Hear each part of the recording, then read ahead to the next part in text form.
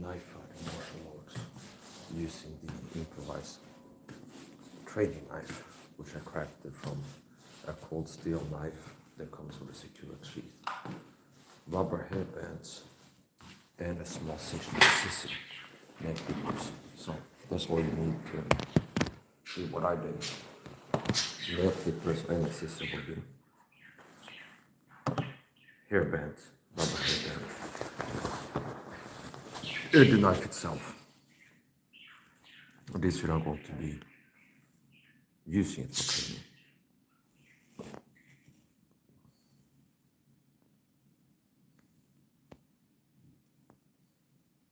There's a time for every work. There's a time for every work. So here I have put this tank top on the martial arts dummy. Why? Because a tank top has almost exactly the same coverage as common body armor, which means standard issue soft body armor has this coverage, meaning the same parts of the dummy that are uncovered by the tank top will be uncovered with a soft body armor vest, the type that security guards and police officers and other people that are issued with body armor would have, or whoever has soft body armor. Like the most common type of body armor that people wear will be soft body armor. In the military, it's more common to have a plate carrier. One of these. The most common body armor in use is this soft body armor. Now this is not body armor, this is an analog. This is a tank top that will simulate body armor, which means I'll be practicing attacking to areas of the body uncovered by the tank top.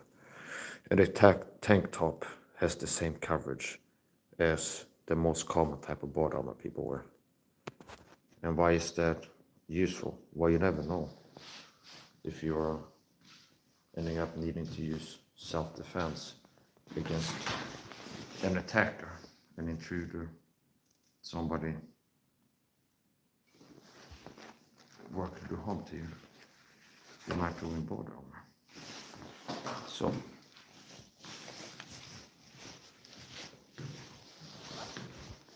there's a time here for every work. To everything there's a time.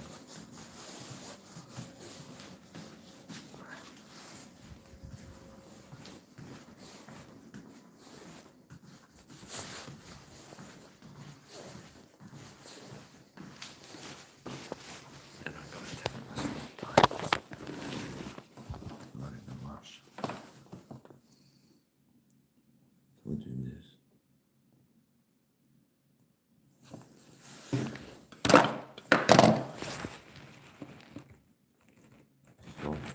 Body armor. So this is the most common fit for body armor, and as I showed you before, you can see what I said was true, that the coverage of the most common type of body armor is roughly the same as a tank top, where the armpits and shoulders are uncovered, the bottom, like the gown, and the neck and face. See, if you just search soft body armor, which is the most body armor people wear, you will have tank top coverage basically. So if you're engaging an opponent that you're suspecting is wearing body armor, if as a mental model, people know what somebody wearing a wife beater tank top, what parts are covered by the tank top or the wife beater, and that's pretty much the same coverage that we get from the most common type of body armor, soft body armor.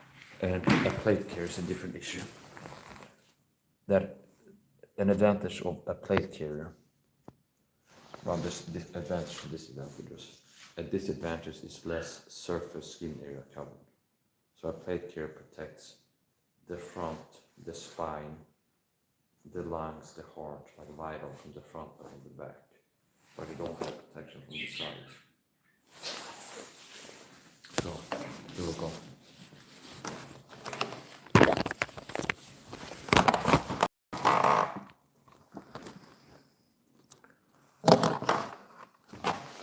Here's the do-it-yourself training knife, which I improvised.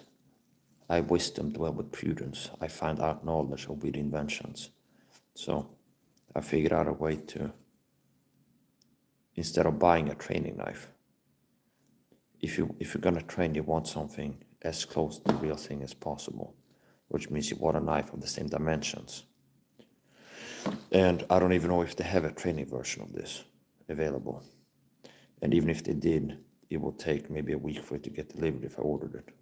So something that I was able to do right away when I decided I want to be able to train with this, do impact training as I call it, is use things that I have at home, rubber hairbands, and then this knife called steel mini leather neck comes with a Secure-X sheath. And I secured the sheath to the knife itself. There's a hole here, and there's holes in the sheath. And you could use thin paracord, twine, but what I had available was rubber bands, rubber hair bands. Don't try this at home.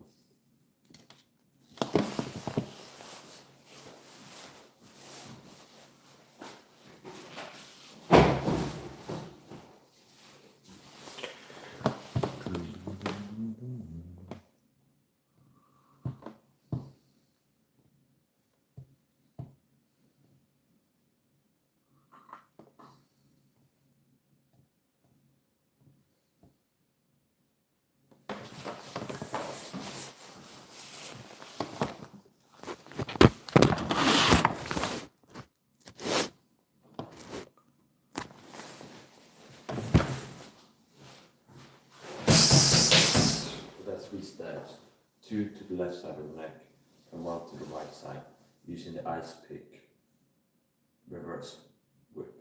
I call it the reverse grip, this grip. Some people call it the ice pick grip.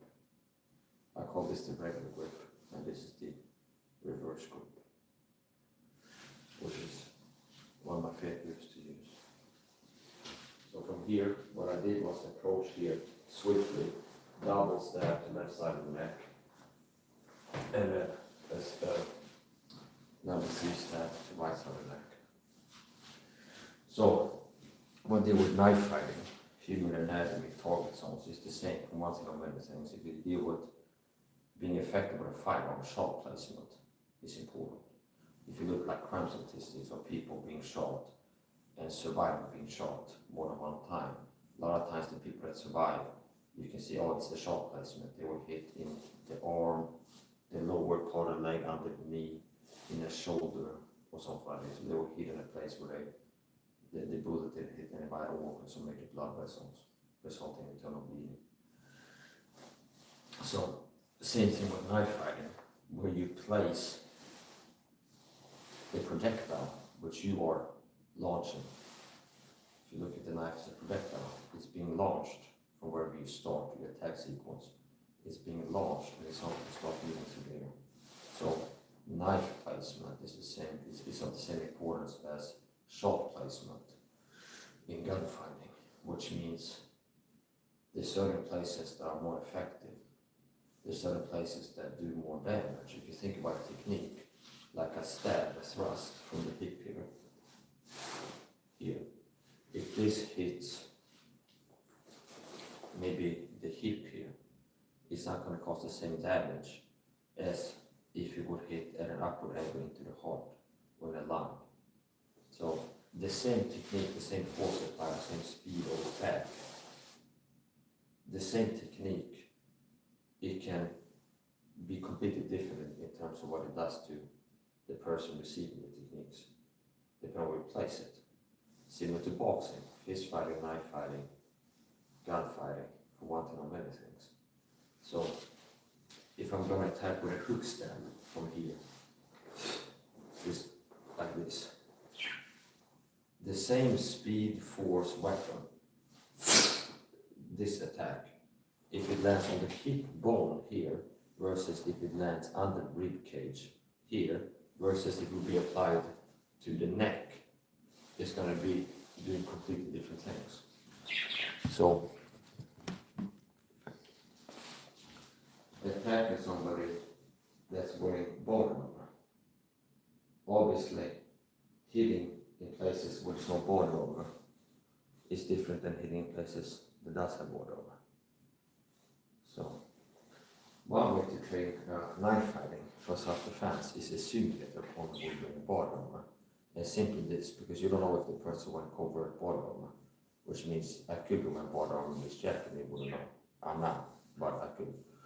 So, the simplest, most reliable way to know that you're attacking an area that is not covered by armor, any skin you can see is obviously uncovered by armor, see? And there's always going to be something not covered by armor, the eye sockets, the face. If the neck, you can see the skin of the neck, that means there's no armor on top of it. If you can see the hands, that obviously means there's no armor on top of the hands. So the simplest, like surefire way to know that you're attacking to body parts uncovered by armor is that you can see the skin. Because where there's no skin, I could wear like knife-proof sleeves under this. But obviously, my hands are not covered by armor. So, anyway, I go pretty light because something always breaks if I go hard and fast. We'll start light and focus on accuracy, more power. And you can attack swiftly with speed without making it really hard by kind of pulling the punches. And from here, there's a double tap. So one thing or many things. Double tap to attach the reference exactly to the same target zone, or approximately. So from here, that's a double, and then you can practice this. That's a double. See? So I can double tap, knife hand double tap. So if I can acquire this position, I can double tap from here. So people that are haters and naysayers, it's like I've seen this. It's like sometimes I've had haters when I had a shadow and be like, Mike, it's like you're just, I'm doing something. And it's like I proved them wrong. They go like, you punch so slow. And I go, oh, yeah, and I throw a fast combo. Because it's like, it's not that I'm always throwing it at the highest speed or highest power. So it's like, oh, they catch me in the train station when I'm going slow. Like, I go, oh, you're so slow. And I go, oh, I'm slow, okay. But right now I'm choosing to be, and look at this, boom, boom, and then do fast. It's like, oh, my goal here is to say that you suck to devalue. It's not being honest in my critique. So it's like, now I'm switching to, well, the dummy doesn't fight back because I proved them wrong. That I'd be like, you suck, and then like to back that up, you are slow knife fighter, and I go prove. But look at this, boom, boom, and it's like, I proved them wrong, that I'm not slow, and they're saying I'm slow because they're here to say that I suck at knife fighting, to devalue my ability. And then when I prove them wrong, it's like, well, my goal is still the same, to devalue your ability. So then I switch to, well, the dummy doesn't fight back. So I guess I could go and leave a comment on John Shrek and McPhee, Chef for Baghdad, and go, yeah, the targets don't shoot back, John. It's like, if you upload the video, wow, this guy's impressive, how many times he can hit, and he's obviously got the ability to hit what he wants to hit effectively. It's like, well, the targets don't shoot back. The targets don't shoot back. Or it's like, I don't know, look at some pro boxers training footage, a lot of what they do is hitting an object. And they go, well, the bird doesn't hit back. Well, I don't think that they would be trained like this if it didn't translate to fighting something that can't hit back. I don't think they would be training people at this level, attacking things that don't hit back. It was pointless. But if you're dealing with fools, they're not operating based off of critical thinking and logic and actual reality. They're working to try to prove a false reality on it. So anyway, this is training attacking to places always uncovered by armor. So you don't have to make everything fluid and incorporate leverages into this. So sometimes in my training, if it's knife fighting, stick fighting for this, I practice with a fixed distance. Like for example from here, and with this guard stance. And then attacking from here, attacking from here. Another time I might be stabbed from here, and then attack from there. Another time I might practice closing the distance at the beginning of the attack. Another time I practice circling and keep attacking and moving in and out as it is. So it's not that every training session has to be all encompassing. You can focus on one part of the training, which means attacking from this distance. And attacking from this distance, you're building muscle memory for your brain, having attacked from this exact distance before successfully. Which means in a fight, if I end up at this distance while moving in, my brain knows the muscle memory for being this close to an opponent, which you will be at some point, and attacking from there. See, it's not like you have to be fluid in every training session to build skill that translates to fluid scenarios. So from here, I can practice from here, closing the distance from here. And then do a level change and put up a block to protect myself from reactive elbow strikes or something as I'm moving in. And I just delivered a stab to the neck, which is hard to recover from. So you can practice attacking twice and then I'm changing the distance and moving back. And I've proven the effectiveness. I've proven that this works as a training knife. Now, like I said, don't try this at home. It's not impossible, something could break, depending on how you do it, that you could come loose and best case scenario, you damage the dummy. Worst case scenario, you damage yourself. So, practice from this distance.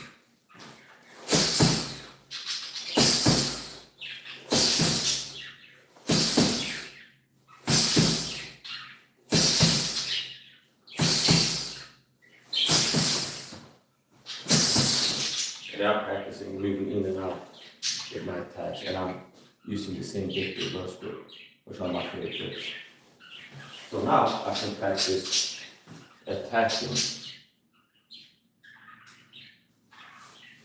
from here. And I'm going to attack with a punch kind of color.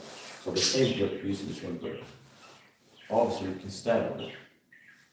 You can also what I call punch tap, which means throw punches with the blade. So it's boxing more dynamics.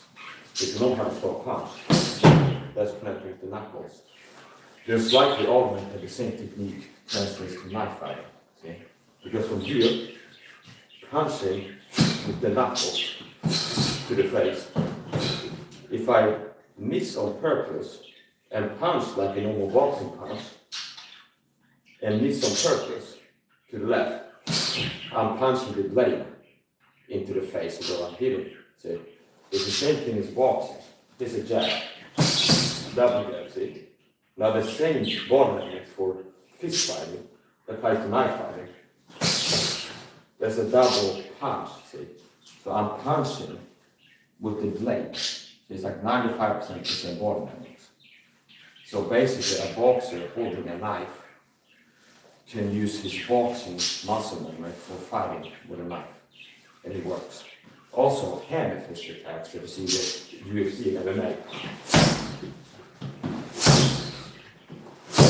Rarely standing, it's mostly using ground and pound.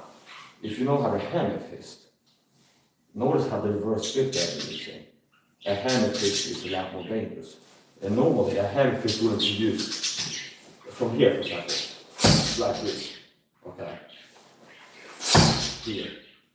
It's not as effective. Now, I can feel like that when I'm hitting. But holding a knife, hammer fist from every angle, even upward, become effective. So that you said hammer fist. Hammer fist like this is uncommon. But holding a knife, anyway you hammer fist, up from the side, becomes very effective. So attacking to the face, you're better off picking this attack rather than this a lot of times.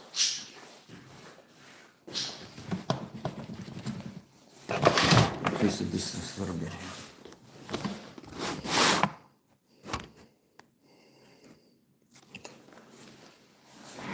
Switch the grip to the left, and sometimes I also practice, so I divide them. Okay, so sometimes I practice the first part, and I would argue the most important part of your weapon use is the deployment.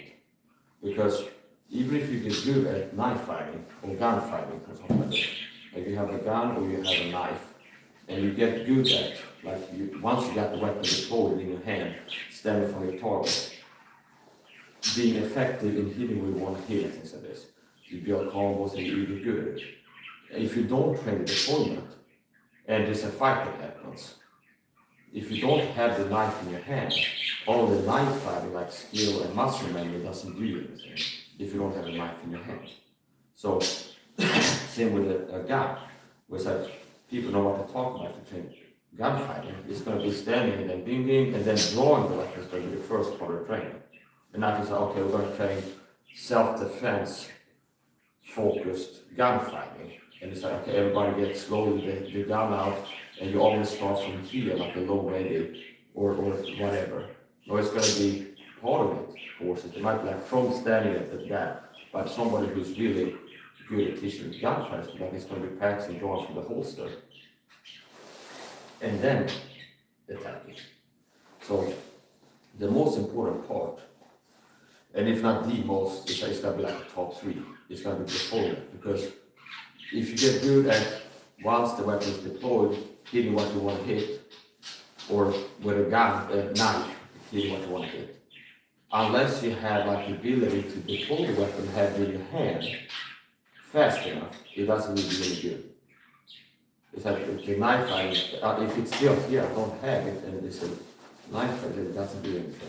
So,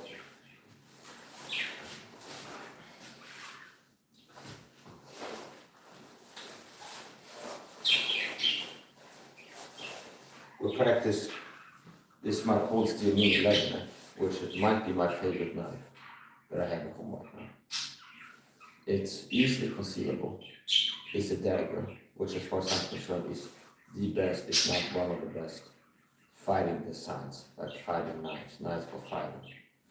It's small enough to be a problem, but it's also small enough to, it's easy to end up carrying it at all times, have it in your pocket, even in like a sweatpant pocket, walk around with this. It's so light and small that I have it here. And it's light enough to where it doesn't like sag your pants and things like this. So we're going from high pant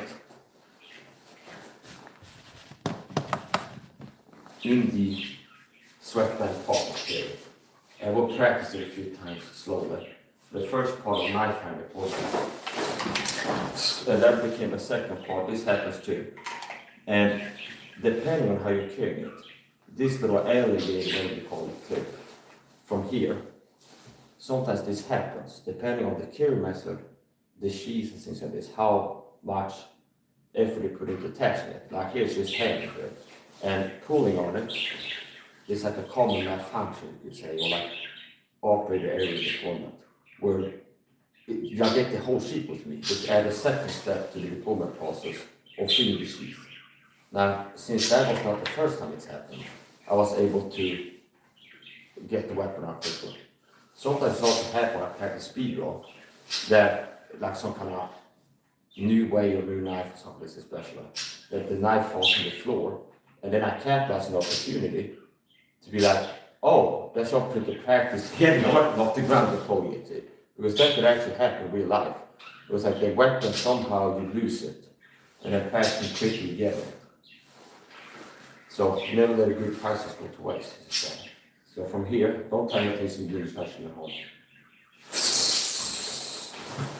I noticed there too, where there was another deployment error, and I switched to working to buy distance to purchase time for deployment.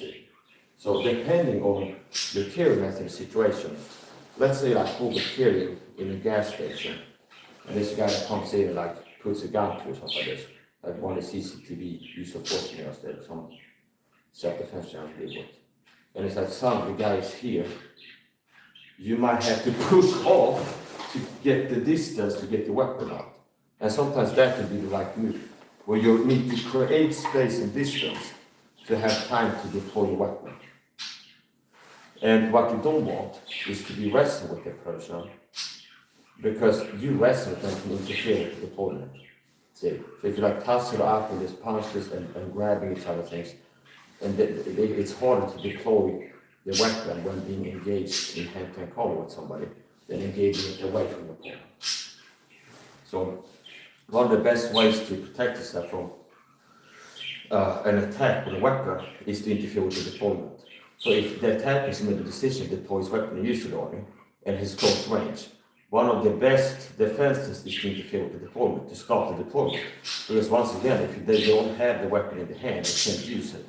So, for example, if it's here, if somebody controls this arm, it makes it harder for me to pull the weapon. It can still be done, but it's a lot harder to do, especially if you're wrestling with somebody.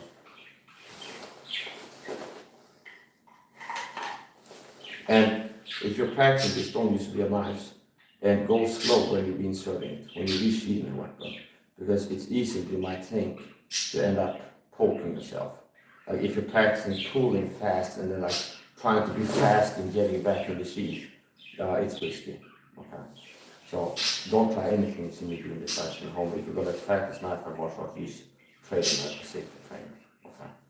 So from inside the pocket, hand carry, and this knife is sleep certified, which means I've carried it like in these pants when to bed with, wake up, and it's still in the pocket when I wake up. Okay. Which means if I wake up in the middle of the night, then you'll be in my pocket. Okay. So it's sleep certified.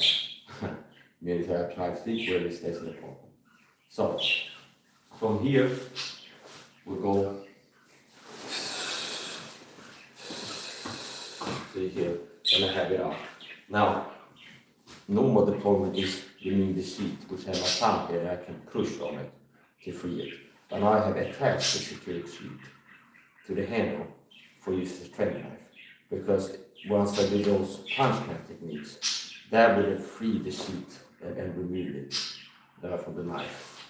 Meaning this. See here.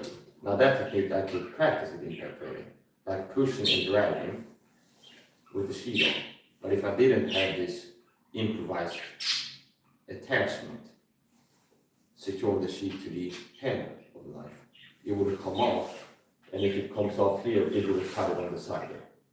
So this is meant to not deploy. That's how I put this together. I made a short of that, showing how I made a training knife out of this. So when training, you want something as close to the original as possible. Meaning it's going to be training with this cold steel knife that you carry on for self-defense. You want something that's as close to the actual knife that you use for training. And it's not optimal to use the actual knife for all kinds of training. Like obviously, sparring with an actual knife, that type of training is very dangerous and not recommended. Or even if you have a heavy bag at home, or a martial arts family, it's like you can train with it once without the sheet on, and you wreck it. Okay. So either you find a training version, which Cold Steel, I noticed, is a company that has a training version for ranges from some to a lot of their knives. It's like if I search Amazon, Cold Steel Recon Tanto, I find the actual knife a lot of times same like page, rubber training knife. Okay. And that rubber training knife is not optimal for impact training of this type. But it's kind of like a jack of all trades that does 2/3 of knife fighting training really well, sparring and knife fighting shadow boxing. And the third part, knife fighting impact training full force, it doesn't really do that well. Because the rubber training knives, and I have a Recon Tanto knife and Recon Tanto rubber training knife, for rapid combos, like this, like stab, for example, with rubber training knife, like hitting hard, it would bend on the first impact. And then I have like a hook at least for a second, and it kind of slowly goes back. So it'd be like stab here, and now I have this shape, which changes the impact also. It'd be like a red dot that you drop, and it's like the point of A changes, you understand? So here, if I have the muscle memory for connecting, I want to hit from here, like hand-eye coordination. Now if this would bend and the tip is here all of a sudden, that means I would impact like 2-3 inches from where I'm normally impacting. And the real knife is not weak and it's not going to bend from stabbing to flesh. So it's different. So you can do impact training with the rubber sparring type knife, but they do best at sparring and knife fighting shadow boxing, meaning practicing like form and stances and like knife fighting shadow boxing. They're good for that and they're good for sparring. But for the third part of knife fighting training, impact training, they're suboptimal for that. Can be used, but it's not the best one. So a more rigid knife can be better for impact training. Now, a more rigid knife is more likely to damage and destroy whatever object you use for impact training, like a heavy bag or a martial arts ball like this. If I go hard enough with this, I'll hit punching moves in the gun. It will break through. Even though it's faster than rounded, if I hit hard enough, sooner or later it will break open. So I'm controlling my speed and my power here. So from here, that's a punch cut, a sliding punch cut. So notice how it's similar to punching ball knives. So from here, it's like boxing. From here, I go from here, punch, short punches here, punches. Now, a punch like this, let's do it with the left. Jab.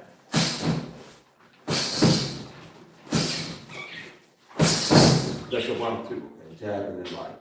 Now, if I have two knives, if I jab and then miss on purpose, so I throw the same technique, only aiming to the side of the head, instead of jabbing with my knuckles here, like more traditional target zone. So you notice how the same technique, a punch, a jab, I'm punching the blade into the jaw. So here, punch, from here, the neck. See, I'm punching the blade into the neck. And you don't have to have a traditional, like a slidey motion that you do to cut, to like slice. Just pushing a blade straight, if I had some sheathing here, it's going to create a cut. It's going to open up the skin. So it doesn't have to be kind of like you're wielding a machete or something, where it's like this, like circular motion, like this. It doesn't have to be this circular motion you need to cut. Just pushing the blade straight into something, you'll create a cut. And as a matter of fact, as you impact here, it will slide on its own. So it won't be completely straight. If you impact, you will start naturally sliding to the side. So we have to try to manufacture the sliding motion that will be there already on its own. That kind of attacking straight. So you notice there, I'm attacking straight. And it's not like I have to make it like, okay, I'm punching here to the cut here, and then also cutting to the side of the neck or the head. That happens automatically. I impact here, and it starts sliding. So it's like a punch cut here, and naturally it starts sliding, similar to an elbow strike. But if you hit to the overall, you don't really have to try to make it slide, up sliding. So it gets that type of thing. So,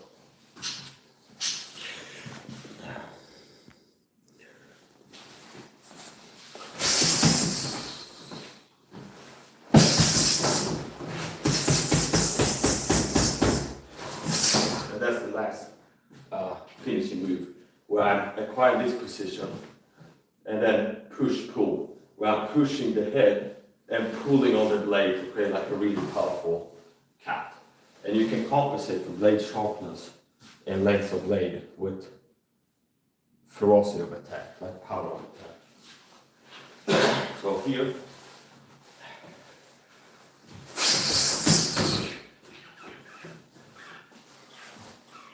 so whatever they have, if they have a stick or a knife, a stick, a knife, or the small punches, there's a way to approach, but I'm just looking to survive. See, I'm not doing it like this and giving a chance to knock me out if I use my knife.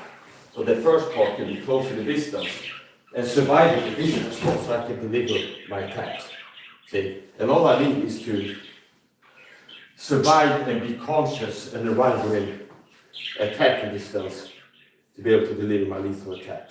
See, if that's a baton he's got, that will be coming to my head or here.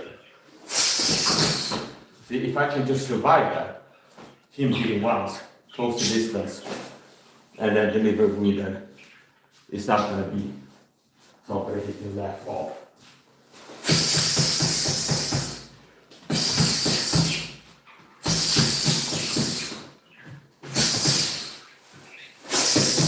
And that's a punch back to the throat. Groin. Notice how I'm using this grip a lot of times. It's my favorite grip for knife fighting.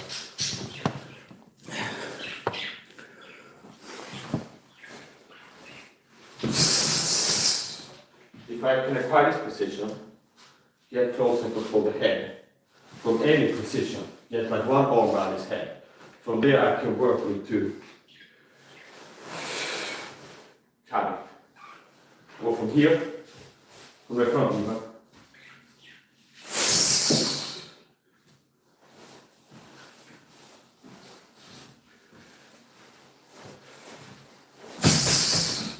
There's the combo, twice to the groin.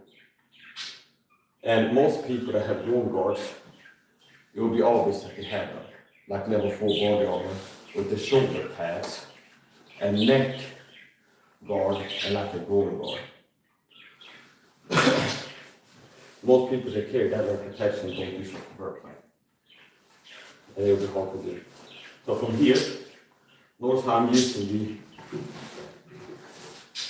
vest to practice attacking to points of the body, not covered by vest. So it's like, well, you can practice, you can find a certain blade that's better at punching soft body armor and have a strong enough wrist and enough power level system to where you can breach the armor. Soft body can be breached by edged weapons of certain kinds with the right technique and like force of attack. Now, from here, groin, and I might start now with the attack into the groin. You also have major blood vessels on the inside of the leg, meaning here. And there's different ways to think about this. You can practice it like, what I'm going to try to do, I've learned the human anatomy. I know that there's a breastplate here, and attacking an upward angle here is a way to reach the heart. I know that attacking under the ribcage here, I might puncture a line. Okay, attacking the belt under like the belly button, like the belt around there, attaching like that, that's a good target zone. I'm not being interfered by the rib cage.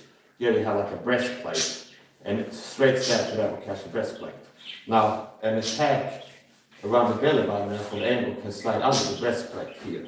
Then you do a sternum down on. So there's like a bone here. So a straight stab can be stopped at a bone. It's hard to get to the heart because the heart is hidden behind this breastplate. It's designed to stop things from getting to the heart because it's very dangerous to have something reach your heart. Okay? So attacking around the belly button, if you do this as a target zone, this is what I teach in my hand. You put your fist over your belly button, and that's like a target zone, like the bullseye. So entering into the body in this area, you put a hand or your fist on the belly button at an upward angle. Is a way to target the body in a way that's more likely you reach a major blood vessel or vital organ, such as the heart or the lungs. Now, if the person is moving, if I get the neck and start sewing machine in that way, and not like this to the breastplate or like this to the rib cage, but I'm getting a position where I can deliver these upward stabs entering in at the belly button. These can reach the heart. Okay. Now, what if the person is turning? I work to control them, and they're turning and moving around. Okay. And I go for this stab straight into the belly button. Well, if I'm moving, you think that's being launched at me. Now, it might still hit here and reach the liver if it's on this side, or a lung because it enters under the rib cage here and might create a lung puncture. Those are serious moves. So we're getting into target zones now for knife fighting. So if the person is not with body armor, which most people are not, but you don't train for optimal circumstances. If you're training something, you're training gunfights for this, and you think about the gear and the strategy and tactics into this, you're like a potential hypothetical use of force scenario in the future where you need to defend yourself. It's like, well, I have a 6-shooter revolver for self-defense. Well, I might pick a semi-auto, a 109 with 50 plus mag capacity, because what if there's 4 guys charging you? Okay, or 6 of them, and you have 6 rounds. Are you counting on like within 15 feet, 6 guys charging you, popping off headshots, and each day one of them under stress, and they'll be like, okay, I got them all with the 6 rounds that I have. You might have to count on 3 rounds per person to put it on quickly. So if they charge you with melee weapons, and you get like a, what's called Mozambique drill, like a double to the torso or by third to the head. That might be what's required, like reliable cook somebody down who's charging you, okay? And even if people get hit with that shot placement, they can still be after the melee weapon seconds later. So it's like, what are you thinking about, okay? Are you in Alaska and you're concerned about being charged by one bear? Yeah, maybe a 44 Magnum with 6 rounds is gonna be more than you need, okay? It's like one of those hitting can do damage. Now, if you think about fighting multiple humans charging, obviously higher mag capacity. If I was living in America, I'm gonna carry a gun for like self-defense legally. I would rather have like 15 plus rounds of 9x19 than 6 rounds of 57 Magnum. Because the 9 is effective enough with good shot placement, meaning shooting, hitting here or here, okay? Like here or here, or in the heart, to put somebody down with that round. And if it does with this, that you can miss more times the more rounds you have in the magazine. It's like if somebody's charging and you're not getting effective rounds, you have more chances to eventually get an effective round that puts the person down, the more rounds you have. And not like the first one hits the ground, understand somebody, the second one is not effective hits, and it's like once you have this close, then you need to be long. So, what am I getting with this? You don't train for the optimal circumstance, whatever it is. If you're training night fighting or and you don't plan for the optimal circumstance, it's better to prepare for the worst, and anything beneath that level, you prepare for it. Okay, so if it's like, well, setting everything up and training to fight only one person, or if there's 3, if you train to fight 3 people, and you get a little bit better at that, well, that applies to find one person. It's like you're better to like over-prepare and have some redundancy where you're a little bit better at what's necessary than to be like just enough, good enough for somebody to set up the tactics, whatever, to deal with one person. And if it's more than that, it's like a hard pressed to be able to pull it off.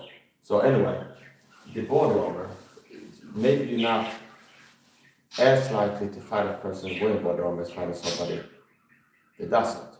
But if you can learn to attack, practice getting better attackers on the wearing body armor, the zones that you're attacking are still effective if the person does get body armor. So anyway, so from here, here's the target zone. So the instinctual way that people have to tackle knives like knives is called a sewing machine, or grabbing stab, where it's grabbing the body in some way and then stabbing after stabs at the hip level repeatedly. Now that's an instinctual way. Now the instinctual way can be effective, but refined. So maybe you get better at controlling the neck, and maybe controlling the neck is better than grabbing onto the coat collar or something like this, or like a shirt, like a t-shirt or something like this. Grabbing slowly, and use that to hold and control the person. It's not as strong as if you can like control the neck with a one-handed like clinch, because that will keep them from being able to move back. And you can do all kinds of things. You can pull them into your attacks if you have the neck. See, control the head, control the body. If you can control the head for just a moment, the neck, I can pull them into my attack, And if I can keep this hold, maybe now I have to get 2 arms behind his neck and then switch to this cut here. So all it takes is getting this position and control the body for like a split second. See? If I can get to this position, like from one hand, stab, here, here. If I can get to this position after 2 stabs, now it's very easy for me to deliver a very dangerous stab because the spine with nerves is here, there's carotid artery and the windpipe here. So if I can get to a position where it's easy for me to attack, make it hard for him to defend it, that's good for me and bad for him. See? So the threshold of being dangerous with a knife is very low, meaning I've trained this, I've done knife sparring with my middle-aged mothers like a type 1 diabetic, and not like a person that like is really passionate about martial arts. But I've practiced sparring with her and things. And she has brought a knife and it's like, okay, you have the knife, and I'm gonna try like not get hit as you're attacking me with it. And it's like, yeah, I can be successful in that, but repeated when you do enough like sparring where they have a knife, you end up being cut and stabbed and things like this. And I feel good about the times where she's going for something and I'm able to get it to hit in an area that's better than here, for example. Or like maybe this and then hit here rather than here. Because if I can block that, possibly I can be neutralized and disarmed. So the threshold for being dangerous with a knife is very low. And it's not like you have to train and be super athletic and have like pro boxer core that you're able to dangerous with a knife. Like somebody holding a knife intending to do you harm with it within 7 feet. Even if you're more athletic they are, and faster, and more trained, it's not like, oh, it's completely not safe anymore. It's like a level of athleticism or like something. They say, oh, okay, it's off the table now. I can't get hurt with knives anymore. Okay? It's like this, if with proper training things, you can end up with this scenario, we don't end up getting hurt once. But you shouldn't have like a false insecurity. That it's like, oh, I'm strong and fast enough, so it's like nobody can hurt you with a knife. Like if somebody's in the room with you and they have a knife and they want to hurt you with it, it's very dangerous. Even if you are more athletic than they are, bigger, taller, more reach and things like this, it's very dangerous to have somebody attack with a knife. Like an untrained person. So, anyway, so we go over some targets also again. Here's the belly button. And as I said, if I put my hand, make a fist on the belly button, that's like a bullseye. So that's a prime target zone if you had a position of being in front of the body here and attacking with this at an upward angle. Because if I enter at the belly button here, or like the fist area, or like a little bit above it, this sliding under the skin can get under the breastplate, which is here, and reach the heart. Like at an upward angle here, entering at the belly button. Now this is a small, very small knife. If it's a long blade, it's even more likely to like get deep in the body from here. So this makes sense because here there's a breastplate. You can hear the tapping. See? So if I want to get to the heart, that's approximately in this area, attacking here is not the best way because I just hit bone.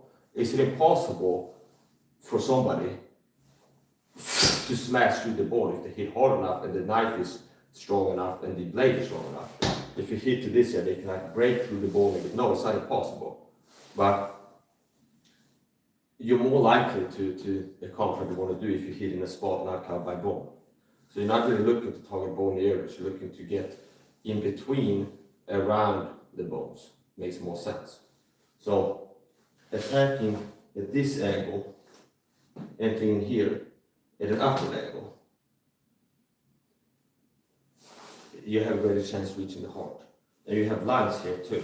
So if we're moving, and I launch this, and I'm intending to hit at the belly button at an upward angle to get to the heart. If there's movement, the same stab might get a lung puncture. See? Still, it's under the rib cage here. And it might slide up into a lung, which is a serious wound. So, from here, attacking now, we're switching back to body armor. groin, you have on the inside of the legs, you have major blood vessels. That is really bad if they get punctured or sliced open. Okay, and meaning from between the knee to the hip on the inside here, and also the groin area. Okay, the groin area, like the crown jewels. Okay, so the inside of the legs and here is an affected target zone. Here's hip bones. If you stab to the hip bone, it's not going to get as deep. Now you can create mechanical damage that hurts a person's will to fight and decrease their combat effectiveness, like how much they can move around with ease and then generate force with the ball. Things like this. If you have like a knife to guide it to the bone area here, it's not like it's not going to hurt if it hits the bone. It's not an exoskeleton like armor that's outside your body, and being hit to the armor keeps your body from being hit by the blade. It's internal armor, which means if it gets to the bone, it's like, yeah, there's going to be bleeding and you're going to have damage in there. So it's important. Now still, if I hit to the hip bone, I would rather than hitting to the hip, hit to the bone area here, or to the liver here, with my attack. If I want to attack here, I'd rather hit to the liver, go for the liver, than go for the hip bone, hit the hip bone. So, body armor from here, double stab here. And you have to remember, when it's in motion, if the first stab is here, he might be moving at the moment I launch this attack, which means the second stab should be further distance, and here. Even if I launch it straight, bang, bang, at the double tap, he might be moving when I launch this, which means the first one might hit here, the second one, the distance might be here and hitting to the sidewalk. But basically, the character is double tapping and being swift. So from here, double tap. Now from here, goes sweep to another target, so this not come by over. So double tap to the groin, followed by a stab to the neck. So 1, 2, 3. And I think I missed it and hit to the jaw. And it's not like because I hit to the jaw, not the neck, it's not going to do anything. But I would rather hit the neck that has the carotid arteries, the windpipe, and the spine back here. So if you're able to get a dagger blade in between the vertebra with its nerves, that can cause like an instant block, similar to a gunshot. If you sever nerves in the spine, in the neck, which is not impossible, like attacking from the front with a powerful stab, that the blade could slide in between the vertebra and catch nerves there. Anyway, a stab or slash to the neck is one of the worst injuries to have if you're looking to survive. You have carotid arteries, there will be significant bleeding if you cut one of these. So here's one of the techniques that sound like medical martial arts, like Kung Fu technique, like this is a technique where you can kill the opponent with one attack or something like this. But this one is attacks that actually could win the fight and end the opponent on attack. And it's attacking with a punch cut that I talked about before. See, and if I go in here and do a powerful punch cut with good bottom dynamics, see here, if I enter in at this side, what happens? The momentum carries me forward, and I'm cutting this carotid artery, the windpipe, and the other carotid artery with the same attack. There's potential like that. And if you don't believe that, that means that you're lacking understanding of the anatomy, martial arts, the laws of motion, and like physics and whatever. You're just done. Okay? So here, if I attack you from the side, from this angle, from the side, see here with a longer blade, and I push through it. Here's the carotid artery, so I can sever this carotid artery, the windpipe, and I'm not cutting through now, so it becomes going around. But the same technique here gets this carotid artery, cuts the windpipe, goes through and gets the second carotid artery. Same thing from a hold like this, where if I can get this position, which is similar to getting a rear naked, standing rear naked, only with a knife, and pull the blade back, especially pushing the head forward. It's like there's a potential you can sever both carotid arteries, so the carotid arteries on both sides, the windpipe. And that's very difficult to act like nothing happened and keep moving around and be effective with your fighting. Okay. So practice this a few times. Just from this position, I fixed position stab. From here, this, where I have the knife here, and from here, 1, 2, and then retract again. So see, 1, 2, 3, that's 1, 3 combo, where it's bang, bang, bang, see? And this way of holding it, I can generate penetrating force. I can generate force where even if I hit balls, I'm going to deliver energy and I'm less likely to. So that's like the minutiae of knife fighting. It's like the technique, whipping technique is the fundamental. So an important fundamental of knife fighting is learning grips, learning the grips and like getting good at that minutiae of the detail, like a fundamental of fundamentals. Having a good grip, okay? And what matters? Well, everything from what makes a good grip while holding a knife. Well, first of all, the design part itself. How good is the actual grip of the product? Like how ergonomic is it? How slippery or non-slippery is it? And how strong is your hand, your finger strength, and your wrists? Okay. So if you have weak hands, weak wrists, weak grip strength, and a bad grip, and you're able to swing your arm fast enough to generate significant force, if you hit an area that offers like sudden hard resistance, like bone, like a hip ball, you can slide off and you lose all the potential penetration. See? So even if you're able to generate force that with a proper grip would translate to good penetration. If you have a bad grip, all that like potential penetration energy is lost at the moment of impact. See? Whereas like the energy is not transferred and like translated to penetration into the body. If you have a bad grip, like a loose grip, see? Or it could be like a knife that's like a wood knife, you know, like knives that are made for carpentry and not for fighting. And some of them have like almost like a lacquered, slippery finish or something like this. Like some tools, traditional ones especially, they might have like lacquered wood. And if you have like a knife that doesn't have a finger guard, it's not a fighting knife. But some types of knives that are used for cutting sticks or like this, if it doesn't have a good finger guard and not the blood touch on the handle, even if you swing it hard enough and if you hit bone, you risk when you impact losing the grip and not only cutting yourself on the blade potentially, but all of that energy generated by swinging your arm is not translated to as much bone breaking, deep penetration as it could have been. So a good grip is important, it's a fundamental. And part of what makes a good grip, as I said before, it's the knife itself. So here's 2 main grips. This grip, which I would say is my favorite, here, with the thumb at the bottom. And this will work for most knives. So it's the thumb at the bottom of the handle. And then the regular grip will be this.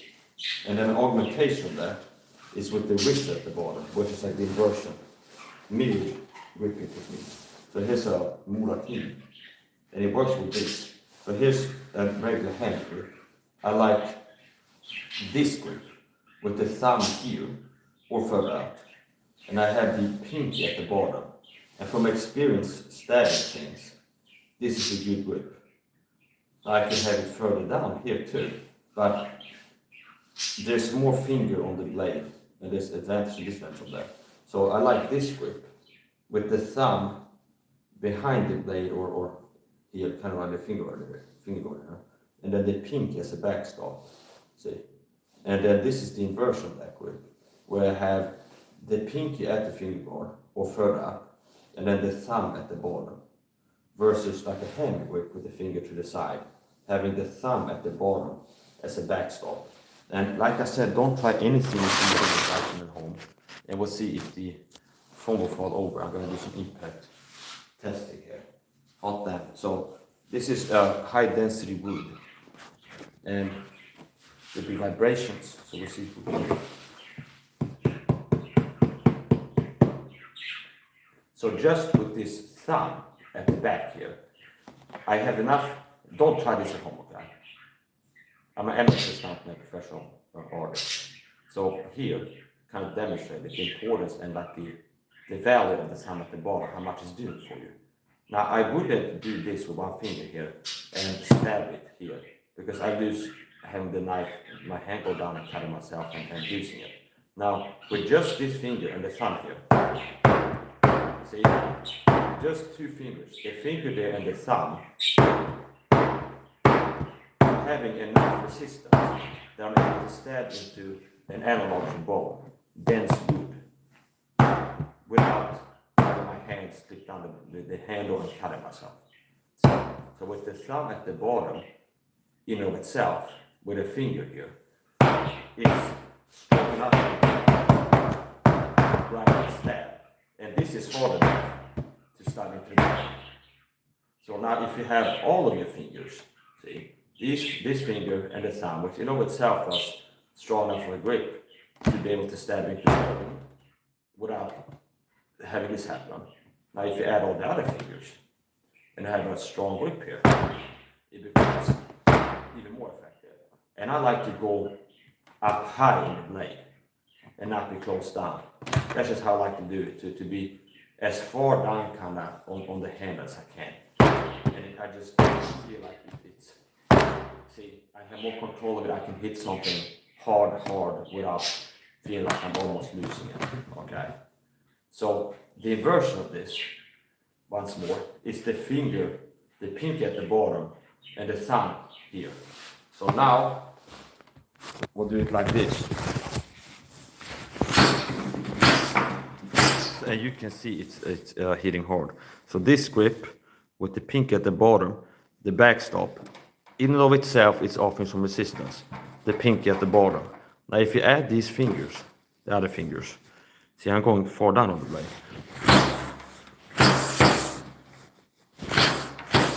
And I'm delivering that energy, and I'm not losing the knife. Whereas, if I would have this, I feel like it's easy, my hands start sliding down, a hammer grip. So I like to have, not this, but the pinky at the bottom, and the thumb at the bottom, for good, strong stabs.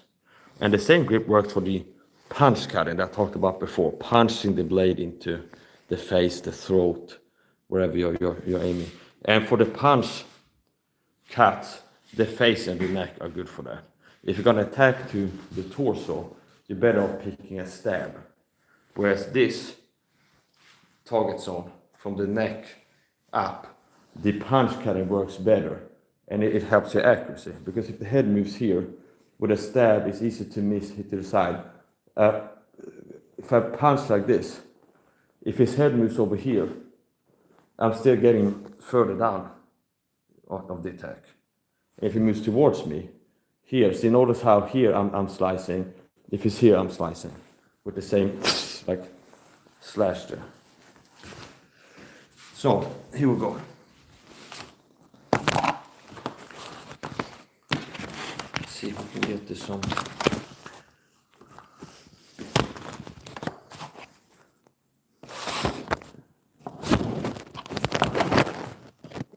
Here.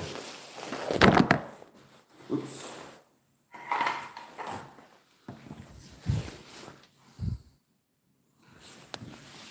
Now that's the sound of a blade being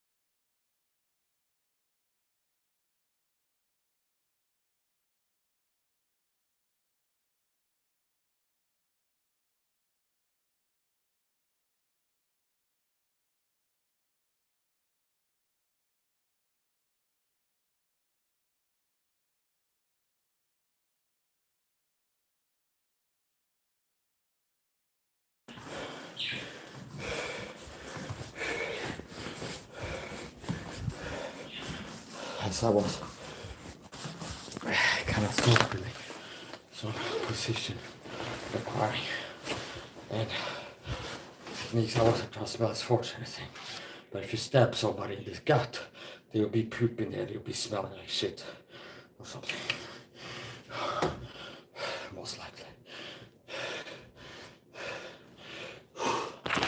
Yeah, so that's martial arts training. I have accomplished what I set out to do. I wish to go with prudence. I find out knowledge with inventions. I need a training knife. I invented a training knife. You see part already have attached the sheet to the hand I use for training. But I don't do that at home. I'm an amateur stuntman, professional artist. And there's a time for everything. There's a time there for every work.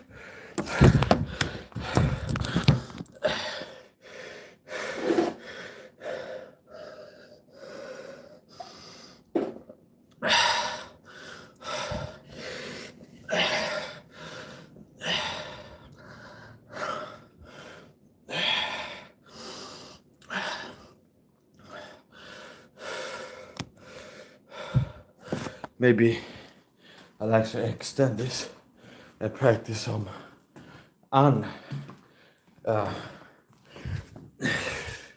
unguarded attacks.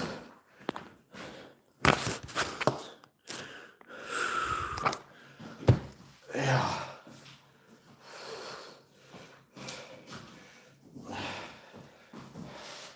Clear with aggression, fight with aggression. Is that not that you have react to practicing? You might be fight flight mode, enraged, nervous. Is what it can be harder than threat. Maybe the most likely is if you're like if you're forced to be angry about something.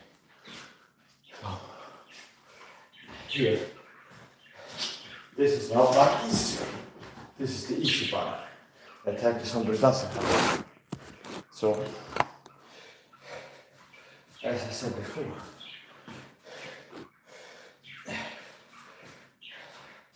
target zone. If you look at my body here and you listen, there's a bone. Here it's not really bone. Here it's bone. There's less bone. So it's harder to get this knife into the heart if I go through the bone in like a straight angle like this. Then if I go enter in here at an upward angle and slide under the bone, you get into the heart area. So from here, if I can get a neck grab here, I guess like a Muay Thai fighter might be really good at doing this because you're good at controlling the neck with like the clinching techniques, even with one hand, as I say, and going from one hand to two hands. So anyway, from here, if I can control, I don't have to control it to the point where I'm going to be wrestling and keep controlling it with one arm behind his neck for 30 seconds. All I'm working to do is to go from here and control his neck for just like half a second, where so I can attack here, see. So what does holding the neck do? Well, I can pull him into my attacks, see. And basically, if you're holding on to a t-shirt that I have, if I do this, you might lose your hold. Okay, so if I control the neck, but for a moment, that can keep my target fixated, so I can deliver my attack, because it's harder for him, if he's got a hand on his neck, to move backwards and make himself be out of range for this attack. So controlling the neck helps to control him, make it hard for him to move left, right, back. I can also pull him into my body, more close here, and then here. Like if he's got an arm free here, he will try to control the knife form. But at the point where he goes for the knife form, it's like maybe I get this one here. And if it becomes a wrestling match where he does control my wrist, now once again it's a dagger, I can pull it. So if somebody's grabbing here, hand goes here to control the knife form from retracting and he standing again. It's like, see, if I'm still, I can beat his grip. I can cut the hand and it's going to be a lot harder for him to grab onto anything with like a gash kind of the fibers and whatever things are that make you able to do this. So from here, I can get this is good. Here, maybe get a leg behind it too. Now if you want to throw me on the ground, I can step on the way down. And if I end up on the ground with him on top of me even, I can still pull, see. If you end up, I'm back on the ground, I'm not knocked out, which can happen. That if he scores a takedown, I get knocked out. But if I'm still conscious on the ground, I still have the knife. If he's on top of me, there's a way where I can hurt him. Okay. So, we're going to practice this now. Here. And just go from getting my arm around his neck, getting pulled. And the main point here is the leaving a step. So I can obviously do it stepping from here. See, like this, for example. You don't have to get the neck. You can, from here, see there, for example. What I do with my hand, that's one way to approach. Where I'm protecting myself from reflexive elbow strikes across the distance, or like certain punches and stuff like this, where it makes it harder to connect. There's certain punches that might hit my forearm than my jaw. Jaw can knock me out potentially.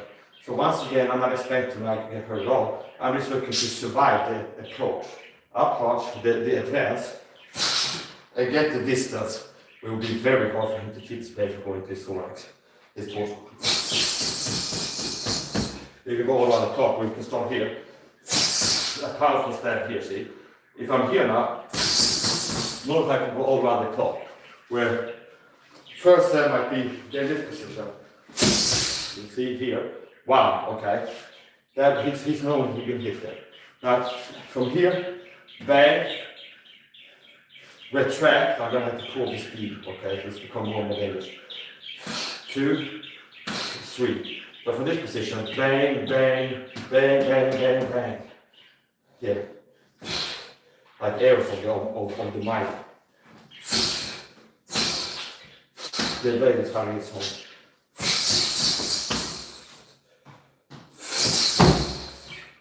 I'm just bringing some movement patterns. See, that's another thing, where this could be a block. And I can crash into my opponent like a power assist. And it can be here, or it can be here. So, from here, you see, notice that punch technique, which is easy to pull off with a longer knife. So this is a short knife. The punch kind of techniques, it's easier to use those and more effective if you have a long blade. Which means it's not impossible to do with a short blade, but if you want to be able to pull that off and hit now with your knuckles or with the blade, it takes more skill and you might want to practice more. Meaning, if I attack from here, I want to hit with the blade here to the neck, and not with the knuckles, interfering with the blade reaching its destination. It's more like accuracy dependent, like still accuracy, like hitting with this part of the blade, see, right here, and this is where I want to hit. Now, if I connect here and push forward, what happens?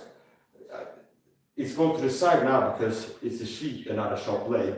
So it's more likely to slide forward and maybe stop at the neck if it's powerful enough, like the vertical. Now, from here, even if it slides, still climbing on the side. So, from here,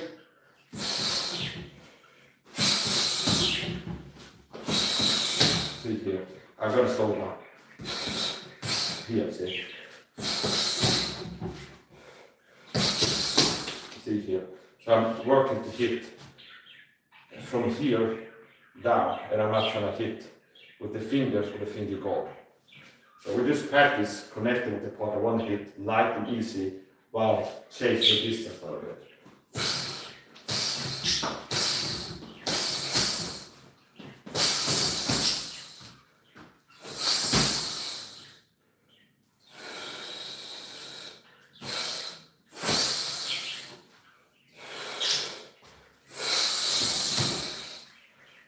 Notice how you can generate force where the main thing is having a good grip at the moment of connecting, because the force of being generated and when I'm here, it's going to be a powerful attack. So the main point is how my grip is at the moment of impact, because generally the force with the bottom hand is, when I end up here, it's going to be hitting hard. So the point is not hitting hard with the knuckles, but hitting hard with this part. So we're going to go like that, because I'd rather get many like repetition than something great. And it becomes few. Not like that, now, see, where I'm using speed to attack with this part here. They move here now. So then it becomes this stab again.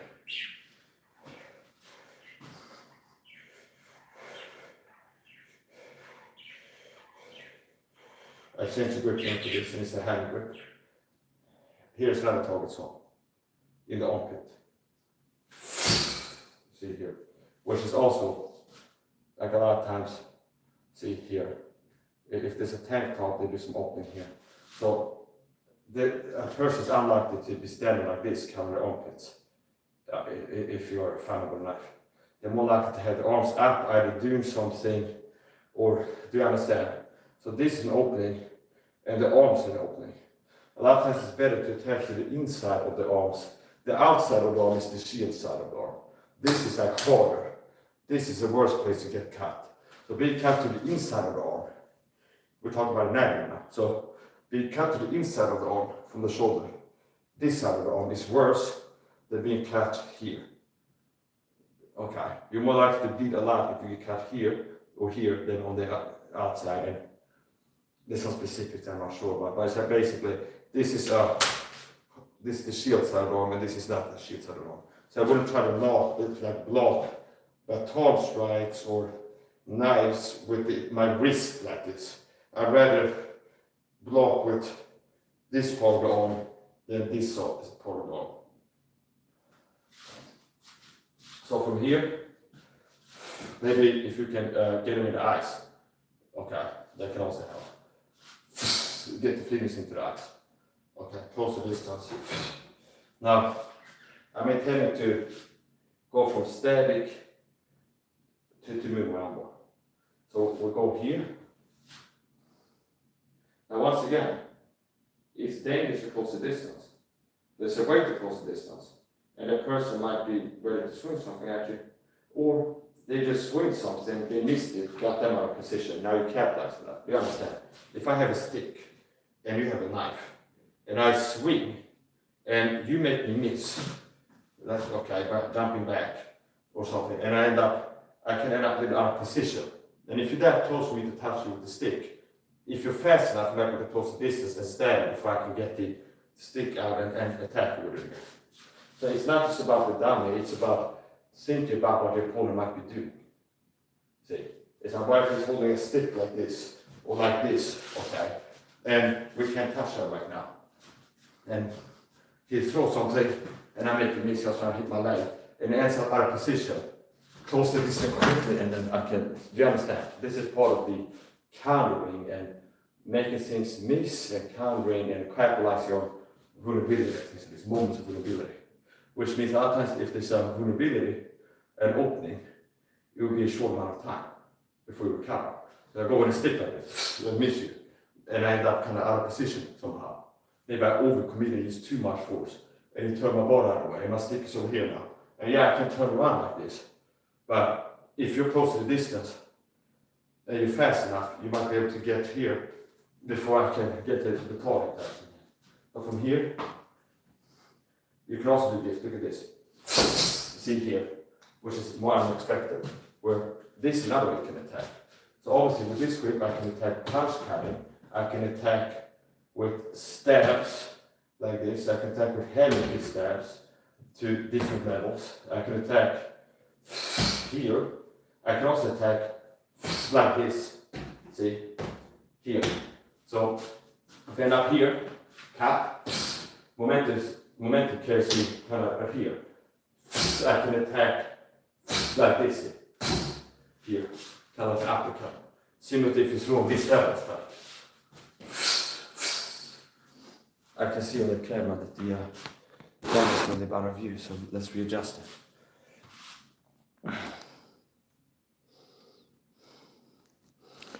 Okay, here we go. So stab this motherfucker in the gut, and might be smelling his farts. Because there's poop in his guts. Okay?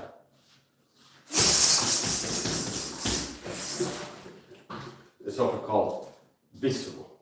And it can deal with how people feel, or it can deal with Parts of the body. Okay. so here.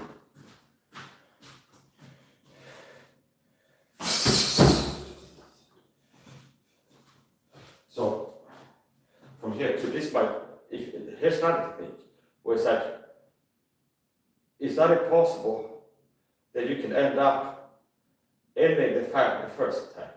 Meaning if I can land this under the jaw, like a good hard kick, possibly you could end the fight. And the person, if you can drop them like that on the ground now you can become other things. So from here, obviously I can use my legs. It's not like because I'm playing knife fighting primarily right now. Their kick is from launching attacks, their elbows or kicks or something like this. But if I have a knife here, in this grip, here, that can do something too. Or this.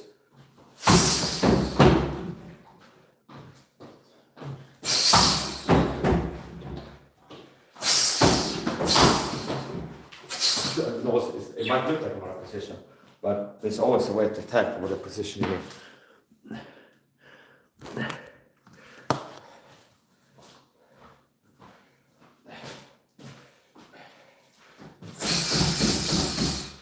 Now I'm just practice that, like target shooting. Where it's like look at the thing and practicing connecting to the spot I want to connect to at a fixed distance. So belly button, torso, or groin without grabbing something.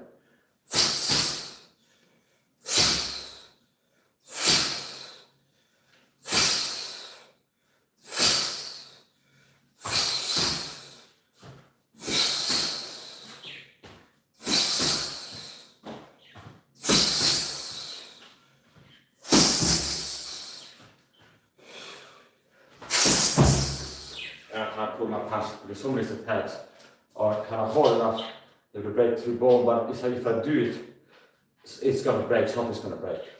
The down in my hand or the knife, it's like something's gonna do.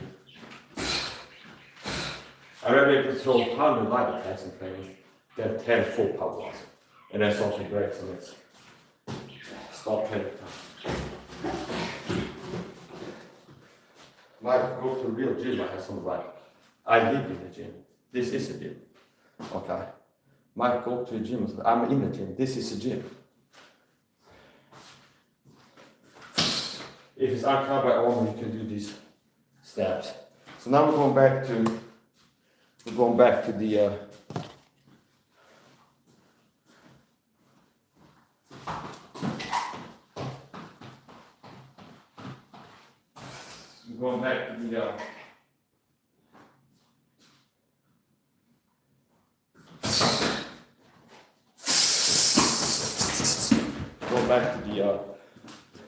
Armored. opponent and also practicing some movement drills.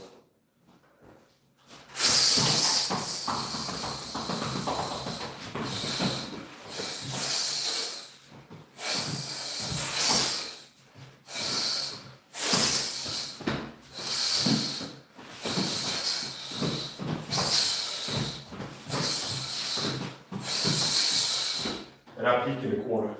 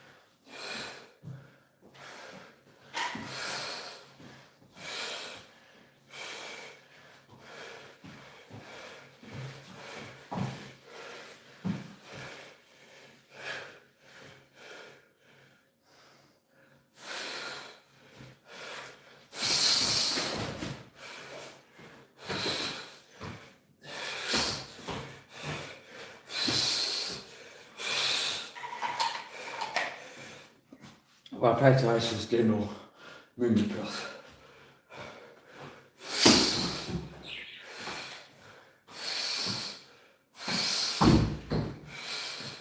Now, another thing I'd like to practice is maneuvering as if I'm having a gun. See, so here. I have my magic gun. And I have a low ready here, so I'm not having it raised. It's like I'm having it like this for reactive like point shooting. Here.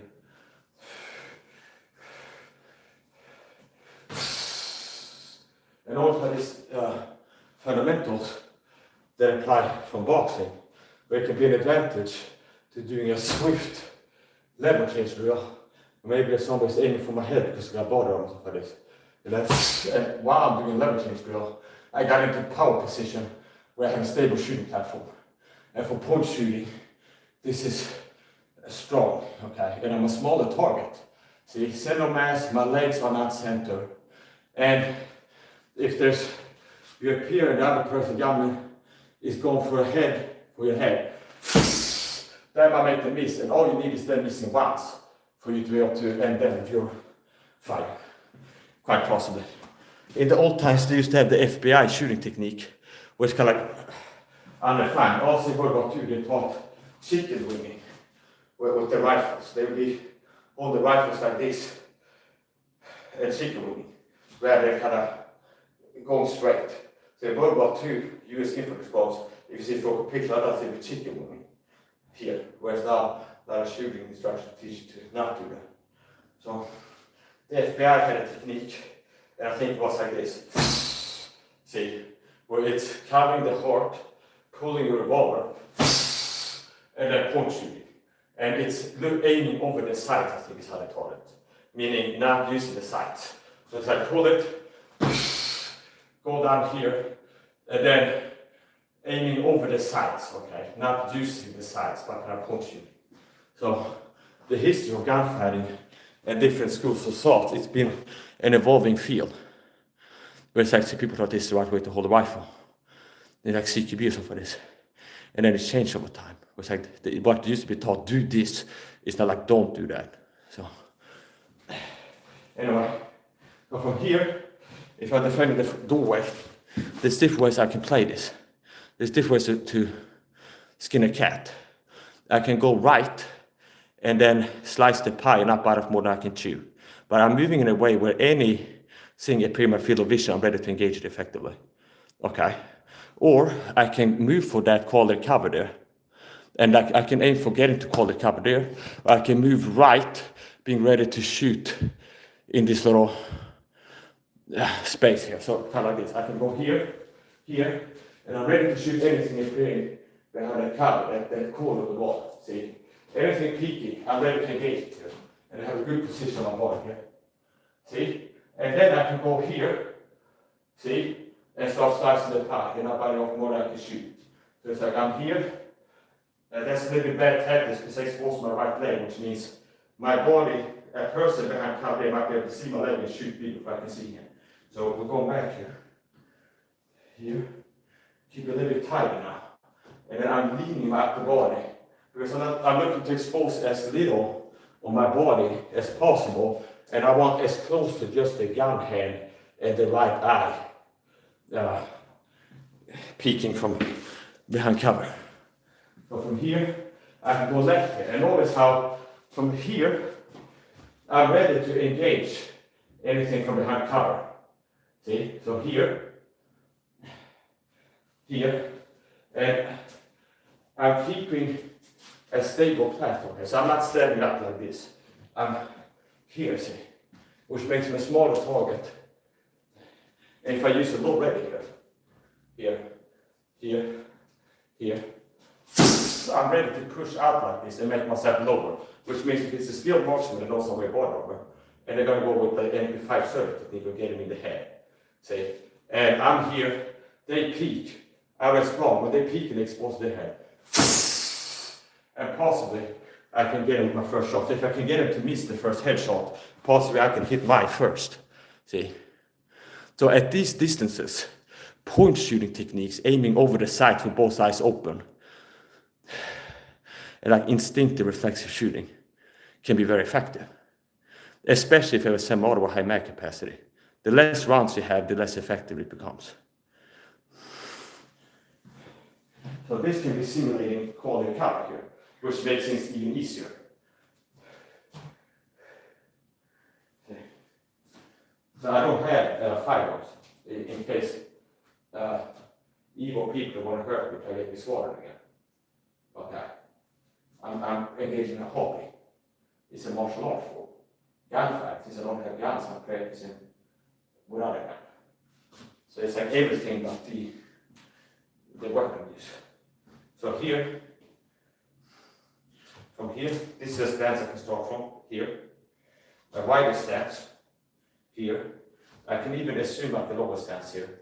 And I'm ready to push into any threat from here. I can obviously swing and run from here, and then that leg goes back here to have a stable shooting. I'm not wanting to be like this, okay? So here, and the left leg being back here can also help me to leap and push forward quickly. It's like gunfighting as well as this one. So if you're thinking that the thread is home invaders from behind the corner where the door is, I can go two ways. I can go left here. This is called the kind of concrete. Here, I can stand here and wait for somebody to appear behind cover. And it can be an advantage in maintaining the space, see? Because that's reaction time and more time for me to put more bullets in the person before they reach me, see? If they charge me with middle weapons like this. So possibly, the right tactic would be to maintain the distance to the door. Because maybe I can get off 3 rounds if somebody comes out of the corner charging me, versus 1 round before they touch me if it's here when they play cover. See? So here's another thing I can do from here. Maintain the distance here. Put the gun up. Aim at the corner, like the area, like the inch, like right next to the corner. Okay, to the right of it. I can move right here. See? And anything that appears, I'm ready to engage it. And I'm not doing like this because I'm exposing like unnecessary parts of my body. So unless it's like here, see, this is less of my body leaning this way. See, it is less of my body if this cover here. Like basically exposing as little of my body as possible is a good thing. And it can also be aggressive rather than more defensive and charge forward with the intention of like trust your ability to quickly engage anything that appears in your field of vision. See? So you can push the parent situation. Where it's like I'm pushing forward aggressively here. Bang, bang, bang, bang, bang, bang, bang, and I start spending rounds as soon as I'm able to hit something that's not cover. See? So here. Bang, bang, bang, bang, bang, bang, bang, bang, bang, bang, bang, bang, bang, bang, bang. Bang, bang, bang, bang, bang, bang, and it's more aggressive. See? So you can be like, defend a point, wait for people to appear, or you can be more aggressive. I know there's enemies here, I'm gonna push up on them. And then bang, ready, bang, bang, bang, bang, bang, bang, bang, bang, bang, bang, bang, bang, see? Here. Or here, I can go here. See here? Or even blind fire. Bang, bang, bang, bang, bang, bang, bang, bang. Notice how this is the advantage having more rounds. Because I can blind fire more rounds before clicking if I have a high mag capacity versus revolve. So I can miss more times and like suppress the enemy and like have like a shotgun effect where I'm hitting all over, see? So it's like bang, bang, bang, bang, bang, see? Or here.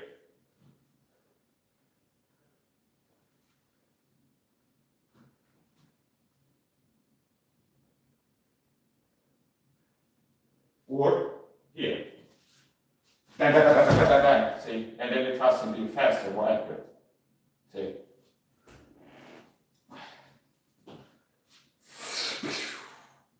Okay. But that's still dangerous. If you get hit in the head, if they're aiming for that spot, they're like ready to engage that space. So here, you can also do this, which is a little bit more weird. But in a certain situation, it might be good to jump into the prone position and shoot. Okay. For example, if there's well, this is kind of like movie stuff, but things that would be possible. So if there's somebody having a shield that goes kind of down here, and they have a gun here, and I go jump into the prone position and start shooting at the legs, for example, then it's something that's like might work in a movie, might work in real life too.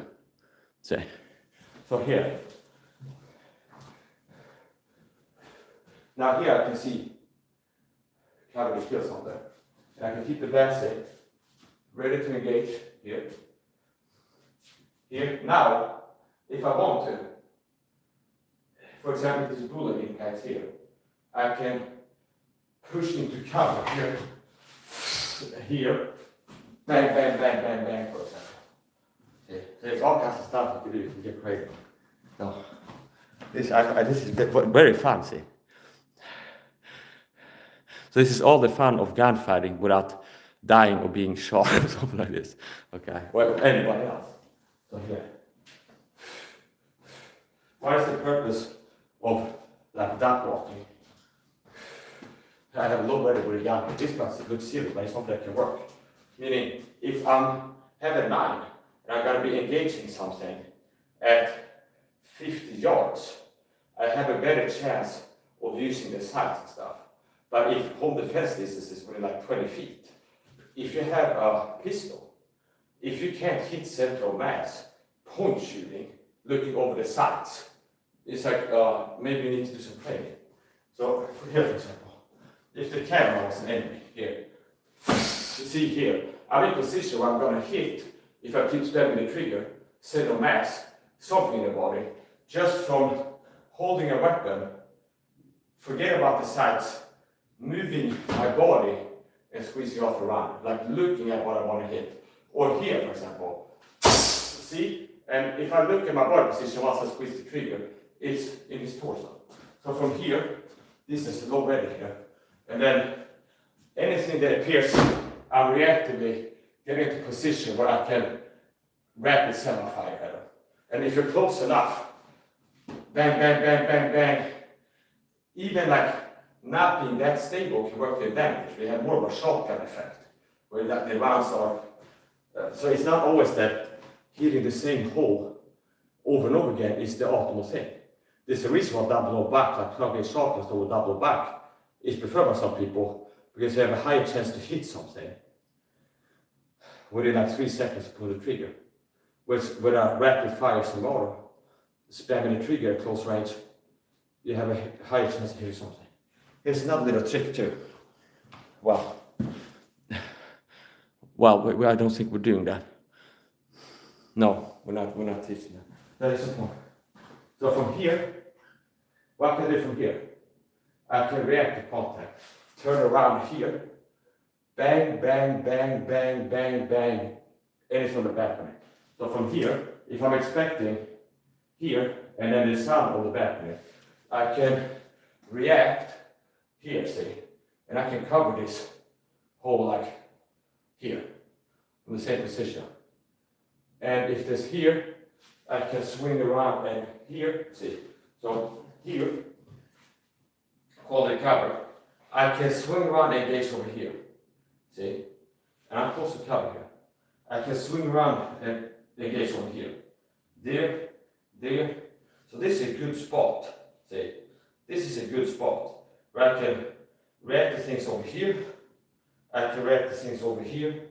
I can move here and then have the kill zone in view here. So this is kind of stuff that is fun. Now we're going to practice a different thing here, and we're going to simulate a long gun with a It's like an M4 with a third round mag and then a rispinne on it. Still, I started with low ready here, same here, see, where I had the low ready and bent knees and a stable shooting platform. As soon as I swing the gun up, I have a stable shooting platform. It's not like mid-step, see, and the recoil can start moving. But I have a strong base where I'm ready to absorb recoil at any moment. So swing, and it starts pushing here. I can push against my whole body. So from here, change, here, I can even push here. Now the issue with this, how I'm moving now, is my right knee will appear from behind cover before, if I have it straight like this, and there's cover here, and I'm appear out of cover here, possibly before I get my rifle out ready to engage you could have shot me in the knee, and that ends the gun right there, quite possibly. So these are little things where you shouldn't have to, if you have some talent, have a shooting instructor teach you things. You should be able to get effective self-training. And it's like been normalized how that people can't get better at things without somebody holding by the hand every step of the way. So, and also part of training, like Sasha wrote about, do not think dishonestly. So notice how when I'm training, I'm honest. Oh, I did that wrong, see. I'm practicing approach. Oh, okay, my leg was out. That's bad. I could have got a shot and lost there, see. So it's being honest with yourself is very important to improve. Because if you decide that you're doing great at everything, you're deluding yourself, and you're not going to get better. Okay?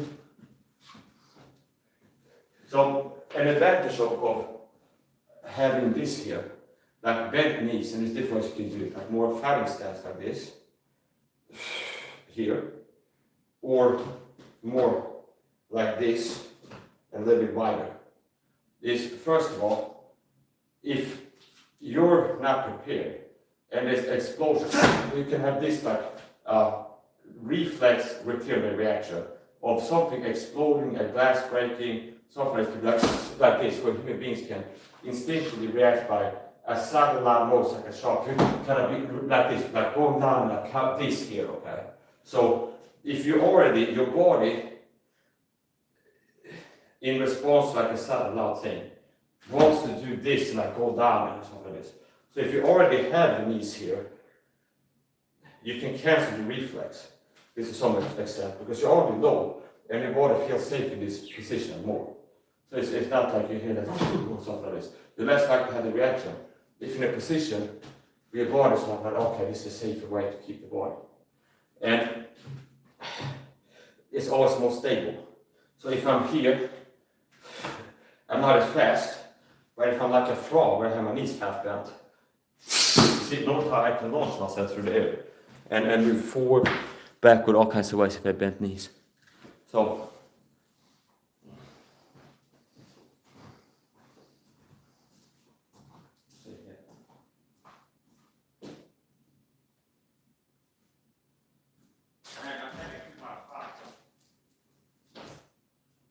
I'm having too much fun. We're going to practice some stick fighting now. Carry the keep the momentum on. Now this is thin metal tube, so this will break if I go too hard. But I'm just going to practice.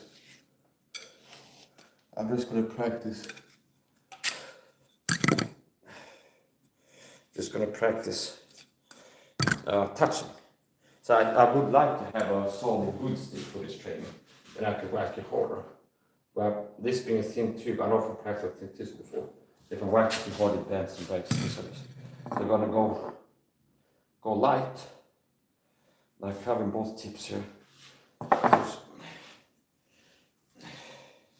Because reasons. And I'll make a grip enhancement. Another reason I go light is because I don't have a lanyard. The grip is suboptimal, at least before improving it. So I don't want the stick flying out of my hand if swinging it too fast and knock out a window or something like this.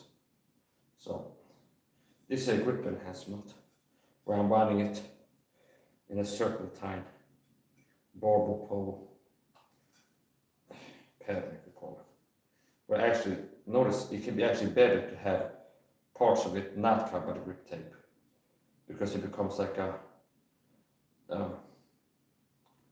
height change. So it's like here's the, and it becomes, they can actually become better. You might think, oh, cover the whole thing with grip tape is the best. Not necessarily, having some space can actually help. So this is a light metal tube. We're gonna practice hitting with it. And hitting with a light tube can help get better than hitting with a heavy. So here we go. Actually, I can see that I'm running out of battery. What type of battery? We got 1%, so it's getting ready to do this. So yeah, we'll see if I can make it to the charger in time. If not,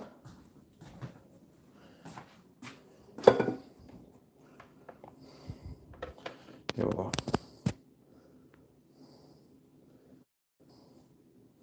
Okay, charger in. I was at 1% when I checked it. Maybe 30 more seconds. It would be like, okay.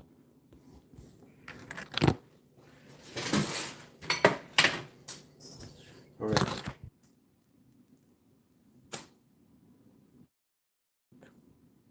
So, even though I plugged in the cable and it's 1%, it went down to 0 and then the phone died and I had to wait a little, and I started ticking up again. So, thank God for this fast charger. I like my song. So it's not over yet. I'm intending to keep training, doing a short pit stop here.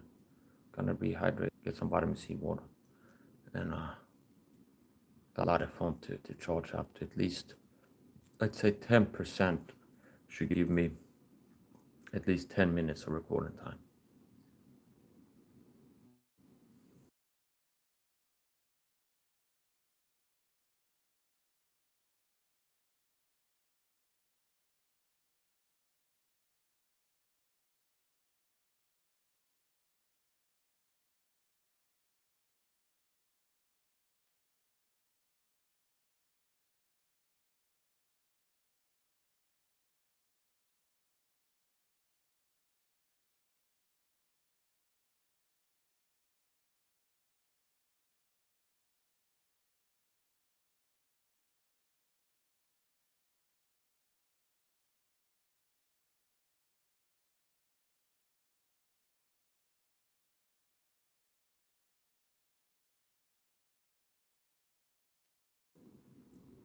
Training, martial arts, fighting is a passion, which means I don't have to think about the Russians are gonna invade any day now, so maybe the Swedish government will hand out firearms to civilians to defend the homeland in case Russians are to be better if it comes to something like this. I don't have to be expecting use something that I work to get better at, or I like to keep at something at a certain level. It's a passion. So I like training martial arts. And perhaps martial arts is not my favorite term. Fighting techniques. There's gun fighting, stick fighting, knife fighting, fighting. There's unarmed combat. But it's not technically unarmed because it involves using your arms, like your little arms, okay, your limbs. So I guess true unarmed combat would be a guy who's a double amputee beneath the shoulder, under the shoulder, double amputee. That'd be the truest, the highest form of unarmed combat. The truest, highest form of unarmed combat would be a guy who's a double under the shoulder amputee. See, where for some reason he got surgery and they chopped off his arms right under here. That'd be like the highest level of unarmed combat. If you're a guy who literally has no arms, okay, you only have 2 shoulder stumps, and you're little unarmed combat, and it's something that you could master that other people couldn't even start becoming as good as you because they had to chop off their arms and start beginning to practice this form of martial arts. See, you had to be really dedicated to okay, to be like, if it was a sport, okay, either be all the people that just at the start had this. So now actually you could use it. I've seen shoulder strikes. I actually practiced a few times. I saw Conor McGregor do shoulder strikes, and it's like I did it hard. Okay, so I guess that would be one of the techniques you could practice. Like if you refuse to be, well, I lost my arms, I don't have a chance. like, no, actually, if you're good enough with shoulder strikes, it's like, there's a chance I can hurt somebody against my shoulders. Get real good at shoulder strikes. So, but we're at 4%, so I'm gonna have to wait. You know what? I might actually end this, because it charges fast if I turn this off. I started practicing knife fighting martial arts, and then I went to gunfighting like kata, meaning moving as if I'm having a weapon without having a weapon. See? Which is like 90% gunfighting. The last 10% is you don't have a gun in your hands. See? So which means certain basics like trigger manipulation and grip and things like this doesn't really, that you can't really practice that. And even if I had like a soft air gun, like a fake gun, I couldn't use it in live training because YouTube doesn't allow displaying firearms in live streams. And even if it's a fake one, if it looks real enough, you can't use it. I mean, like even an air gun is unloaded, you couldn't use it in the live stream for like moving around and, yeah, okay. So it is one of these things. We're at 4%. It charged a little bit slow. I might finish and come back or even start a Rumble stream. I can do that. Use my laptop. That's the answer. We're gonna rehydrate here.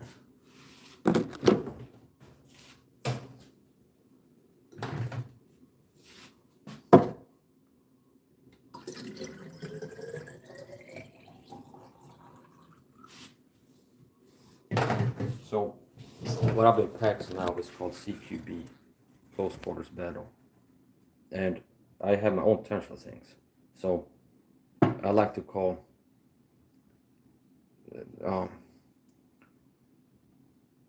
being within like 5 feet ECQB, extreme close quarters battle, which means whatever you're having, it's extremely close, like practically within like 5 feet.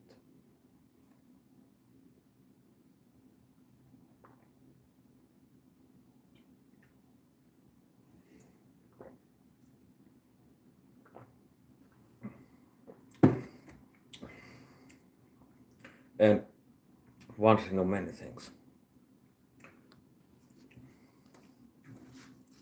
There's overarching truth where if you understand one art form, that understanding applies to other art forms.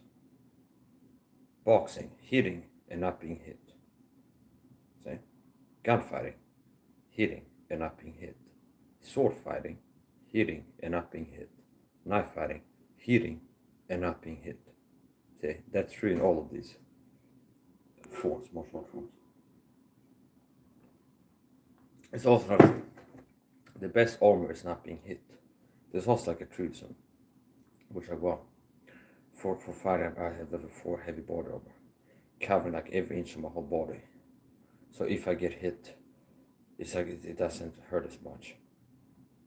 But you're also easy to hit because you're gonna be moving slower. You're gonna get tired quicker. Okay.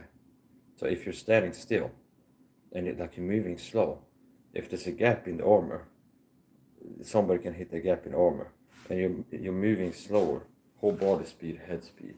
If you're moving around and you're moving around slow, if there's a gap in the armor, it's easier to hit a gap that's moving slow than somebody's like sprinting without armor. Do you understand? So the best armor is not getting hit. So, for example, let's say you have a scenario where it's like you're walking through poppy field in Afghanistan, and the Taliban have a 2-man team on top of a mountain, 400 yards away, and one of them have a dragon, and another one has a RPK or a PKP machine gun or something for this. It's like a sniper machine gun 2-man team. Okay, and there is an ambush. They know that sometimes people walk through this field and like set up, and they have everything sealed inside it and things like this, and they have quality cover. They have like they feel like one if they get here, that's when we start engaging them. Now, if you're like level 4 body armor and you've been walking around it all day, you might be dragging feet and super slow and like already tired just from walking and this weight in the heel or something like this. It's like headlights hot too. And if they start engaging you, the 762 by 54, or if it's level 3 body armor that's covering the whole body, it will still get through that. See? And it's a higher chance you get hit in like the legs or something like this. These parts of your legs that are not covered by armor. And if you're moving, you possibly have a higher chance never like that once they open fire. That you're sprinting and you're like in your boxer briefs. And sprinting, you might have a greater chance to sprint to cover where they can't hit you anymore than if you have heavy body armor that's covered out your body. But it makes it easy to hit and you get hit in a place you don't have armor, or the armor is not heavy enough to stop the bullets. Let's say. So the best armor is not being hit. That's like a truism. Which yeah, the best armor is not being hit.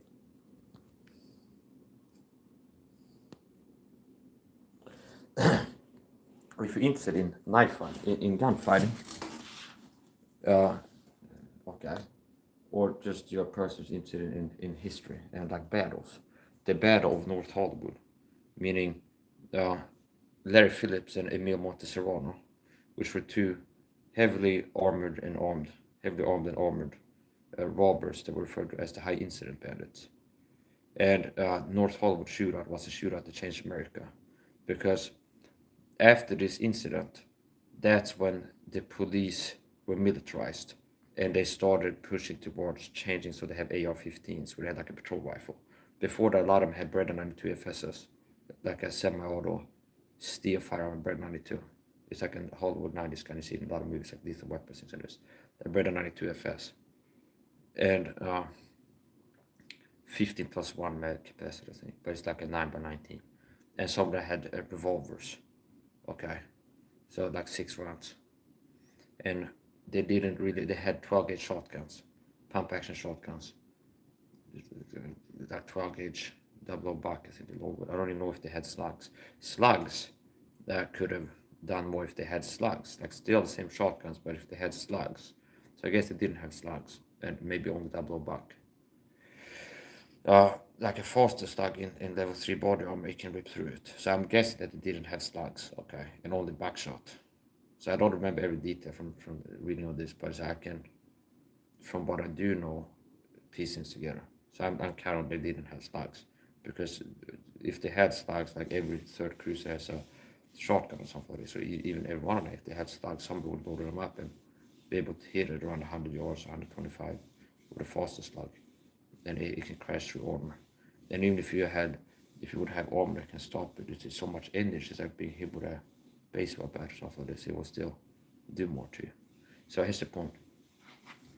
There were only 2 men, they were able to survive a gunfight with like 30 plus cops with handguns and shotguns. And so if you're interested in tactics, this one of these events, kind of like some of the in the American Army tank strategy, comes from studying how the Germans operated with their army in World War II and things like this. So it's like studying historical conflicts. It's like success, this battle was won, how was it won? Like military academies, things like this. When they're studying things, it's like, this battle won, and what was it that made a difference, things like this. Then the tactics develop and improve over time. So anyway, North Hollywood shootout, there were 2 guys with heavy body armor and assault rifles, AK-47s, no wrinkles, and they had, I think, a 760 by 51, like a G3 possibly, but they had high caliber, full auto assault rifles and drum mags too, which makes it more like an LMG in effect. So if you have an AK-47 with a 75 round drum mag, you can in effect have it be like an LMG, because you can lay down suppressive fire for a longer amount of time and saturate an area with fire before this fire stops and you need to reload and people can pop out of cover. So if you're looking to suppress the enemy, keep them pinned behind cover, if you have a 75 round burst, it's like people keeping heads down. But if fire stops, now people might start peeking out and start taking fire at you. So if you have a 75 round or 150 round mag, if you have a beta C mag, a beta mag makes the gun more alpha, by the way, which I think is interesting. Like etymology, or whatever, it's like the paradoxical. Put a beta mag on an AR, it makes it more alpha. Okay, so that's the point. See, so that's the point. So they had high capacity magazines, so they were able to like keep the enemy pinned. So what made the difference? If you look at it, heavy armor, so they received multiple hits. Okay, they would have put them down if they weren't wearing heavy body armor, like buckshot pellets and 9mm rounds into this. They were taking hits, but stayed in the fight while going down, and they were able to like, oh, they got hit over here, swing around and start spraying over there. So they were kind of like spray and pray, and they weren't really taking accurate aim shots. Where sometimes with an assault rifle, you're better off taking accurate single fire, using it with accurate aimed single fire and rapid single fire than full auto, where it can be harder to control it in full auto. And now it becomes suppressed anymore. It's like you're spraying at a car, there's a lot of bullets hitting the car, and it keeps people from popping out of cover and shooting at you. Just natural. And that's instinctually what will happen. And also with training. It's one of the things with the human instinct will be that bullets hitting around you, impact will make you want to stay behind cover. And it's also something that is like trained. Yeah, that's something that they do. It's like they take cover and things like this. So anyway, what was the thing that made them win? Having heavy body armor and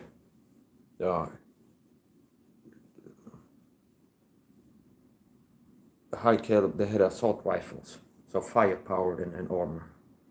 So 2 men versus more than 20, and they were able to survive a gunfight for 44 minutes or around that. And if they had only pistols and no body armor, it most likely would have been over a lot quicker, that fight. So it's like, what makes the difference? It's something that you can learn a lot from this one gun battle. Because like 2 guys were able to fight against 20 plus for a long amount of time, stay in the fight and not go down, and make like almost a full getaway. See? And I thought about this. What could have been a big difference in like casualties on the police side would be if they had a third man that was a DMR guy.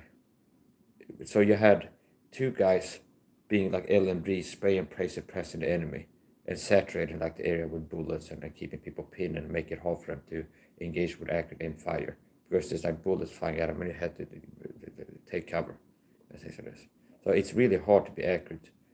It's like hitting a head at 70 yards with a 9mm pistol to begin with if the target is moving.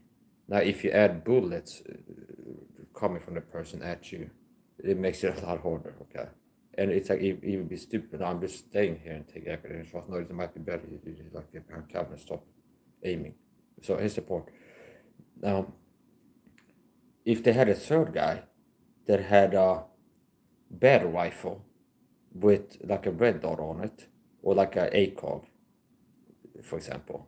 There's like 2 guys that are spraying and keeping them down, and then one guy taking accurate aim fire, waiting for a cop's head to pop out behind the hood and then hit him in the head. See?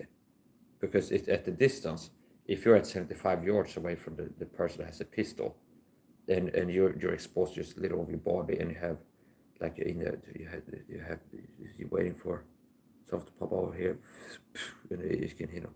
So if they had 2 like LMG guys and then 1 DMR guy, there could have been more casualties because you keep the enemy suppressed and it can give the time for the DMR guy to take accurate rounds at things popping, like breaking covers and so. So anyway, that's the point. Now that's not what happened, but I think that if they had like a third guy, no matter what he had, it could have made a difference. So it's after this that the militarization, like a milestone of the militarization of police in America, happened, where they started having ARs and it's like it started like this new era of law enforcement. We have ballistic shields and assault rifles and things like this. So what made them able to survive as long and make it like a half of a getaway rather than 0 getaway? Firepower, like having, so it's like a force multiplier. So if you have 30 people with pistols at 50 plus yards versus 1 guy with an AK-47 75 rounds, they can be roughly equal in firepower, which do you understand? So if you can spray like 10 bullets a second over there, and there's 10 guys firing 1 round per second with the pistols from the other side. It's like roughly equal, see? So if you have 2 men with full auto firearms versus 20 men with semi-auto pistols at 50 plus yards, you can be kind of equal in how they show to each other. Or there can be an advantage. So they also had improvised body armor. So it's after this. So here's the point. What happened was the bank robbers, they were spotted by a cop that happened to be driving past them as they entered the bank in like full bank robber gear, is how the story is told. So rather than there being like a 5-minute time limit after somebody pressed an alarm button or something like this, it's like they were spotted as soon as the robbery commenced, and they're ready for backup. And like once they come out of the bank, the cops have like set up around them, waiting for them to come out. See, like an ambush. See, and they react to contact by laying down a lot of fire. They start spraying at the cops, and then there's a gunfight now for the last for around 44 minutes. And but what made the difference? Well, they had firepower and heavy body armor, so they were hit several times. If they weren't wearing the body armor, they would have gone down. They were hit several times, but they were able to keep going. You can even see them reacting to hits, because even if you have body armor, so it's not at the end all be all to like thermal ballistics or like hitting someone with bullets. Is if it has to achieve penetration into the body to hurt you. It's like if you have soft body armor stopping it, the bullet is still delivering energy where it can be like being kicked in the stomach or something like this, or being hit with like a bat in the shoulders, for it depending on what the killer is. So you can see like reacting to being hit, kind of like the jerking. It's like they will react to being hit. You can tell that they're being hit now and then. And possibly if you look at the footage carefully, you can see like impacts on the armor. And I think some of the rounds made it through the armor, like gaps in the armor, but they kept fighting, which can happen. So they were wounded, but kept fighting. So here's the point. What made them, what happened was another gunfight, is the cops went to a gun store and kind of commandeered gun store weapons, where the gun store had like M14s and ARs and things like this, and they like commandeered them. And there was also a SWAT team that arrived, that like I think they had an exercise like jogging or something. They show up in like jogging equipment, but with the helmet stuff on it. And what happened was one of the last robber, the previous one, the first one, there's footage of this. The first one, I think, was Larry Phillips. Or was it Larry Phillips, I think, was the first one to die. And he was walking next to a fence, and they had like a long haul trailer here. And his rifle had been hit with a round, and he had a malfunction, possibly stovepipe malfunction, something that possibly could have been cleared by pulling on the charging handle. But he had a malfunction, so his primary went out of action, possibly like a hit in the magazine or something. For some reason, it malfunctioned, so it can't use it anymore. He discards it, and he deploys his secondary, which is a Breda 92 FS, which is the same as some of the cops had. And he starts moving and one-handed shooting, because he knows the cops over there, and he's shooting at him in the yard of somebody's house for this. And he starts shooting, like bang, he's walking, in that walking fight, he's walking and he's shooting at it, like not really aim like this, he's like walking kind of point shooting, okay? He's just like shooting in the direction of the enemy. And then he stops and puts the gun under his chin to kill himself. And how the story goes, if I'm not lying to you, is like on the arts report, like they're studying it, whatever, where it's like at the same moment where he pulled the trigger, it said that he was struck by a bullet by one of the cops. So they don't know if it was his bullet that killed him or the cop's bullet, but it was a simultaneous impact, I think they said. It was like he was hit by a bullet somewhere that would have been fatal, and at the same time, kind of pulled the trigger. Now, they couldn't determine if he was killed by his own round or if he died first from an impact, and something like this. And then his the other guy, he's in a car, and the car has been hit so many times that it's starting to malfunction, and he's having a hard time. This is not a good getaway vehicle because it's not fast enough. So he decides to commandeer another vehicle and like jump out and hold up at gunpoint another person, like get another truck. The guy had a kill switch in the truck that he turned off so he couldn't start it. And I think he took the keys out of stuff like this. But he starts transferring his stuff from the white, what was it? Toyota Celebrity or some a white car, something C in the name. Okay, and start transferring his stuff from the trunk to this 4x4 like a truck. And I think at this point, the SWAT team rolls up, and he gets behind another car, and he lays on the hood and has his assault rifle, and starts spraying through the window, and like he's shooting through. So he's like on the hood of a car and fanning like this, full auto, because he knows the cops are somewhere behind the car, and he's like, you could tell it like, oh, they might be coming up on me here, and he starts shooting over here like through the windows, and it's kind of like panic fire. He's spraying, like fanning left to right, like or right to left, because he knows the cops are right, but he doesn't know exactly where they are. So what could have made a difference there is if they would have UV drones back then, and somebody's like, to your right more, something like this. But you understand? That kind of like walk it in. Like you might have a UV drone and then mortars, and I go like walk it a little bit higher. Or see, understand? If somebody was to look at it, because if you look at it from the helicopter footage, you can see like, oh, the cops there, like he needs to aim more to the right. Okay, see that he's shooting through the car, and the rounds can't go through like cars and things like this. But anyways, the point is kind of like spraying, and I guess it's like expected to be approaching and spraying. Now, what the cops do, like the SWAT team, they're behind another car. And one of the SWAT members have an AR, I guess, goes into prone position and starts shooting in the legs, like under the car, here's the wheels. And there's space, so he goes into prone position. He can see his legs, and I think he like magnums him in the legs. So he shoots him repeatedly in the legs, okay? And at this point, he throws his hands up and he's like, gives up. Now, there's also a thing here where I think they like want him to die for some reason, because it took him like 30 minutes to bleed out in the street, and they didn't let ambulances through. And he's bleeding, he was shot in his legs, which means, and you can see on the news footage, that like the guy is bleeding out on the street and the cops stand around him. They're not doing anything, and they're not letting ambulances through, under the excuse that it's too dangerous and stuff like this. And they're saying that they think there might be another gunman losing this area, so not letting ambulances through, stuff like this. Now, they all have belts, so you could use improvised tourniquets. Since it's only shot in the lower extremities, you could put a tourniquet above the knee, even on each leg, and that could save his life. They might be amputated or something like this, but something simple as like a belt that everybody has on them, or shoelaces tied tightly.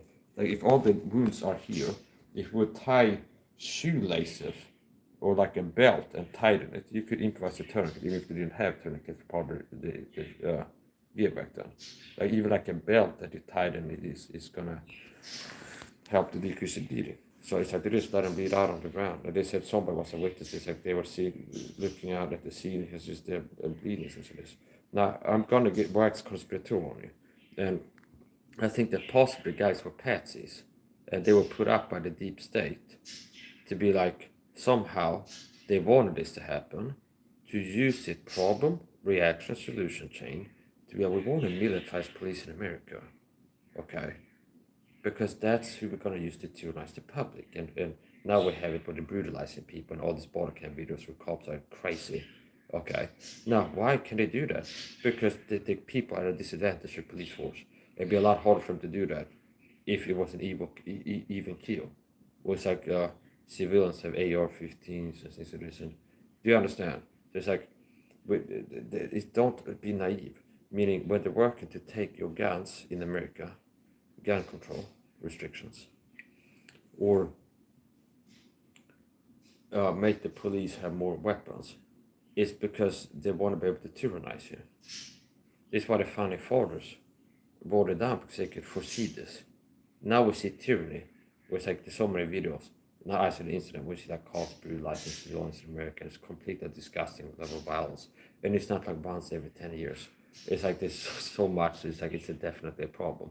The founding fathers wouldn't be okay with this. It's like videos where it's like some guy gets pulled over, they throw him on the ground, kick him, beat him, taste like, and it's like he's not even resisting. It's like pretending that is. The founding fathers would be appalled at this. And the reason for because government has turned tyrannical, but the fucking sheep that are brainwashed. You can't see it because you've been brainwashed by media. The cops are heroes, and fucking channels like Active Self-Protection, the shields for the cops, like the fucking bootlicker and this other motherfucker, bootlicking bitch. That is a tyrant minion. A little minion, good little bitch boy slave that works for the deep state to abuse the public and shilling. This what's it called? Okay, he's got like the duck noises when he edits his videos to cover gunshots. Okay, and it's like the cop show in Sweden. The bad guys, not so fast, bad guy. The good guys win again. They understand it's fucking propaganda. It's I can see, but most people can't see shit. Okay, but it's like the soldier worship and like the act like the cops are always the good guys in gun tubers stuff, fucking influencers, like the act is their protection, fucking bitch clown. I can tell that sadly he's working to serve the deep state and like paint the cops as the good guys and anybody resisting them or the bad guys as like sad undertones of that. See, same with this whoever the guy is.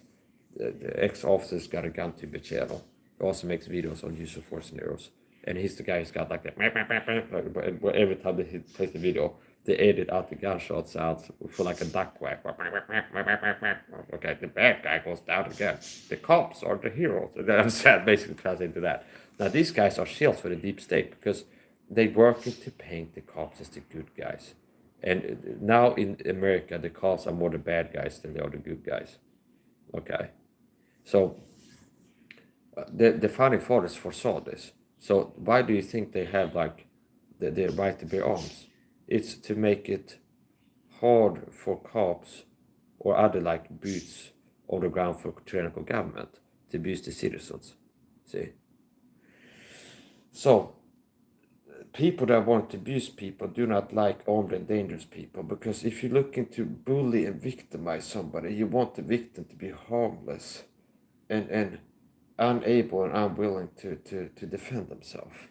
See, in the micro, macro, grand scale of things, if you have a tyrannical deep state that they want to tyrannize the public and take freedoms away and things like this, like the deep state Illuminati, they're like a nationwide scale. Okay, so well, to be able to have a way with them, we needed to be less armed. See, okay, and also take the will to fight from them, because it doesn't matter how armed you are. If there's no will to fight, it's already a predetermined outcome. Do you understand? I mean, see, if there's no will to fight, it doesn't even matter like what capabilities you have. So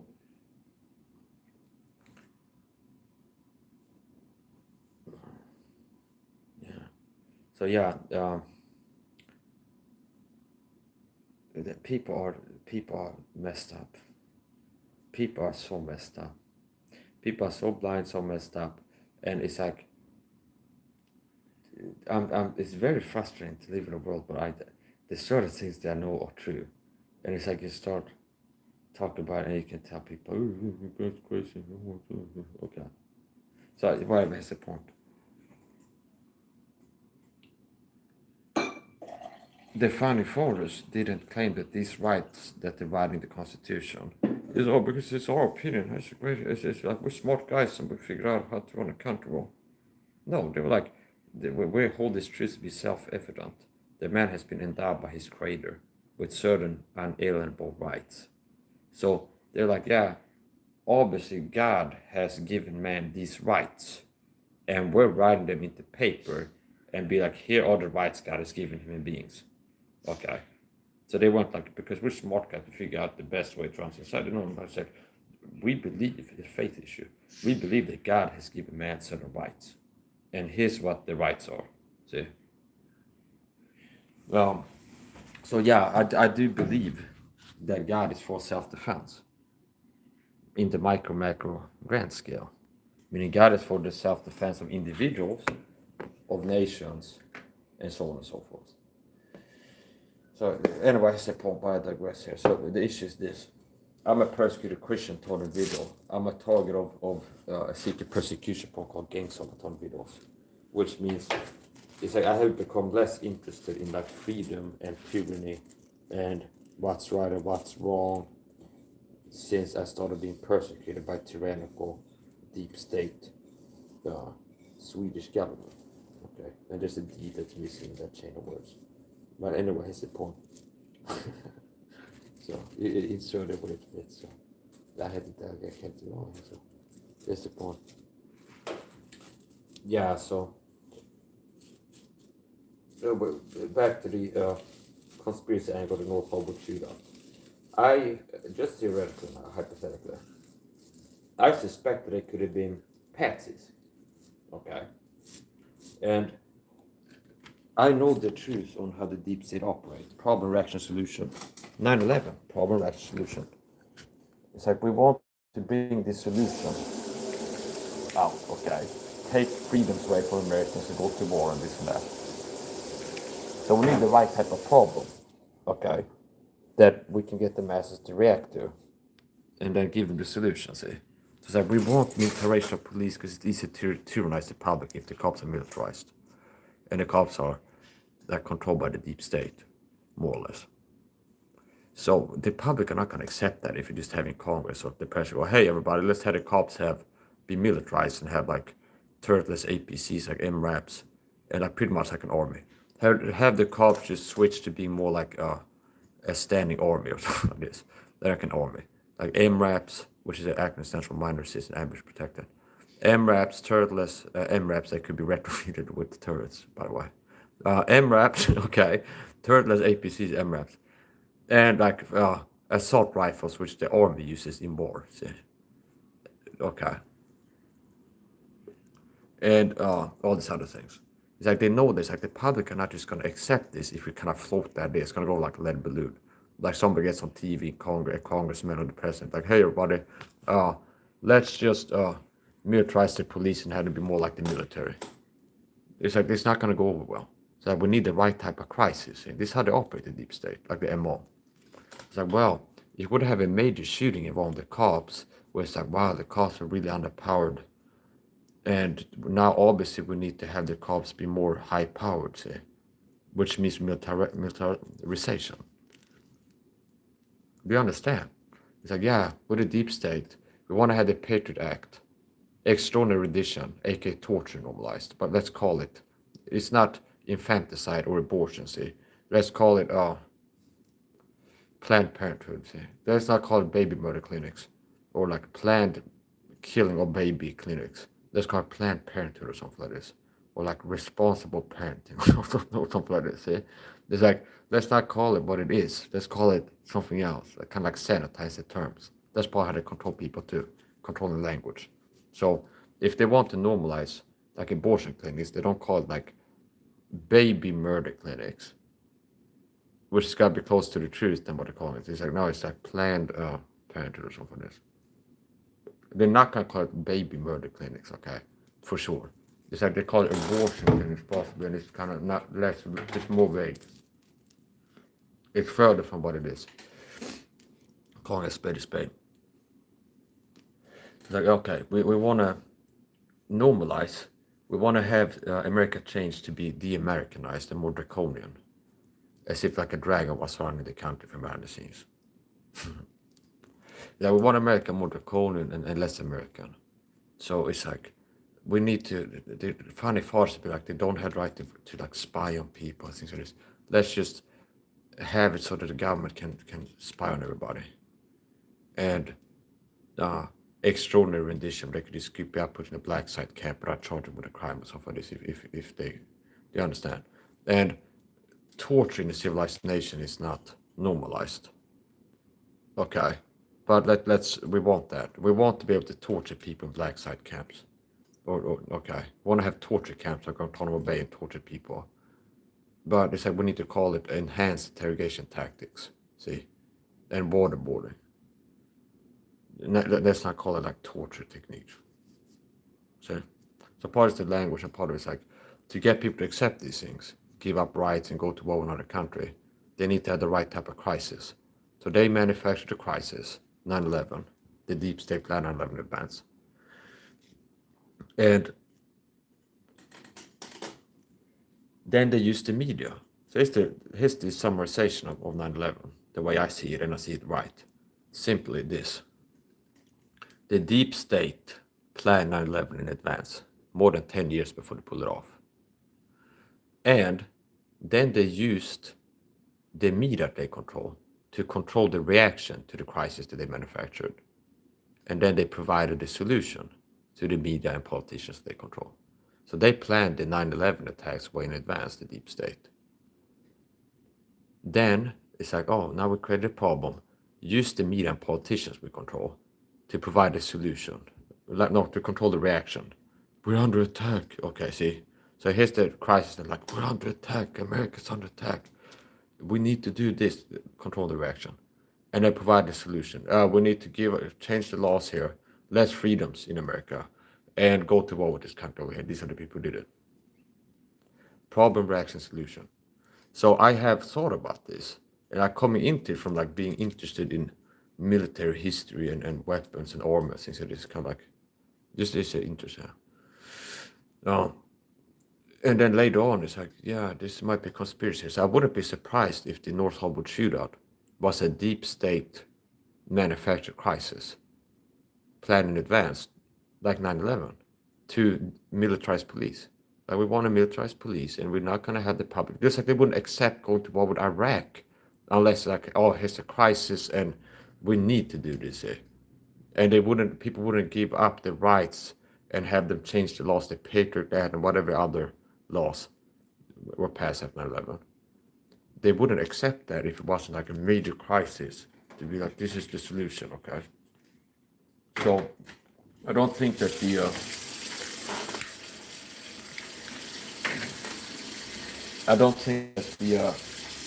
American public would be like easily sold to militarization of police unless there was like the right type of crisis. So you can go two ways on that. So it's like, if it was a problem, reaction, solution chain and more by the deep state, was like their standard issue, standard pattern behavior, problem, reaction, solution. We want to militarize police and go manufacture crisis, control the reaction of the public with politicians we control and the media. And like, okay, militarization police is the solution to this crisis. You can either have be like, well, it was a crisis that never like a good crisis got to waste, where they could see this brewing and didn't interfere with it. You understand? Where it's like the deep state were like, well, we know we have this high incident bandits that go around robbing people with like heavy assault rifles and border armor and stuff. So like, let them keep doing it and don't try to catch them really, because eventually it'll be a shootout, and then we can use the shootout to justify military police, because like, oh look, it's like they were so underpowered. See? Where it's like, do you understand? Like, it's not necessarily that the guys were patsies or like the government employee, but that the deep state was like, just let these guys keep going on a roll of bank robberies, eventually be shootout, let it happen, and then go, hey, look at how underpowered culture, we need to change laws and militarize the police. Like, letting a crisis happen and then capitalizing on it. Or it could be even deeper a conspiracy, where they were like somehow patsies. Now, some things that speak for that theory, like they were patsies, okay, like they were patsies. Like the guy who allegedly was like Charlie Kirk's assassin might have been a patsy, like put up by somebody, not just a guy who, like, a guy that doesn't like this guy, and that's why he got shot. It could be, do you understand? It could be a deep state thing like Kennedy, John F. Kennedy. I don't believe that John F. Kennedy got shot by this a random guy, average Joe, like your grandpa who was upset with Kennedy had a hunting rifle and said, I'm gonna go there and kill. I don't think that's what happened. I believe that John F. Kennedy assassination was a deep state hit. Okay, I believe it was a deep state hit, more likely than like an organic, angry citizens, lone gunman, lone wolf. Okay, so called. So it's quite possible, as far as I'm concerned, that they could have been agents, like capture patsies, and how it could have worked. I talked about this before, the Vegas shooting. Okay, that could have been a guy who was dragged by a honeypot Juliet agent, Romeo and Juliet agent, in the bar. Okay, and then he goes to his room, and maybe, hey, let's go back to the room, and he's like dragged up on something, and he falls asleep. And then the CIA hit him, 2 men hit him, comes in, then boom, shoots him in the head, start the shooting, out the window. And then it's like, oh, yeah, that's the guy found the dead body in a crime scene with a gunshot wound on the head, self-inflicted. And do you understand? Like a fall guy, okay? And it could be like a guy who's got a gambling habit, low impulse control, addictive type personality, and he's like more likely to be like a sex addict. Maybe some hot girl there is like, oh, I like you, let's have a drink, sleep on this, drink some of this. Even if they went there together, it could be an agent. And it's like, let's go back to the room. Somebody goes back to the room, and it's like the CIA team comes in and shoot him in the head, and then they do the shoot from the window, and it's like, oh, they found this guy on the crime scene. He got shot, or shot himself, but really was like a 2-man CIA team or something like this. So, and it's more used crisis, more gun control people, Biden administration, more gun control people, more gun control, whoever it was, more gun controls. Here's another crisis. Oh, more gun control solutions. Oh, we had a crisis here. The answer is obviously more gun control. So to have the American public more easily tyrannized because they're less armed. So, yeah, so possibly the high incident bandits, the North Hollywood shootout. From my perspective at this point, it wouldn't be possible that they were patsies. That they were, because one researchers, I remember there was some kind of anecdote, if you look like the Wikipedia or like do some research on this, that they had been caught by cops, the actual robbers, like in the middle of their bombing spree. And they had been caught, stopped by cops with like basically screaming bank robber gear in the car with like smoke grenades and like balaclavas. and it's like okay, and it's like full auto weapons, so something like this, okay, something like real sus. There's like an average Joe layman would be like possibly like bank robbers or something like this, or Planet Terror, that or whatever, something weird. So, and they were like let out within a week from the or something like this. They were let off where it's like you'd be surprised, like you hear the news that they were caught with this, okay, and then it's like they're out, walk around free and start robbing banks again within not long. So possibly it's like somebody calls like, oh, he's the DHS or like it's like the CIA. You have to let this guy go. It's by pay grade or something like this for some reason. And it's like classified, non-disclosure agreement. You can talk about this, something like this, but you gotta let these guys go. Did you understand? Because they were like hoping, they were wanting these guys to do a bank robbery to be able to call for military police. It could be either they were unknowing like dupes that thought they got lucky and be okay back to robbing banks, and the Illuminati like, yeah, let these guys keep robbing banks until it's a shootout that happens, and we know what they got, so the police will be underpowered, and then we will go, well, these guys were so the costs are underpowered, we need to militarize police, okay? Or the deep level conspiracies, they were like patsies, like they not patsies, they were put up to it, but like they got caught like, hey, we'll let you go, but you're gonna have to do another hit in this way.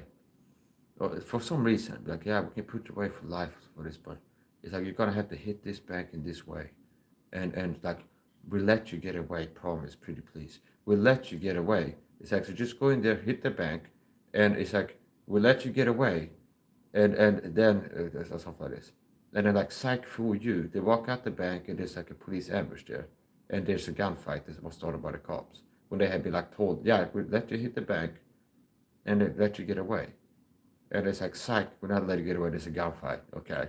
And then, do you understand? And then notice how that would be congruent with like them being fooled that dead men tell no tales.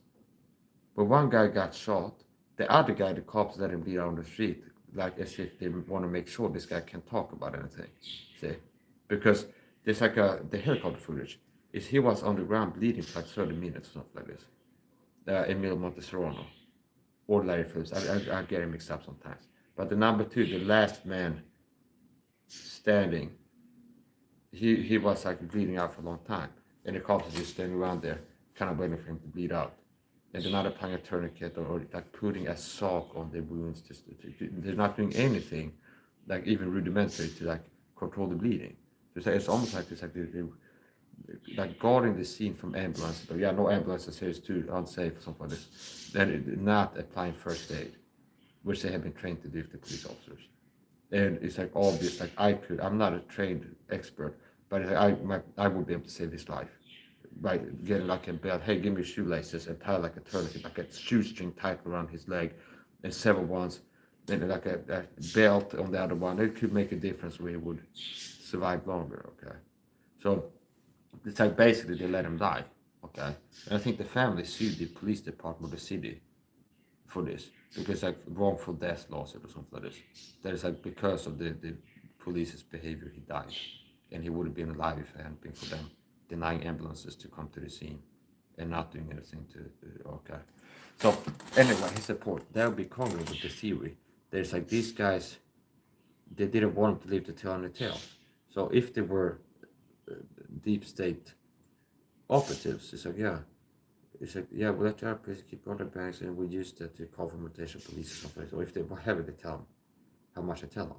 But they go, yeah, okay, keep robbing the banks or something like this. Then they will let you get away. Rob this bank at this time. Okay, we'll let you get away. And then it's like, psych, they leave the bank and there's this gunfight that just started. See? And then they said, make sure none of these guys survive so they can talk about what happened. Okay. So you can go both ways, and it's purely hypothetical. The capitalization of the crisis, it's clear what it was, okay? Militarization of police, what the response was. And then you can speculate whether there was a conspiracy to make this happen, let it happen, and then some details, you can speculate about some details.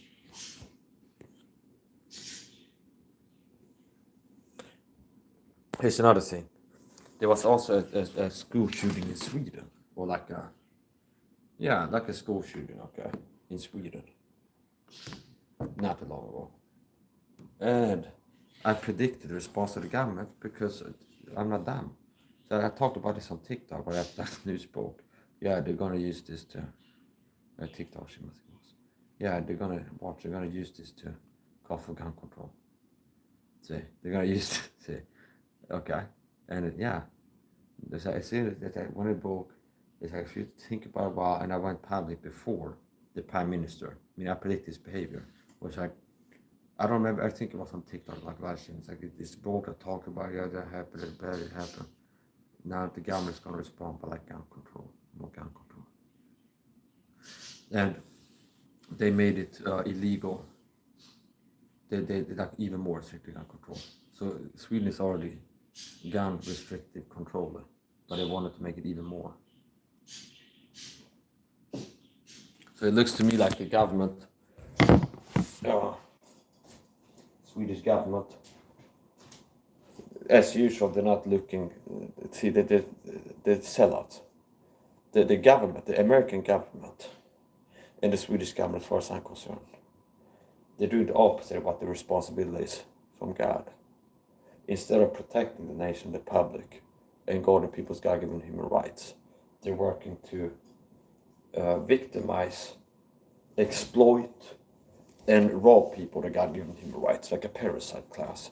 Where it's like the deep state out here, and we're the elites, and then we're using and abusing the masses, and we want it to be like easy to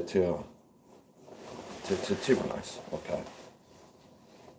So yeah, as far as I'm concerned, the deep state wants Sweden to be not stable and America to be not stable. They're not really looking to have stability and peace. They're looking to create chaos, order out of chaos. The order out of chaos, Illuminati. And they use divide and conquer. So it's like, I've looked at these people for a long time. They use divide and conquer. They use problem resolution. They use foreshadowing of future events. I've dealt with that a lot. I'm making videos teaching as one example. Teaching on the Illuminati deep state. How they operate. And part of the MO is that if they're going to do something, they will foreshadow it. Which means they will warn you in advance before they do something major. If they're going to do 9/11. If there's something major destructive consequence that the planet and the world are doing right now, they will hide it in plain view.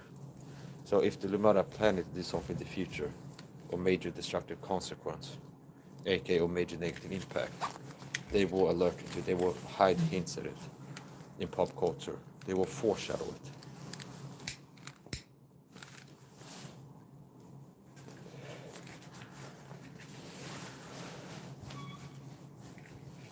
They will foreshadow it. And I had like one of these long lighters that you can use to light a candle, like deep down in the candle holder. And it's like, I had it as the appendix carry. So it's like, it's not just knives and stuff you can carry inside the waist, but it's like it works well for lighter too. So that's the point. Yeah, so that's the point. I've been seeing the truth in society for a long time. I've also been a total deep state for a long time.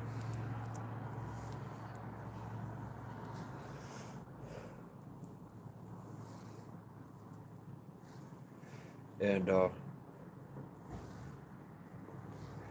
I'm a total deep state, and people that are more dangerous are tolerant harder. So what makes me be tolerant is because I'm like the They Live guy in the movie They Live with the glasses, whereas a lot of Christians are sellouts. They are the radio station sellout. Raphael Gordon is the radio station sellout. Rod Baker. All these people. So anyway, this school shooting in Sweden, Risbergska gymnasiet, the gymnasium, Rice Mountain. So this is directly translated now, okay? So there's different ways to translate, but it's like, the way to translate a word is to divide it and then directly translate each part of the compound word. So, for example, huggorm, which is Swedish snake, Vipera virus. Huggorm, okay, how do I translate that to English viewers? Okay, here's what it's called, huggorm. It's just a noise that you hear me vocalizing about it. It doesn't mean anything to you. So, hugg is the same word as Old English hew, H-E-W, which is either chop or thrust.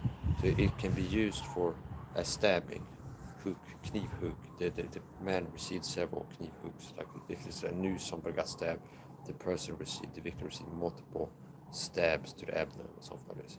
So the word can be used to hook, like it's an aggressive word. It's like a knife stabs, okay, hook. It can also be used to chop down a tree with an axe, chop or thrust. So it's like an edge weapon, thrusting. So hugga ner ett träd. So it's like you have an axe and you're chopping down a tree. Or to chop with a machete or something like this. And then the second part of the word, orm, is the Swedish word for snake. So it'd be like hewing snake. See, or like, okay. And even that, there might be better in direct translation. If you go not for direct translation, but more like the meaning, the gist, the sense, the heart of the word. It might be like striking snake. It might be closer. See, striking snake. Or something like this. Or you could go with hewing snake if you want to put a big vintage. So, anyway, Risbergska gymnasiet was a school shooting in Sweden. Risbergska gymnasiet. Which directly translates would be compound word rice, like ris, okay, rice. Bergska mountain, okay. So like rice mountain, okay. Bergska, which is the end of the word is. It could be like of or something. What is the point? And I looked at news media about it. It's a event that stands out. Sweden hasn't had a lot of school shootings, okay, which is a type of shooting. There's been quite a lot of in the news media hearing about shootings and stuff like this, but like a school shooting, like Columbine, somebody shows up and shoots up a school or something like this. Some kind of disgruntled lone wolf, lone gunman. It's not a deep state agent or anything. Okay, so okay, so that's a joke. But there was a guy who shot up a gymnasium. I don't remember what like his body count was, but I think it was 3+. Okay, and he had I think a semi-auto high caliber hunting rifle. Not a bolt action, but a high caliber semi-auto hunting rifle. Maybe mag filled with like 10 rounds in the magazine for his own days. And possibly had a shotgun. I don't know, but he had more than one gun. a long gun. And there's border cam footage that I've seen from like the first arriving police there. And look at the layout, like look at the event. It's like a rat maze. Where it's like if you look at the schematics of the school, it's like a chessboard from this. It's like rows and rows this way and rows this way, and then rooms. That's things like this. And they were part of like the first arriving officers. They arrive at a certain place. This fire alarm's going off, which could be the gunpowder smoke that triggers it, because there's a flame and some smoke in from smokeless powder. There can be enough smoke to trigger alarms. I don't know if there's some student like panicked, pressed the buttons, was a shooting, and triggered alarm, or if it was the gun smoke from him shooting that triggered it. But as they arrived, the body footage like okay, it's like this, and then there's multiple glass doors in between where the shooter is and where the police are. And I guess eventually the SWAT team arrived. And I think it was reported he shot himself allegedly. Which could have been like, it could be like this. There could have been a patsy. Once, I believe they've done this at least once, okay? This type of thing. And then you can go individual events. It's like, what's this? Where's the point? Deep State had done something at least once like this. At least one of these shootings that you heard about. The supposed Trump assassination where a guy was on the roof and missing, near misses allegedly. Quite possibly get like a guy and be like, hey guy, you got, you're learning disabled and like a lonely, not incel type that's got some kind of mental issues going on, and you're more easily radicalized and manipulated, okay? And a few like people that you're connected to, okay? Then it's like, hey, it's the government, the Secret Service want to be a special agent, like autistic or something like that. It's like a low, well, I'm not saying it's autistic, but it's like somebody that's like a little bit non all cylinder firing, okay? And it's like, hey, you be a special agent of the government and the secret, and you be like, you need to be part of a drill, and it's like training the president, the Secret Service, or something like this. And you be, after you finish this, you take to the White House and they give you a plaque and like a honorary badge, you be something like this, okay? And he's like, yeah, okay. He's like, yeah, so your job is to get up there 5 blanks. So it's be a drill. It's this real world exercise. This is exercise, and your job is like stick up on the roof. And they let you get up there, but the drill is like gotta be up there 5 blanks of Trump to train him to like dodge bullets in the Secret Service to respond to an active shooter. So he's like a drill guy, okay? And the guy goes up there, start firing blanks, and then that's the cue for the Secret Service snipers that have been waiting for him to get it like 5 rounds off before get him, okay? And dead man 10 on tails. And then the media is like, oh, lone not gunman wanted to assassinate Trump here, and it's a very real assassination attempt. Okay, everybody. After the see everybody, it's a real assassination. It wasn't blanks or anything. We got the bullet impacts. God damn it. There's a G-O-T, okay, before you call Mike, just take the name, we're going away. God. It's like, what God? Do you have another God? The name of the Lord is like God, G-O-T-T, okay, G-O-T-T. Okay, so God, damn. D-A-M-M, like the Hoover Dam or something, it's with 2 M's. God damn, okay. See, there's like a loop podcast. So here's the thing, okay. It's like, whatever. So here's the thing. So yeah, the footage.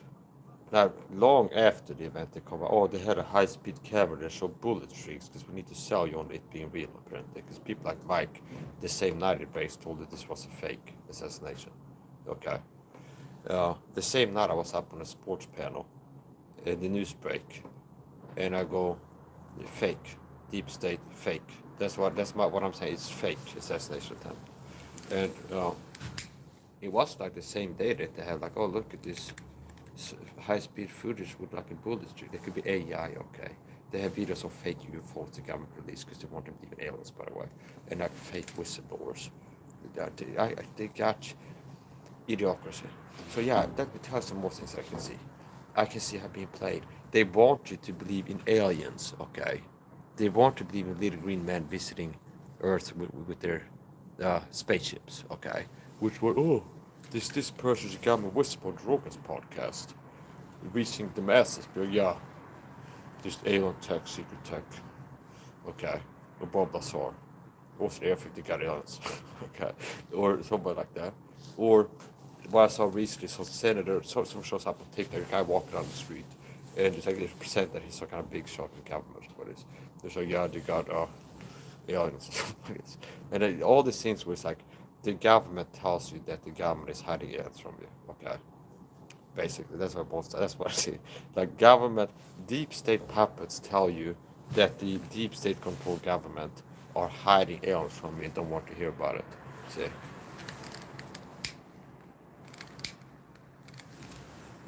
So anyway, here's the point.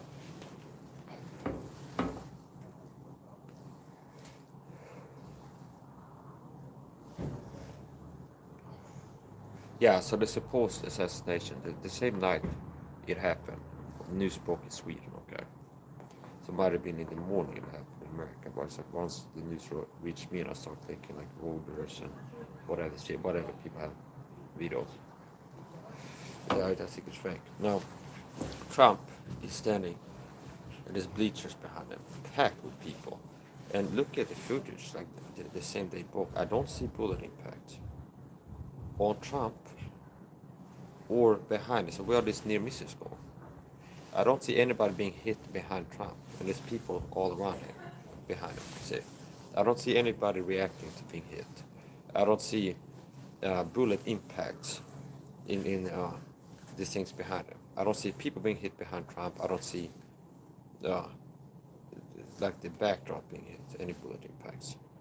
So I suspect that it could have been a guy firing blanks, and then but the first thing that came I think about how what's happened, this Hollywood dye packs, where they have home movies, they're remote controlled, like a little plastic bag with a small explosive in it, and it can be remote controlled, and then it explodes and it makes it look like there's a bullet impact. Now low tech is this. You have Trump with his toupee and hat with a plastic bag of Hollywood blood there. And then his cue is like after 3-4 rounds you like react as if you've been hit or something like this. Like 1, 2, 3, and then the fourth one something like this. And it's like that smashes the blood pack, fake reacting like a wrestler selling the punch. Okay. Where it's like the cue is after a few rounds blanks go off Trump, your job is to act as if you got hit, see? And this is crushing the blood pack that he has under his riff-raff Rocky Horror hairdo toupee and the Trump head on it, see? And then there's like blood, okay? See? That's more likely than the official narrative. But the same type of people that swallowed 9/11 hook, line, and sinker, or the same type of people that call me crazy when I say 9/11 was an inside job and the government lied to you and the official story doesn't make sense. And it's the same type of people that mock me, scoff, and say I'm crazy when I tell that this other world stage event was they lied to you. Okay. Because what I've seen and said about Trump since day one is he's a deep state puppet. I wanted power. But you have power. No. The real power lies in the Patriots' hands. I'm just a figurehead or something like this. So here's the point.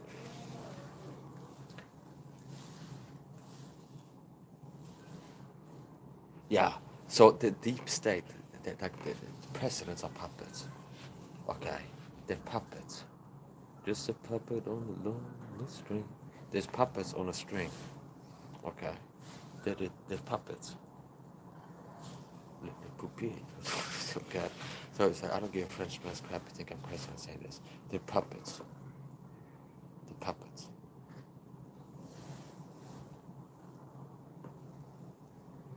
I've actually had a real assassination attempt and survived it. So what I'm also reacting to is the narcissistic identity theft, where I'm the real deal. Need the matrix guy with daily glasses. And I'm really going through what life is like being that type of person for real. Being attacked and almost dying and having assassination attempts and stage accident attempts and being put in a psych ward, by the Swedish state for speaking the truth about things and reacting to things that are actually happening in the same way, more or less. And here's the point. Yeah, so here's the point. Yeah, so and so Trump is like, yeah, he's a person deep state authority, and this is okay, and they're going after him. It's like I've actually am somebody deep state authority, and they've gone after me, and I've survived an assassination. And I got shot in the leg with a CIA dart gun. You can search CIA dart gun. The plot thickens. You can search YouTube for CIA dart gun. Okay, or CIA heart attack gun, and there's a clip. I have it in the archives. So it's like since 1975, the church committee hearings. And there's people being questioned, the CIA. And it's like, is it true that you have a device that can covertly assassinate somebody? Yes, we have right here for this. And he holds up what looks like the skin is a Colt 1911. It looks similar to a 1911, like a 45, like a 1911. Like the frame looks similar to that. And it has a telescopic sight on top of it. And so more what they tell is it can fire silently a dart, effective range up to 100 yards, which is close to 100 meters. And it can enter into the target without the target's awareness and induce like a heart attack or stroke. Okay. And it will be like possibly undetectable by an autopsy. Would it be like no, it will look like a birthmark possibly, like it can be hard to, even if somebody is like looking for signs of foul play, a good mortician or whoever, the autopsy conductor, might not notice it. Like the small little like entrance wound. They might think it's a pimple or something, but it's what is the point? I believe I got hit in the right leg or something like that. I'm a total individual, so it's not like that happened and then I think I'm total individual. I was total for a long time, just ramping up on the target all the time. It's physical attacks more. They try to make me have accidents. One assassination attempt make me have an accident happen right here, as a matter of fact. I'll tell you right now. So I left. This is what it's like to be a target of the CIA, okay? As a mental framework of a target video, if you think about movies, what the CIA can do, that's what you have to expect the capabilities of the program targeting you. Do you understand? It's like if the CIA want to get inside your home, if you want to understand like from the confusion stage, what can this program do to me? If you think that it's like the movie as a framework, if the CIA wanted to get inside your home, damage your health, keep you from sleeping well, things like this, that's the level that this program has, okay? So I leave, and they had this prepared stage in advance, where there was a van parked there, and this was inaccessible. There was a van parked there with a rubber hose winding on the road like this. And there was no indications that it was like about to take off. And I'm walking, and at some point my legs are within the loop of hose, and the car drives off and pulls the cord after it. So I guess they're trying to get my foot caught in it like a lasso and have me drag behind the car or hit the back of my head. Okay, that's how it happened to me. Another way to try to make me have accidents, stage accidents, which means it's not me having an accident, it comes about somebody trying to make me have an accident, is happen in stores where it's like a certain passageway. And I can tell because strategy for the military, not strategy, is if you're going to place a mine placement, if you place strategically, you place it where you expect the enemy to pass. And for like optimal economy, like less mines used, if you will have a bottleneck, see. So it's like, if you have a river here that they're unlikely to cross on foot, and then barbed wire here, there's like a spot that now you can put some mines here because that's where they're gonna walk, okay? They don't put mines all over the mountain because they're unlikely to try to walk over the mountain if there's an opening here, okay? So there was places where I frequently go to buy birdseed, like the pet owl, which is infrequently walked by other people. And a lot of times they study me, it's like if Mike goes shopping, he takes this path to the pet store, like the pet owl, okay? And it's like a narrow thing. And I walk there, this slippery thing, and I slip like this but catch myself. And I look, and it looks like some, like a banana smudge or some kind of I think a banana like smudged, something slippery there. And I've also had things happen where I'm walking, it's like I can see that there's like a puddle of liquid that I guess I'm supposed to slip and hit my head on the floor. And also sometimes perps in the store try to make me have accidents. Like where I'm walking, I can tell one of the store perps, there's like an aisle, and then they have put their cart to poking out a little bit or push it in front right as I'm walking down. So I'm hoping my foot will hit it and I go forward and hit my gun on the floor. So how many half-hearted attempts equate equal a full-hearted one? Okay. So if I've had like 100 half-hearted attempts that make me have an accident, in my book there counts as at least one full-hearted one. See, it's like the movie, what does a scanner see? Into the heart, into the soul. Does it see into me? Clearly or darkly? I hope the scanner sees better because I can no longer see clearly into myself. Or something like this. So there's a movie that also contains reference to this program. Okay. What does the scanner see? So we're not in the emotional thing. So here's the point. Okay, this is a movie. Okay. So this is a movie. A scanner darkly. Richard Linklater rotoscoping technique. So now I'm just speaking facts here now. Richard Linklater, director, and he used rotoscope as techniques. He had real world actors and they're kind of editing it to make it look like a cartoon or something like this. More like a cartoon. And it's interesting. And where was I going with this?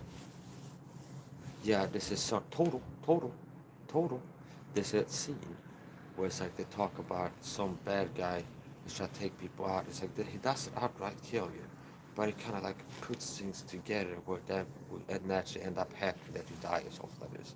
Okay, and I count that as a reference to how this program can deal with you, and that's like the lower level try to take you out, where it's like every time the target goes to the supermarket, if they're at this level of targeting, kind of make it so that they can have an accident, and then put in the numbers, and eventually one of these attempts might actually work.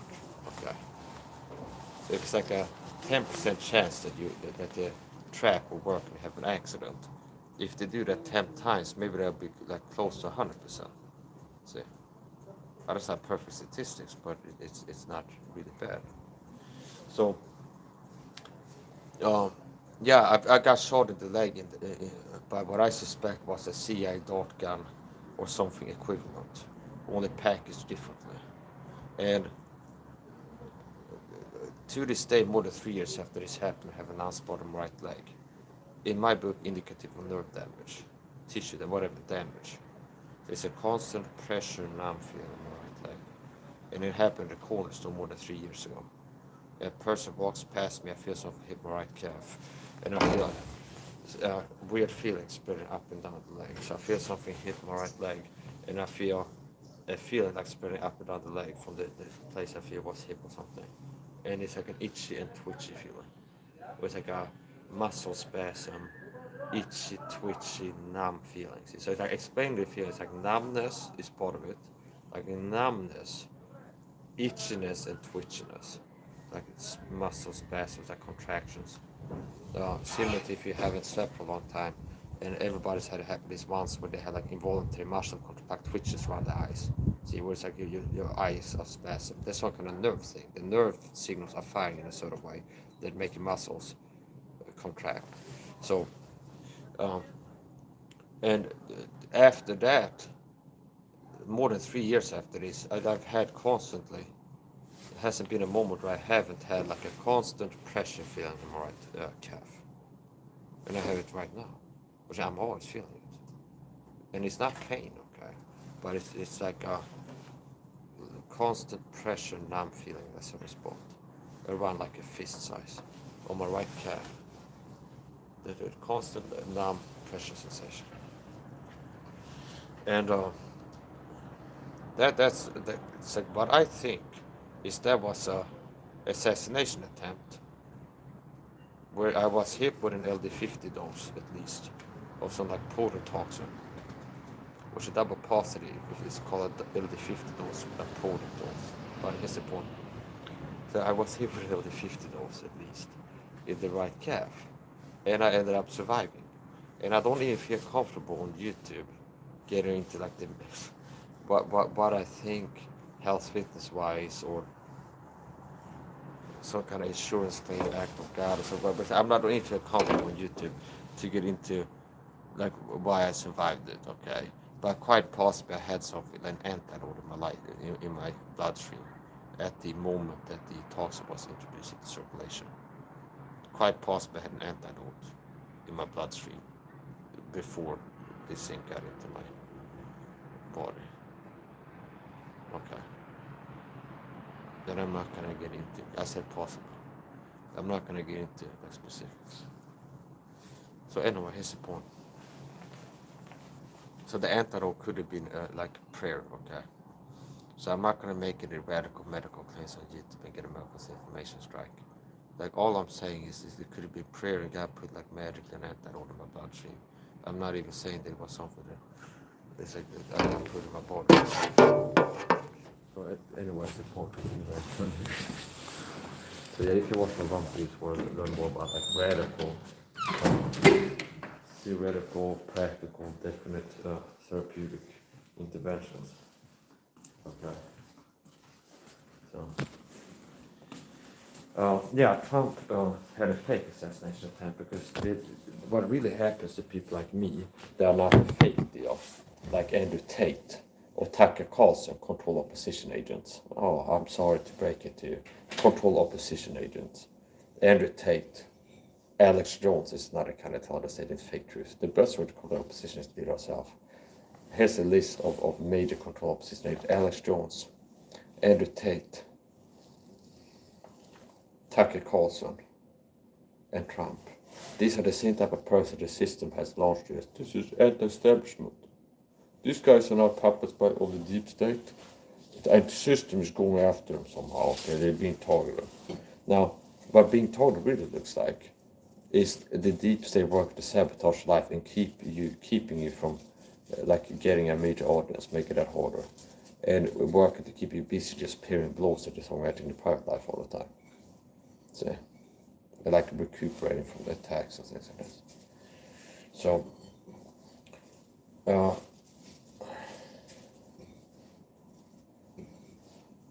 I'm not surprised that the sellout church, the Bible Church, which is one of these deep state sellout churches that told for the gang song prognosis, always these tactics. I'm not surprised that they don't read what they saw. And Edward PF, who made a video helping this program that is mirrors a cancer. I'm a Christian. An attack on one member of the body is an attack on the whole body. So Edward PF made a video helping this cancer program. Gang song targets is a slow murder program. And many targets have been fast killed. And I've had fast kill attempts. The target got it, they saw the slow murder. And I got a fast kill attempt, murder. And other targets have been murdered. So the gang stalking program is like a cancer. It's something that one day the target wakes up, like a person gets a diagnosis, you have a terminal disease that's going to keep affecting you until you die unless we're able to save you, like a doctor tells them, understand? But like this like sometimes like, yeah, you got 3 years to live or something like this, they tell you, a doctor. Like maybe 3 years. It's like terminal, we might not be able to save you. Maybe you got 3 years, something like this. So, cancer is something that the person has realized, oh, I have this thing in my life called cancer. It's not just gonna, I'm not just gonna sneeze and it's gonna go away. It's like, it's something that's gonna stay with me wherever I go. And it's gonna keep attacking my body. And I might end up dying from it. And even if you survive the cancer, your lifespan has been shortened by a decade from the years you will suffer from the cancer. Or something like that.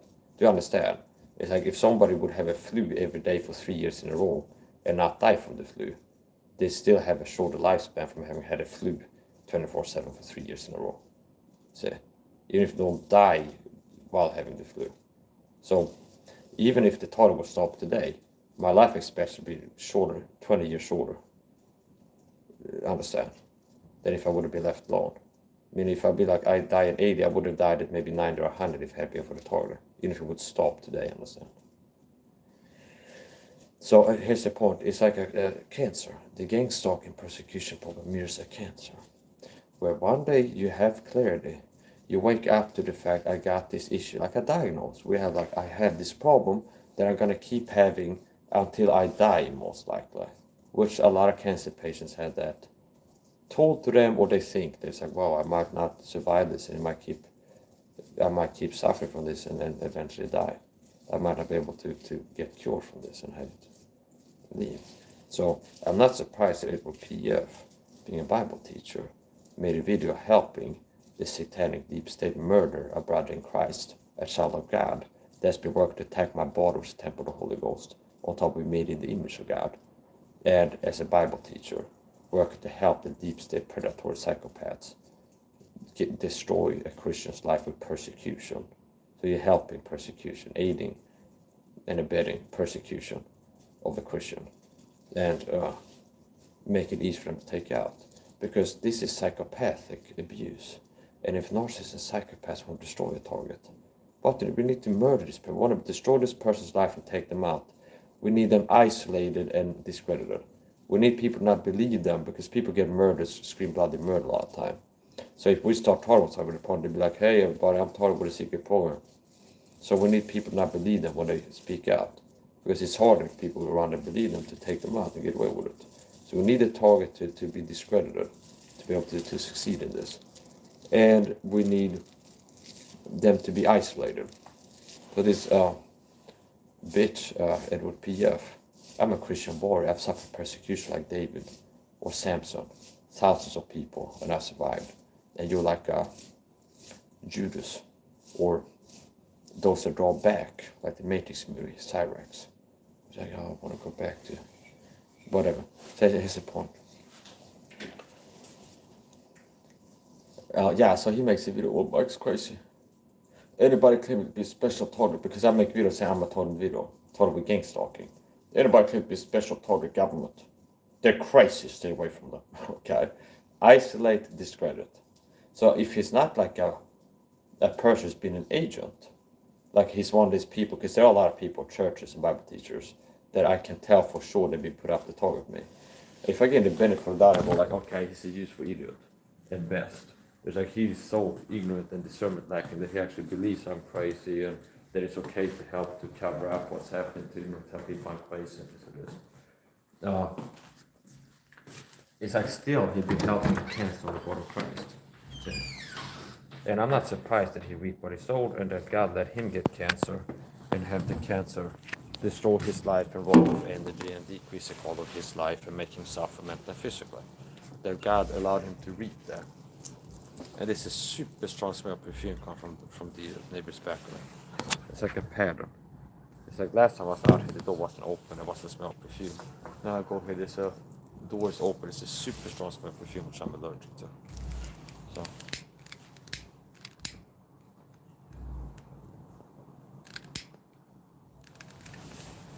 I avoid going out here unless I really need to. So here's the point.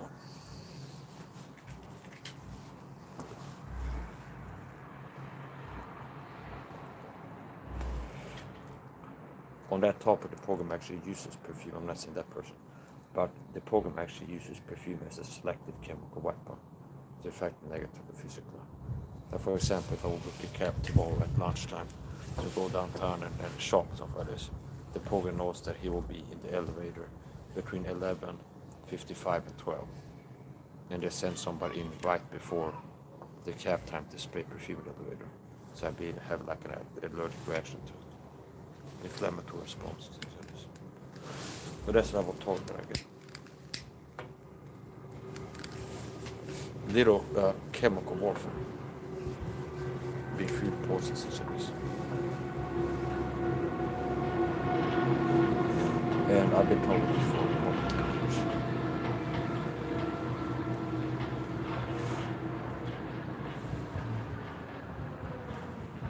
Anyways,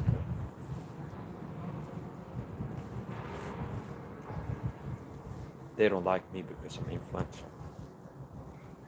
I had a Swedish gang stalker, one of the freak gang stalking fake Christians that got put up on a YouTube channel recently. Make a video. And as usual, he's lying about me, saying I'm a Catholic. So last time he was passive aggressively in the video saying I'm a Catholist. Okay. And then in this video he's lying saying that I'm a Catholic. it's got a Catholic tone. What a deceitful, right? Like, this guy's a gangster, I gets put up to lie about it. So for years I've been seeing on YouTube, and I've never been promoting Catholicism, but on several videos I've been attacking Catholicism and teaching against it, like reproving the system. So anytime I spoke of Catholicism, it haven't been in a positive light. It'd be like, Catholicism is false. The Bible teaches, for by grace saved through faith, then not of yourself, which is a gift of God, not works to measure both. Catholics teach salvation by faith and works. They're wrong. It's like, still, it's like, well, I want to accuse him of being Catholic, so he's a Catholic. He's got a Catholic tone. I guess because I'm not a pussy and I preach hard against sin. See, it's like, you should be disciplined as a Christian. You mean like the Baptist, the IFB, Stephen Anderson types that preach hard against sin. You should not be doing this. A Christian should avoid this. You should control yourself and have some discipline. But it's like, his reaction, because he's a gang stalker, double standards, is if I preach hard against sin and for discipline as a Christian man, but well, he's a Catholic or Calvinist, because you hear him talk about performance a lot, but never for salvation or proving it. So that's part of the time I get when it's like the launch of copycat. This guy Matthias, to be like, okay, we need a gang stalker, fake Christian agent. Mike is the only King's only faith on Christian actor on YouTube stream right now making videos. So he said we need to have a counterfeit copycat. And also he will be used to target Mike, so, which is done. We're like passive aggressive narcissist dogs who's actually fantastic talking about me.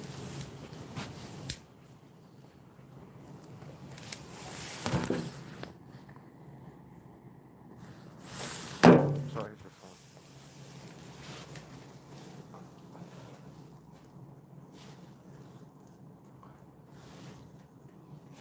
And he's like insignificant at this point. He's got less than 200 subscribers. So it's like he's mostly making videos to mess with my mind, like psychological warfare. Because they know that he's on my radar. And it's like I keep an eye on his channel. Because I'm not weak, so it's not like, oh, Jack's Mac is a gang stalker. I know that, not a Christian gang stalker, perp. But like a deep state shell puppet. And he started talking with narcissist dogs for a second. So now he's like, I had to avoid him. I was like, I can't watch his videos. It's gonna destroy me or something like this.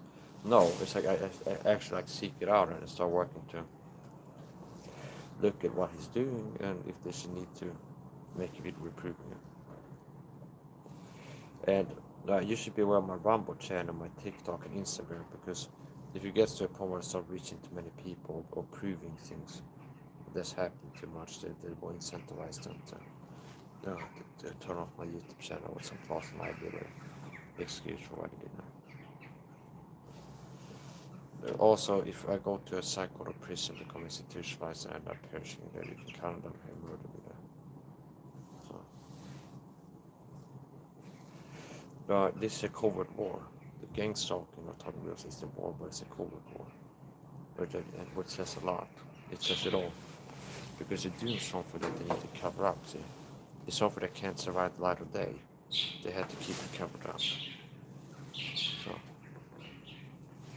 I haven't responded to these tyrannical abuses. I judge myself to be long suffering. Okay, so I've been targeted with abuse and through physical attacks and psychological warfare. My loved one's been targeted all kinds of stuff. And I didn't react like Marvin Demaio with his Killdozer tapes to build like a Killdozer and to start like working to take out people that you consider have targeted them. And I haven't like attacked people or perps like gang stalkers, okay? That I haven't been responding to this with that, like attacking people that are targeted for the program.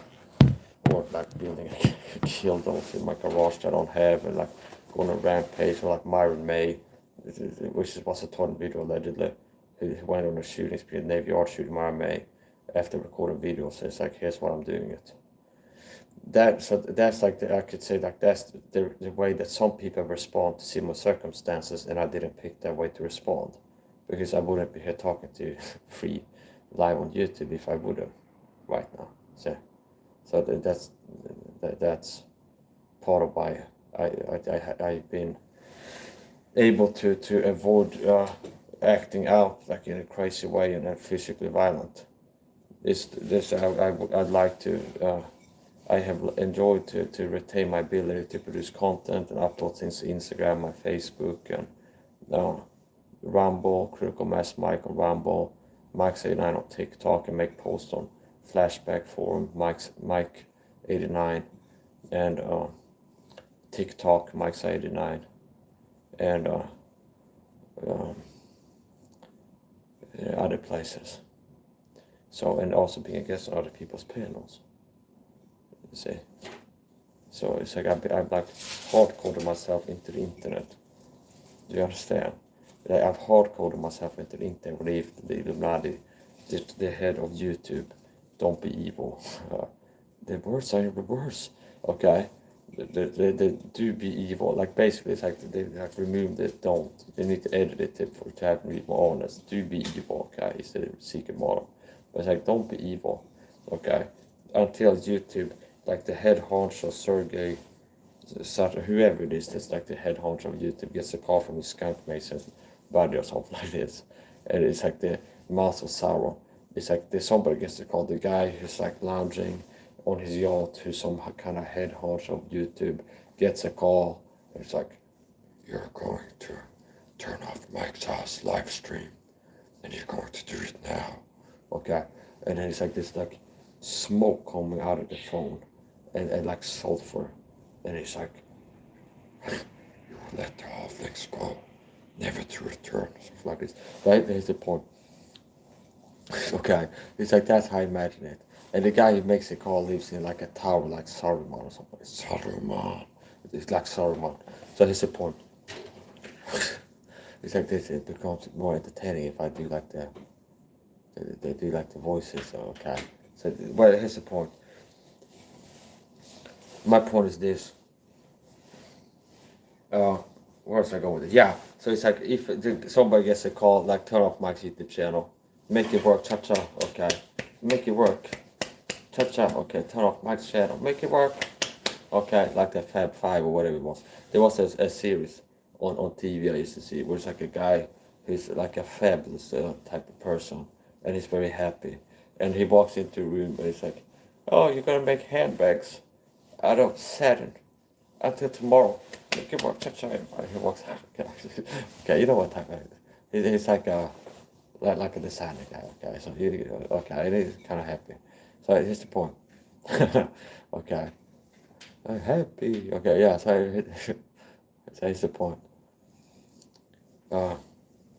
He's got a colorful soul. Okay, he's got a colorful soul. He's that type of person. He's got a colorful soul. Living alone with your colorful soul. Yeah, like the Volbeat song. So here's the point.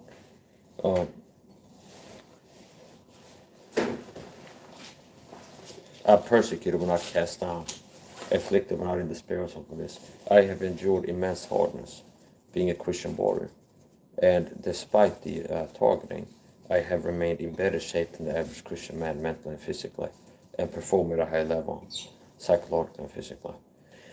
Now the truth is the truth. I am not going to stop speaking the truth, understand? The truth is the truth. I am the target of the deep state.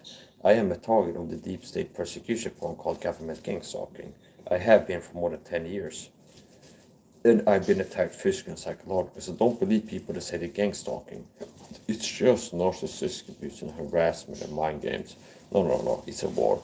Ted Gunderson, the former head of Los Angeles FBI, confirmed in a sworn, he's a government whistleblower, Ted Gunderson, confirmed in a sworn affidavit, the government gang stalking is real, nationwide, ongoing. Okay, so he's like, well, Mike, you're not in America, but he covered that. He said it's nationwide. He didn't say it's U.S. only, okay? So you can say, well, this is Mike, not in America. He was in America saying it's in America. No, he said it's nationwide. Okay. So, and Ted Gunderson was not a real target video. So yeah, I definitely harder since I started speaking out. So I got to a point where I was already dying for the targeting. And yeah, there's been a price to pay in increased targeting and physical attacks from the speaking out. but the price I was already paying before commencing to speak out was already too much than that I was going to pay. Understand? I was already paying a price that was too high. Okay, and it was something that, meaning they went for a push to get me diagnosed, committed in a psych ward, the Swedish police, as far as I'm concerned. Even before I got a YouTube channel, started streaming, working to do activism, and whistleblower, and get the word about gangstock and exposing it. They already were doing things like attacking me physically, poisoning me, spraying me with chemicals, and like picking me up in the middle of the night, abducting me and driving me to a psych ward to get me, to try to get me involuntary committed. Okay. And this is back when I had raging PTSD, literally and figuratively. When I had raging PTSD.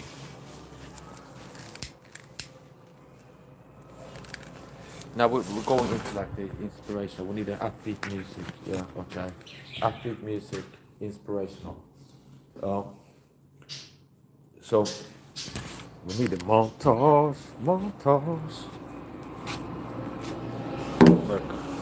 Merca. Why are you going to work in Merca? Because reasons. Merca. Why are you going to work Merca? Reasons. Merca. Okay. Just reasons. Just Merca. Okay. So here's the point.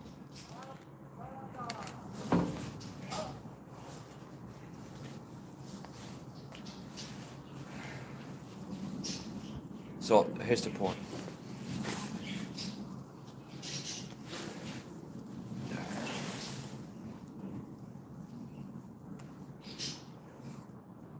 Here's the point. I was paying to have to a price.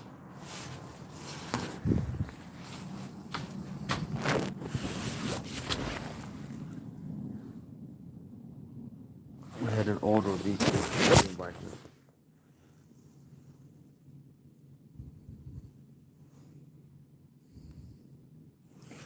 Yeah, put out the signal. Relocate. So, where were I? Where not was. I hope you're taking notes. So, where were I? Yeah, so when the toggling went at the high gear, and it's like the equalizer movie, this is level 3, you don't want to feel level 4. But people are missing is the framework or understanding reality from movies. Because part of movies is hidden plain view truth. So, here's the point. And I'm not joking, if I'm going to be self-reflective. Like part of my mental like my software, my operating system, the big part of things is like song lyrics and movie scenes that are in the, like the archives in my brain.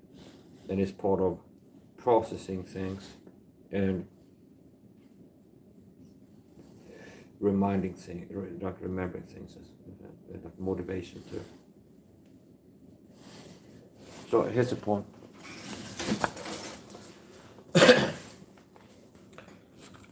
When the toggling ramped up and went to high level in my previous apartment. So the season when I was living in an apartment in the same city but the previous one. The total went to high level. And back then I had raging PTSD, I had debilitating agoraphobia, I was suffering panic attacks. And all kinds of stuff.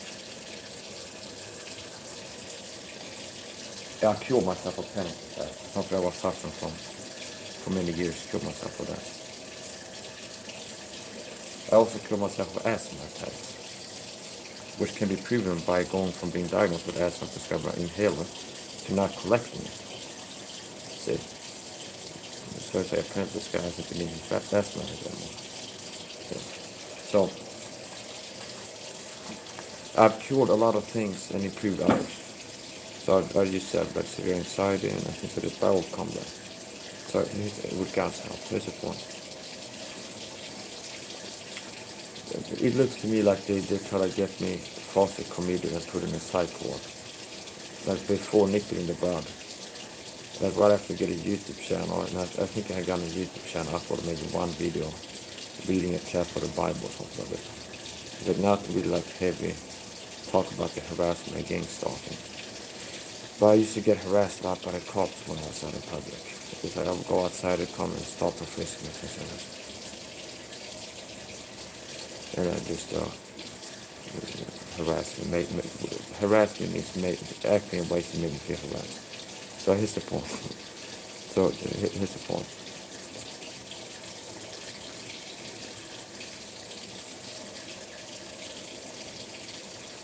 And I was out jogging, and part of targeting is gang stalking is constant harassment, and gang stalk is called gang stalk because every time you go out in public, you're going to encounter at least 3 people that are government agents that are sent to go where you are, up in the vicinity, and do narcissist always abuse tactics at the very least. They'll be making you feel harassed on the slide in front of others, provoke you to react in a way that serves the operators or fire monkeys that are getting the fire monkey proxy tools to dish out narcissistic psychopathic abuse. Yeah.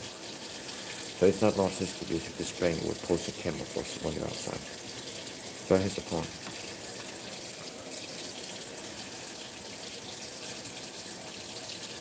No, I had an event where it's like I was out, and why did I avoid going outside during the day? Because I had agoraphobia back then before I killed myself for that. Now you see me stream, I go downtown to town square and go shopping, and I'm obviously not like panic attacking. See, but it used to be I had like severe agoraphobia and extreme social anxiety. So just being around people, crowds, out in public, I'll be super stressed out, like fight-flight mode, reliably triggered, and being like hyper-adrenalized, super stressed if I'm out in public, and that already worked out before leaving my home. So back then, I would be avoiding going outside in the daytime because there's more people out, more noisy, more lively, whatever.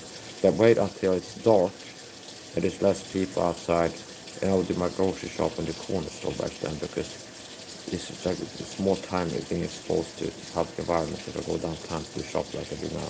I would do my monthly like grocery shopping in the corner store. It's like a 2-minute walk from where I used to live. So here's the point. I also used to go for night walks and like jog at night. Why at night? Because it's less people outside and less stressful. So well, if it's dark, I go take night walks or jog. And I go outside, and the program started with the harassment, noise harassment, and like the crazy making behavior to stress me out. I jogged to a neighborhood, like a little neighborhood. That has like a neighborhood watch, which is all involved in gang stalking, according to a lot of talking videos and research, general research. And it's like they have as I'm jogging through the neighborhood, there's a car behind me, like a 4-wheeler with a light going, kind of like the one in No Country movie, where Llewellyn gets chased and he shows up, they shoot him with a shotgun, all the way with a shotgun. So there's like a 4-wheeler truck with a light rig on it. That is like and rumble engine that kind of gets behind me and stalks me. See, they're not like overtaking me, but as I'm jogging, I hear noise, and then like it lights on me, and I turn around and I see this car is like keeping pace with me, but like staying back. So I'm jogging, like driving slow behind with a rumble engine and like headlights, high beams on, like, which they know that I'm autistic, so I have auditory sensitivities. So these are 2 stressors at the same time. And then it's late at night and somebody's stalking in the car, so following literally. So it's like if there's anything that's gonna make you stressed out, it's that, okay? So it's like I pick up my pace and I run faster, and it's like after a while, it's like I lose that car, and I keep jogging and exercising since it is blowing off steam. I keep like safe physically active. And then I get to the duck pond where I've gone live and fed the ducks here before. And it's like an asphalt road. And it's like if you go from a certain direction towards the duck pond, it's like a asphalt exercise lane where you can drive cars, drive bicycles and walk on it. And it's like street lights, so it's like street lights, people. Okay, so I'm getting close towards the duck pond. I gotta take a left, and there's like a way that I can get to my partner, so I'm heading home. And then I see another like lights. Like if you walk out walk at night, you can see it's like a car behind you from the lights. Okay, and I see like lights. So I have like a shadow silhouette and there's a car behind me. And I turn around, I can tell it's a police car. And I turn around and I can tell like they stop and open the hey or something like this. And I turn around and they keep the lights on, and then there's like a moment where we're looking at each other. It's kind of like a standoff without any weapons or something like this, but it's like I'm standing there, they're standing looking at me. And eventually like they cross the distance. And then they come and stop and frisk me. Then I did have a knife on me, I think, at the moment. I think I might have, okay. And like a notebook with some Bible verses on it. Because that's how I respond being a persecuted Christian, with the Word of God. Now I have a lot of this stuff in my brain, but I used to carry like either Bibles and or notepads with choice Bible verses on it. Okay. See?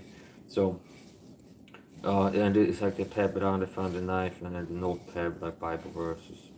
And and I guess there's some of them like about persecution, because it's something I'm going through as a Christian. Maybe some Bible verse that was written down about the persecution or something like this. So here's the thing, I'm completely calm and compliant, and it's like, do you have one? Yeah, I got a knife on me. And it's like, I'm not showing any signs of aggression or like wanting to fight him. And I'm compliant, and I go, okay, stand against the car, put your hands on the car, they pat me down, and they find a notebook, and it's like the guy starts reading it, and then he tells me,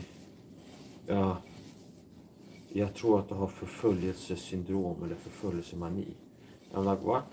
So I didn't tell him anything.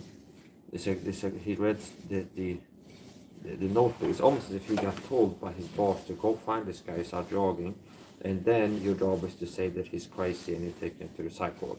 No matter how I respond to them appearance, it's like it's predetermined. His job is to find me, say I'm crazy, and get me to the psych ward.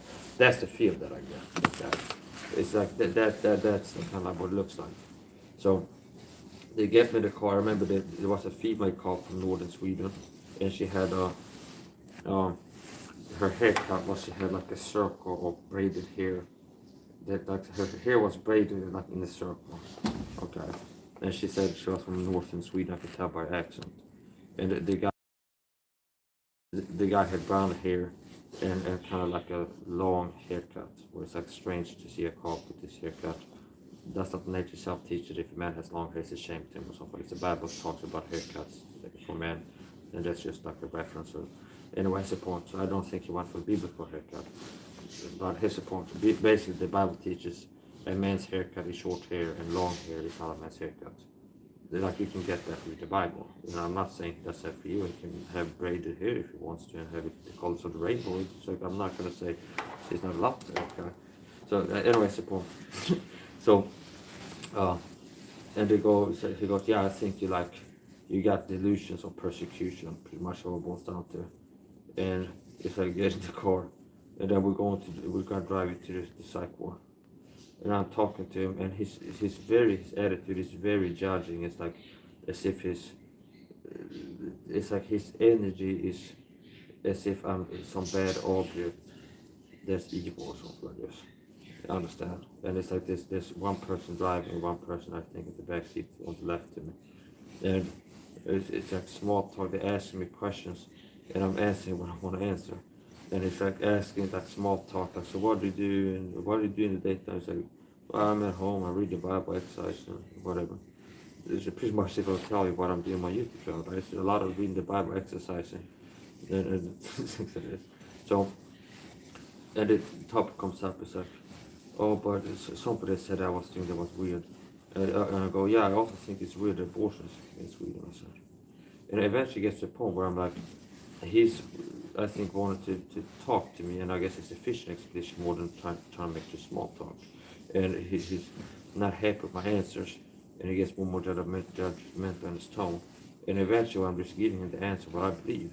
It's like, yeah, I think it's into abortion. Maybe it's like, I think it's strange how you act. I think it's strange in this society abortion is legal or something like this. See? So it's like if you're giving your comment on what you think is strange about me, here's what I think is strange about the society, the state that you work for, something like this. So here's the point, and I'm calm. And eventually he goes, I don't want to talk to you. So you know, okay, I don't want to talk to you. Okay, and then we arrive at the psych ward, I guess, NON, like the psych ward, and in the parking lot. And it's like, I'm calm, cool, and collected. And I asked, like, so are they gonna come meet us or stuff like this? Because they parked outside the psych ward entrance. And like, are they gonna come meet us? Are they gonna come and möta upp oss? Like, because we parked outside the entrance of the hospital. And it's like, we're just sitting there. So like, are they gonna come meet us? So like, people come out of there to receive us, to collect me. And I said, vad sa du? Måtta upp dem?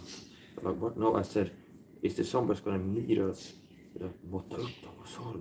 It's like he's acting as if I'm like I don't know, like everything I'm saying, he's reacting as if it's super crazy, even though it's not. See, it's like he has a pre-installed perception filter that this guy is a horrible, evil person, and everything he's saying is him being crazy and like weird, and he's a super bad person. So for this, that's my analysis of his reaction, because I know what I said and what I'm signaling and what I'm communicating with my voice and body language and the little words I can transfer what I'm saying, and his reaction is maladaptive and not reasonable. Okay, so he's acting as if he's operating under delusions or paranoia about me or something like this, in my view.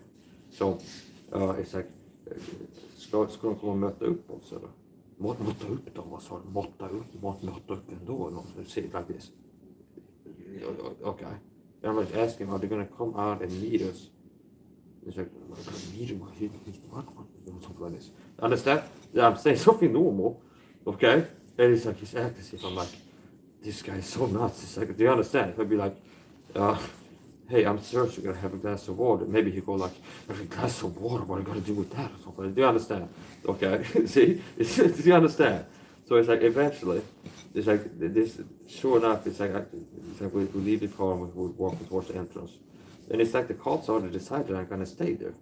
See, it's almost like they already decided that I'm gonna stay in the psych ward, as if their doctors have decided that this guy's gonna stay here, obviously. Even though the only thing I had was Bible verse and a knife on me. Okay, you see. So it's like, yeah, it's illegal to carry a knife when you collect in public. I stopped doing that, but years back, maybe 8 years this happened, or 7 or something like this, or 9. I had a knife on me at that point. So I had a knife and Bible verses on me, okay? And there's nothing like crazy I say I'm gonna hurt someone with this, but I'm found with a knife and a Bible verses on me, and it's acting like I'm some kind of crazy person. And then eventually, it's a handräckningsärende. So how they did that this time is that the police escorted me to the entrance, and this is the first time I was there. I got put there again.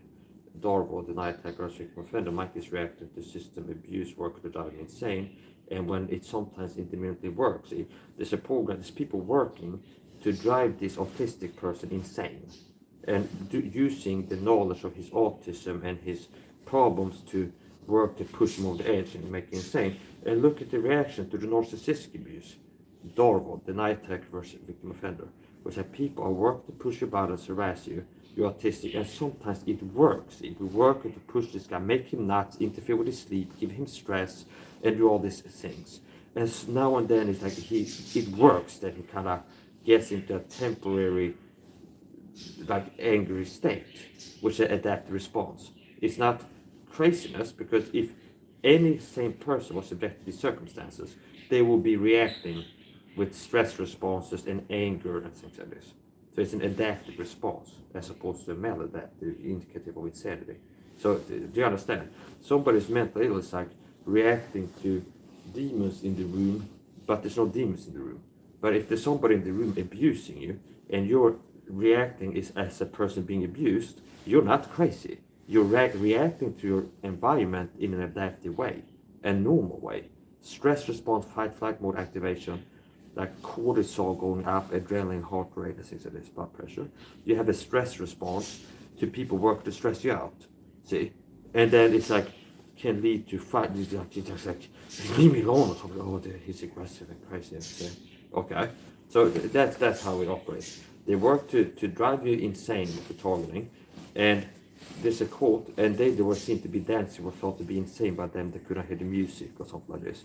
So the music of the narcissistic dog was abuse tactics, meaning flying monkeys are narcissistic abuse by subtly.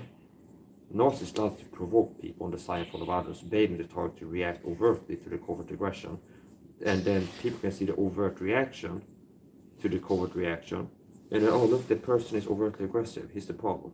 This is a big part of targeting. But the program works to abuse you with narcissistic dog abuse tactics, aka subtle abuse, okay?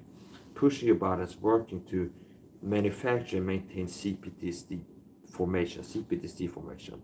Constant high stress, unsafe, targeted, okay? And intermittently high stress events are like shocking. So it's like CPTC, PTSD formation. Even when the target gets that, they work to maintain it and trigger it. See? And then a person with CPTSD that's being provoked is gonna be like, now and then, okay? Oh, look at this nuts, okay? But because, people, this also goes with the cyber stuff where I had chat open. But a lot of it, some of it is overt and obvious somebody attacking the chat. But a lot of the talk I got over the years, comments and in the chat, it's pushing my buttons. So it's utilizing knowledge or previously expressed pet peeves. Like 3 months of a live stream, I lost my temper when somebody did X. Like, wrote my name, didn't capitalize my name, asked me a question where I bought it with a question mark, and I go like, communicate my boundaries. I don't like the disrespectful tone. You come in here asking me for answers and want to get attention from me, and you don't even judge me to be worthy of common courtesy, baseline decency and respect, which is expected, okay? Like you show up, hi, how you doing? Why you wear sunglasses? Or something like this. What's with the glasses? Or do you understand? It's like one time they talk about my glasses. It's like, I've had enough of you people come and asking me weird questions. Like, mind your business. I wear what I want to wear, something like this. And the problem is like, they sent this flying monkey to throw stuff at the wall, see what sticks. It's like, oh, like a few times when we sent a flying monkey to ask about the glasses, they got a response from him that he got triggered. So it's like, where the week and then people start what's with the glasses. And then for people to watch this one stream where they can look innocent, they don't see the pattern, where it's like a theme in the last weeks of my life, people keep coming and bring up glasses as a sensation, like a button to push. Once they see this is a button that gets him irate, push that button, see. So if you only see that one live stream, it's like somebody shows up again, rather with stop the grammar, ask me a question or a question mark, ask about the glasses, which has happened before in Got Me Mad. You just see this one event and I look like a person who's overly sensitive. Oh, this guy comes in writing sloppily, but you can't, it's purposeful. It's like, Mike doesn't like when people write with sloppy grammar and appear disrespectful in the comments. They don't judge me worthy. You judge me not worthy, but you're signal communicating with your meta communication. When you're coming, hi, how age are you? No question mark. What's with the glasses or what is? You're sending disrespect. Like you don't count me to be worthy of based on common courtesy, disrespect, and you want to get attention. It's narcissism, narcissistic behavior. You want to get attention, answers to your questions, and reaction out of me. Answers, something like this. But you can't give like the lowest level, like common courtesy. But you're expecting my time, my answers, in the time of day, but you can't give like based on common courtesy. Okay? Like clarity of speech. Okay? Well, I put in effort when I write an email to give the person I'm communicating with clarity of speech. So there's not like a workload like Mike is so sloppy. I can't be bothered to be clear in my speech, so the person is more confused and it takes time for them to figure out what I'm saying or something like this. See? Okay? So I put in the effort to be clear and precise in my speech. In the written word at least. So now anyway, here's the point. I don't spend my time trying to train people that are toxic, pathological, antisocial, narcissistic people to come up to par. Okay? It's like if you exhibit certain degrees and types of toxicity, toxic behavior, I remove you from my life. I block you, understand? So I'm not gonna have have this person keeping annoying and toxic and work to train them to be a healthy adult. Okay? As some kind of product. To make them compatible with me. It's like no. No. Okay? It's like if you're an adult you present as super toxic.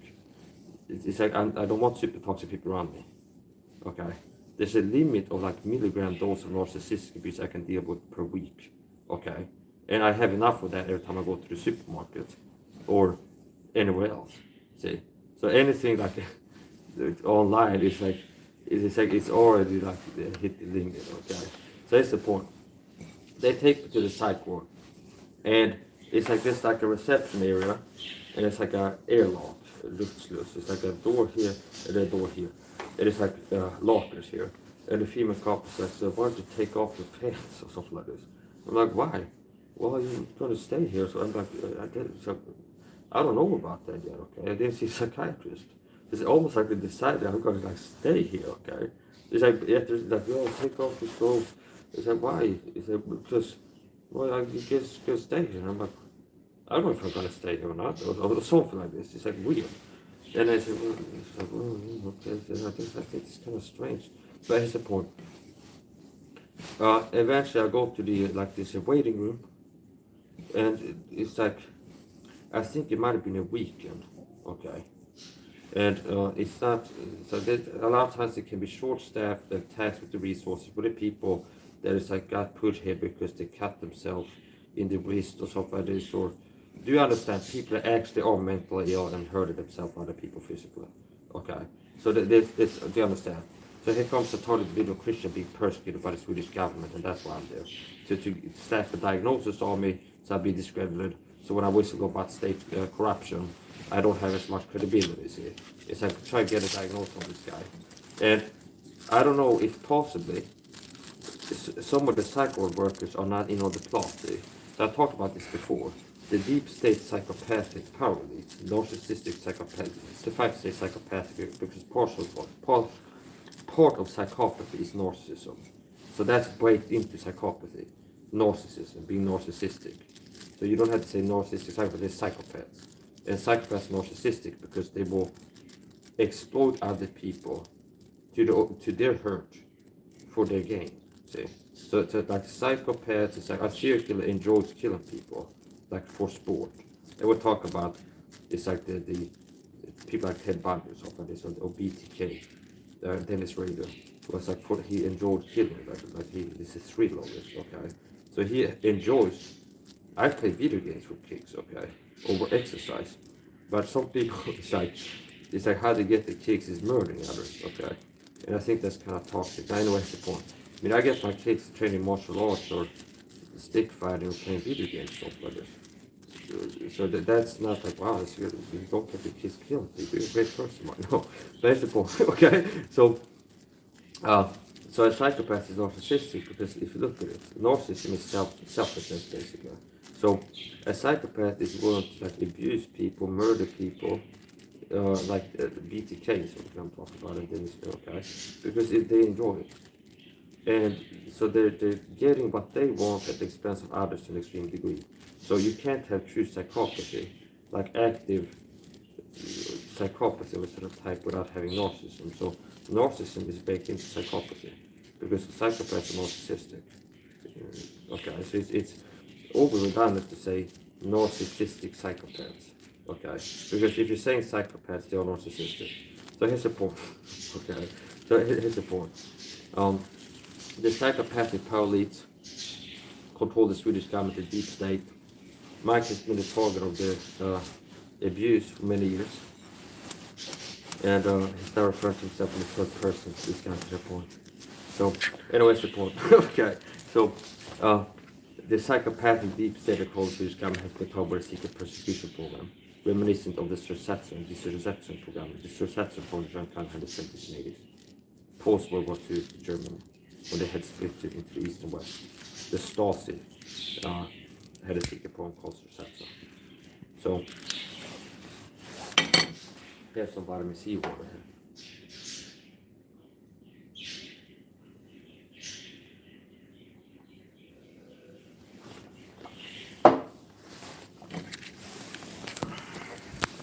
Yeah, so I arrive in the psych ward, and it's like I'm sitting in a waiting room, kind of like this size, and they have benches on one side of the waiting room, and it's like I sit down, and I've been out jogging,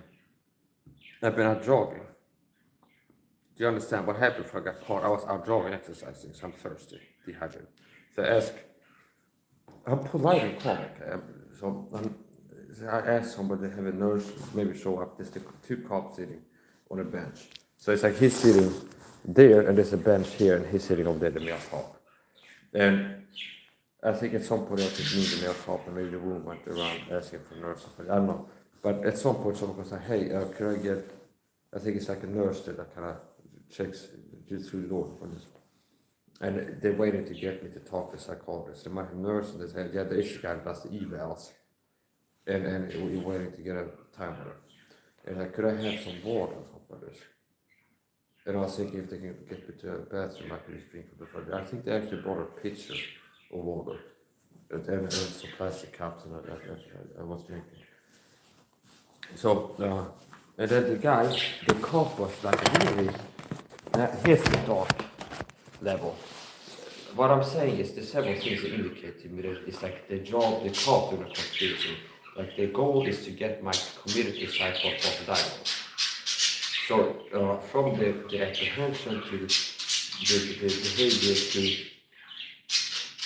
everything. So it's like I'm sitting over here, so I have a bench here.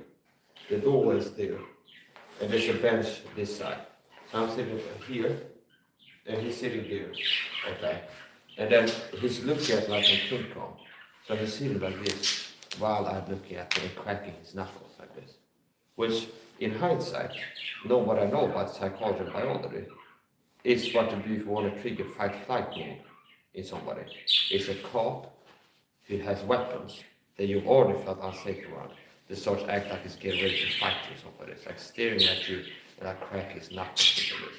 Almost like he's gonna prime me to be hyper-visualized and stressed and appear more crazy once I get to see the psychologist who might not be in on the conspiracy. Okay? Do you understand? Like if I'm sitting in a room with you and you got 15 minutes, you're gonna see a psychologist in a few minutes from now. And they're gonna like look at you and like, is this guy nuts? If you're like calm and I want to be diagnosed as a crazy person, you're more likely to get misdiagnosed as crazy. Like, oh, the cop over there was trying to hurt me or something. Do you understand? Okay.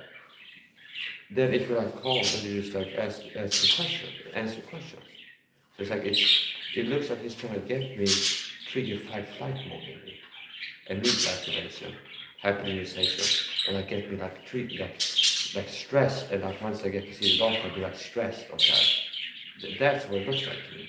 So look at the event from how they arrived, the timing, where there was crazy music going on by the gang stalker pulling like the neighbor Washington, around the car behind me to get me stressed. Cops show up and be like, oh, you're crazy, try to psychologist at all. And then they act like they try to get me more stressed before I see a psychologist in the waiting room. See? You understand? So I believe that the cops could have been tasked by the superior level to go find this guy driving to the psych ward before they even met me. So it's like, if they didn't, do you understand? It's like you got the job to find this guy, say you're crazy, will take you to psych ward. Even if I would have nothing to go with, that was the job. It's like predetermined outcome. That's what I suspect. And then it's like, maybe he feels like I'm not acting crazy enough. And it's like, well, let's just act like, sit like this and look at it across the room like this and crack my knuckles in the waiting room when he's waiting to be a psychiatrist for an eval. Like a brief eval, I guess, like preliminary, like this guy needs to be 50 or 50. Okay. Very interesting. So, once I got to see the psychologist, like whoever was there with like a legal pad taking notes, so okay, it's like they're talking to me. I didn't feel, so here's the thing, I've talked about before, that the deep state that I'm talking of, with this persecution program called gang stalking, they have plans in every facet of society, every branch of government.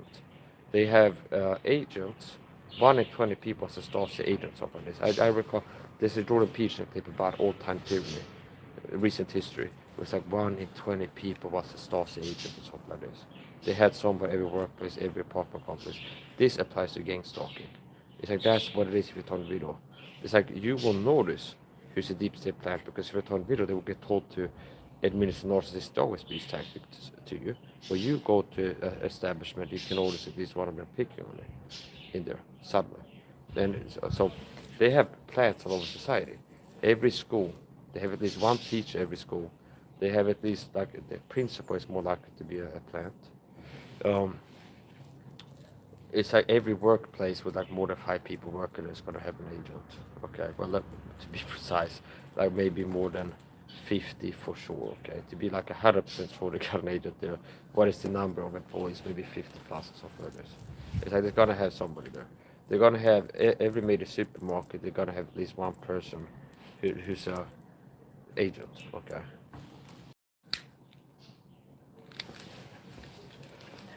So anyway,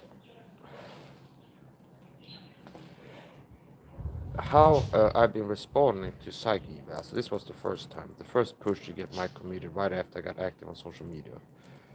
And I didn't upload videos to try to kill me, but it's like I was targeted and started, like I had a YouTube channel, upload a video.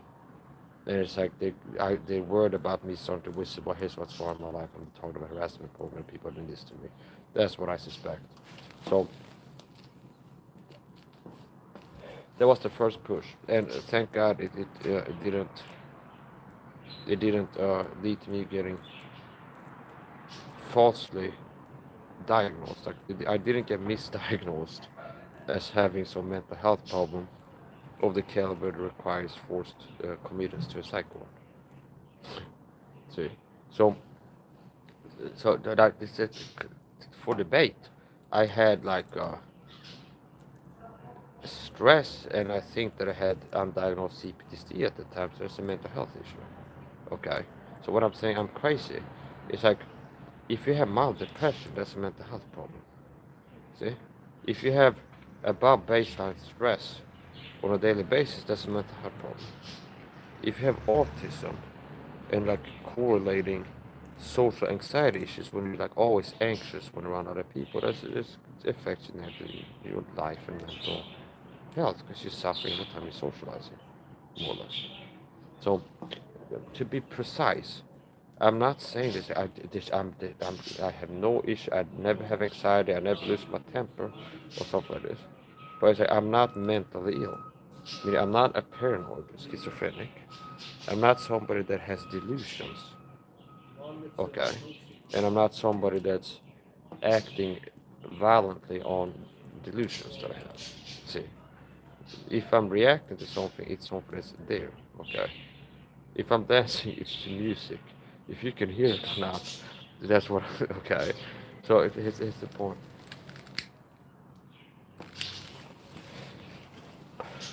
So I'm quoting once again. It's a quote, and those that were seen dancing were thought to be insane by them that could not hear the music or something like this.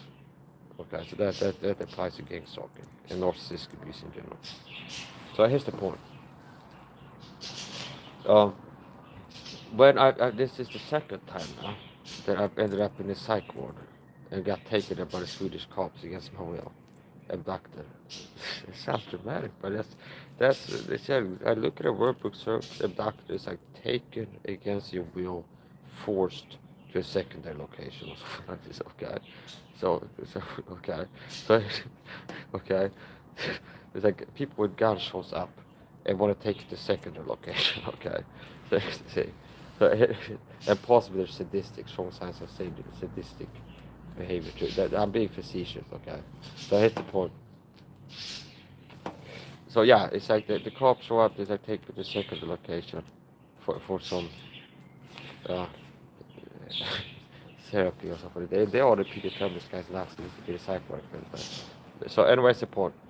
Once I get to see what has how have I reacted, responded, more precisely, to these two occasions, the last 15 years, that I got taken by the cops to psych ward. Not by, like, playing, like a role. I do act sometimes for fun on YouTube. But it's like, not like, okay, I'm a guy who's crazy in here, and I need to, like, pull myself up on my bootstraps and pretend to be sane here, for a while. See? It's like, no, it's like, I know that I'm not crazy. So the point is like, being my non-crazy self in the psych ward, see? And if they make if they weaponize psychiatry, where it's like, oh, well, this guy is not crazy, but we will say that he is, and take his freedoms and force medicate, whatever the things are. They're these like false diagnosing you, like the fruit or the poison tree, or whatever, like the root. They start with saying you're crazy when you're not, for speaking the truth. Say, abuse the system of control is always seeking to discover whistleblowers. Okay. Sluggish schizophrenia, they had that.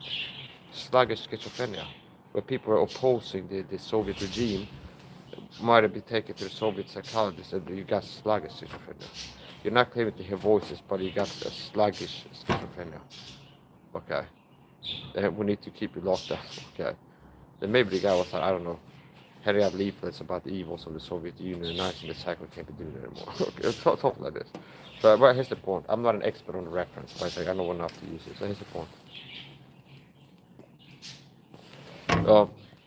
Yeah, so how would I respond to that? Not by like pretending to be sane, because the person who's sane doesn't have to pretend to be. See? So it's like, I'm aware that there might be people that are wanting me to be looked upon, perceived. Percept is reality, say, as insane. And I'm not focused on like act like I'm normal. It's like I'm responding to my circumstances as adaptive as I can. So part of mental health is if you're able to adaptively respond to circumstances, or if you're maladaptive responding or reacting. See? So, meaning,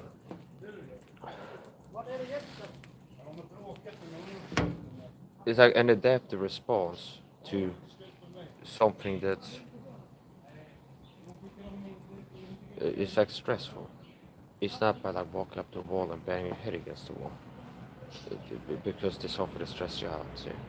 They'd be like, you're not responding normally to your circumstances. This response is uncalled for if you look at the circumstance. But if you're like stressed, it's like, oh, no, I'll try to stay calm. I feel that I'm stressed. And it's like, don't, just have to say my prayers and maybe do some deep breathing. So, do you understand? So it's like that's a better way to deal with it. Or it's like, I'm stressed, okay? I know what that means. I have high cortisol. And there's some things I know that can lower it effectively. Okay, it's like, I feel stressed, sometimes I feel better if I exercise a little bit, blow off some steam. So, do you understand? So there's mental illness is you're not operating in reality, see? Part of mental illness is reacting to stimuli that are not real. It's like it's self-contained stimuli. So for example, if there was a fire-breathing dragon that was chasing down the street, and you're running away, and it's like, hey, it's like this dragon chasing me, you're screaming it, okay? And it's like other people can see the dragon. There's obviously a dragon chasing this guy. It's like you're not crazy. There's a dragon actually chasing you, trying to get away from it, okay? That's not crazy, okay? Well, like it's like if there's a tiger chasing down the street, then you have to run. Like, hey, there's a tiger. Everybody, so understand?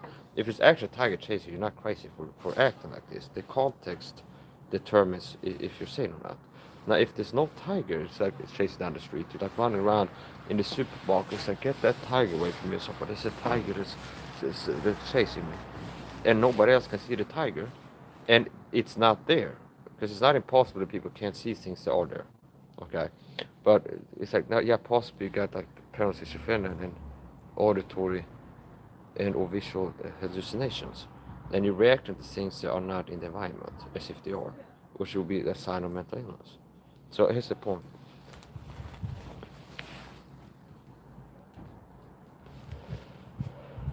Or do you understand? If you're acting as if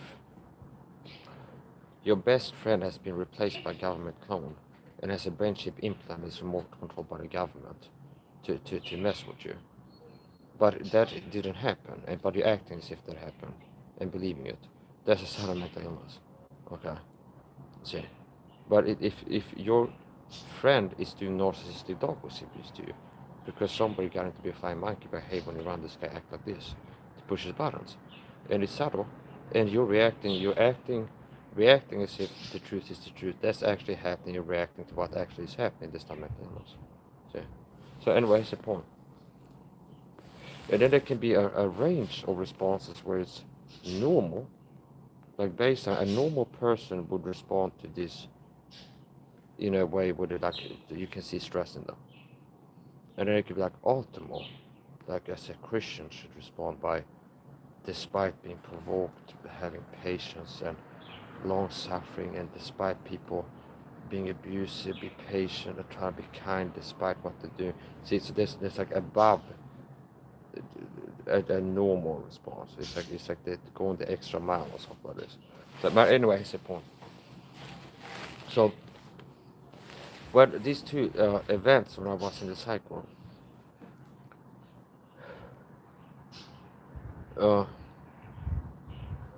like given the context that led up to it and everything else, like what I know and what I've experienced, it was stressful and uh, it's traumatic experiences. But here's the point, meaning it's like waiting for the shoe to drop, because you know the government is out to get you, okay? And will it be that I get locked in against my will, forcefully injected with drugs? And is somebody in here a plan for a gambler to get told to attack me somehow? This can be part of reality. Can be, okay?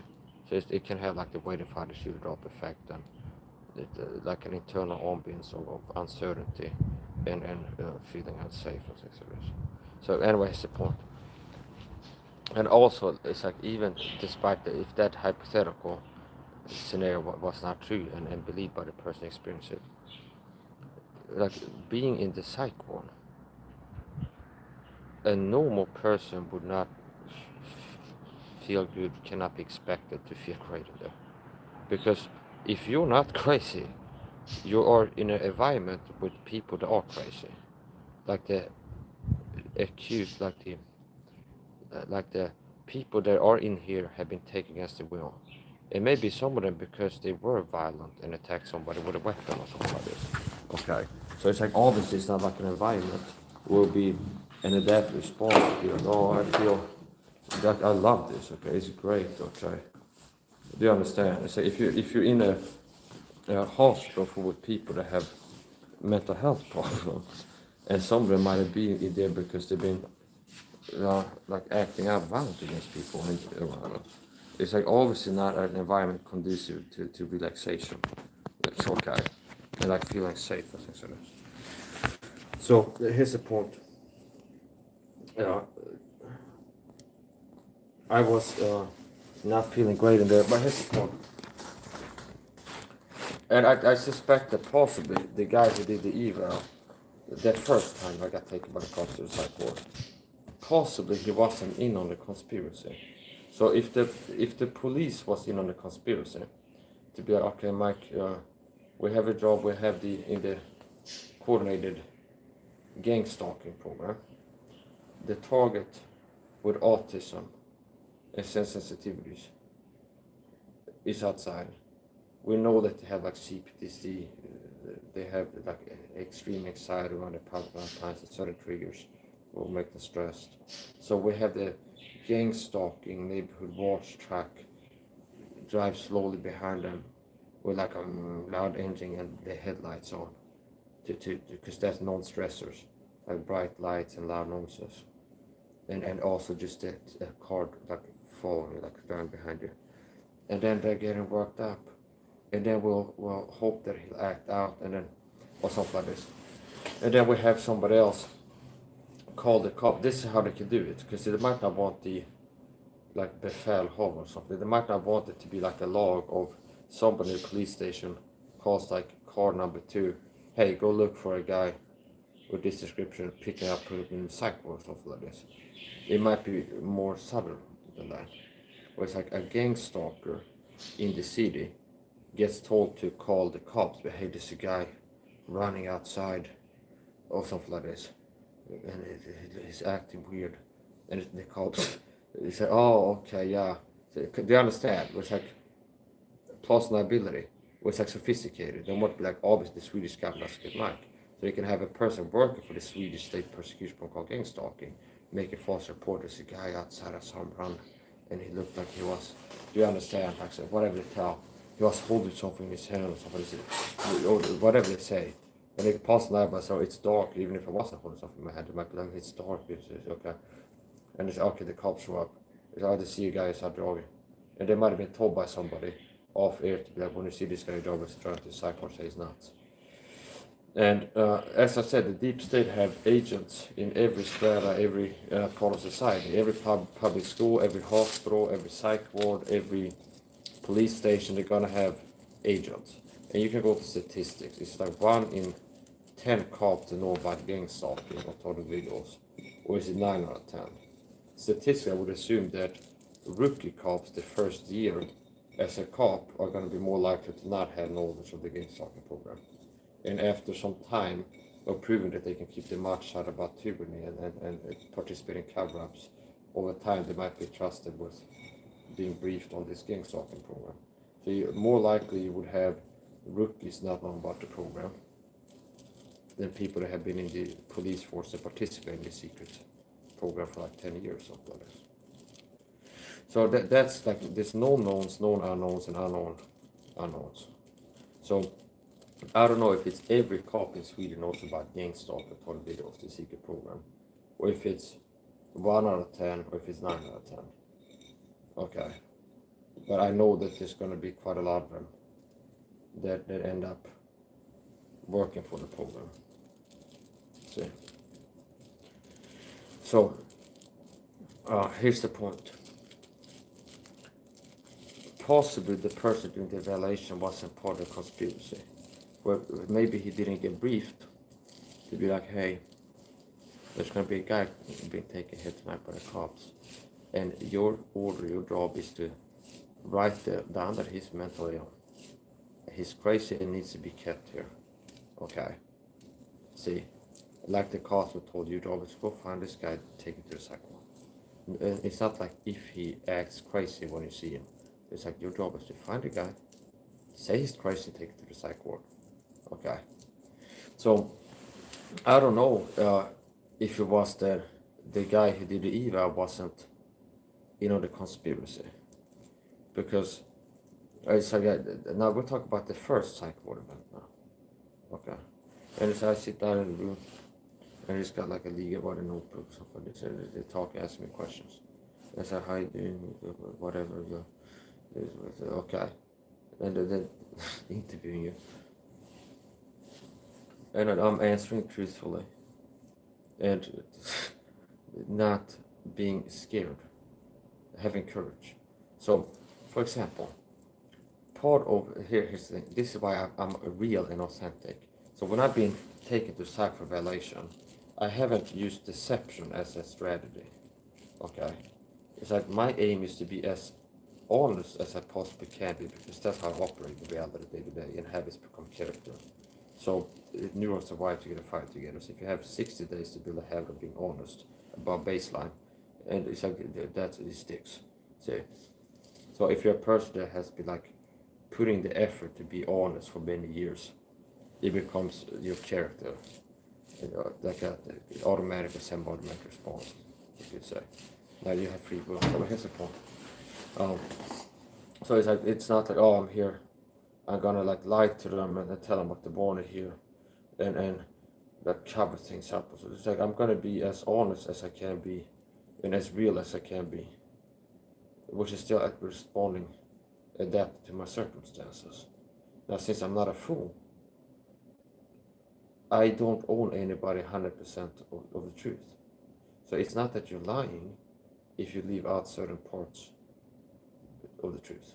For example, does it mean that I'm not an honest man if somebody comes into my chat and asks, what color underwear do you have, Mike, right now? Or, like, did you take a shower today or something like this? Or it's like, does your armpits smell? And if I don't go, oh, somebody asked a question, I had to give the full truth. Yeah, or something like this. See, that's ridiculous. That's not what, unless you're to that level, then you're not honest, okay? So, for example, if I get pulled over by the cops, again, as have happened several times, and they ask me questions like I do a lot of times, I go on a fishing expedition, and the cop asked me, if they were asking me something like this, have you ever broken the law? Even if I'm not going to tell them yes, to give them leverage over me, to take my freedoms away from me. Do you understand? So I'm an honest person, but not to a foolish degree. Okay. So if I'm outside walking, the cops are to go like, "Hey, Mike, did you ever broke the law?" So it's not. I'm telling you that I'm a person that's honest about baseline. Okay. Meaning less deceptive. I have more of an aversion to lying and putting more effort to be honest. Like I'm more honest. Okay. There's people that lie unnecessarily. Like pathological liars, compulsive liars. People that lie when they don't have to. So a normal person might lie if the cops pull them over, ask them, "Will you drive over the speed limit?"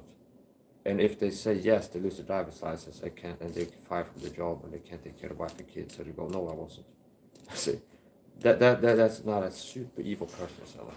But somebody's like lying about everything by default. Will say, "Well, I feel better if I tell people this, so I just say it." Okay. Do you understand? It's just a different thing. So I don't owe people the 100% of the truth at all times. And do you understand? If I fail to meet 100% truthfulness, doesn't mean that I'm deceptive. So if I ask, if you turn around, if I'm in the psych ward and ask the doctor there, "What color underwear do you have right now?" And he goes, "It's none of your business. I'm not going to tell you." "Oh, okay, you're not truthful because you didn't answer the full truth to the question I asked you." Would you say that that person is a liar and deceitful? No.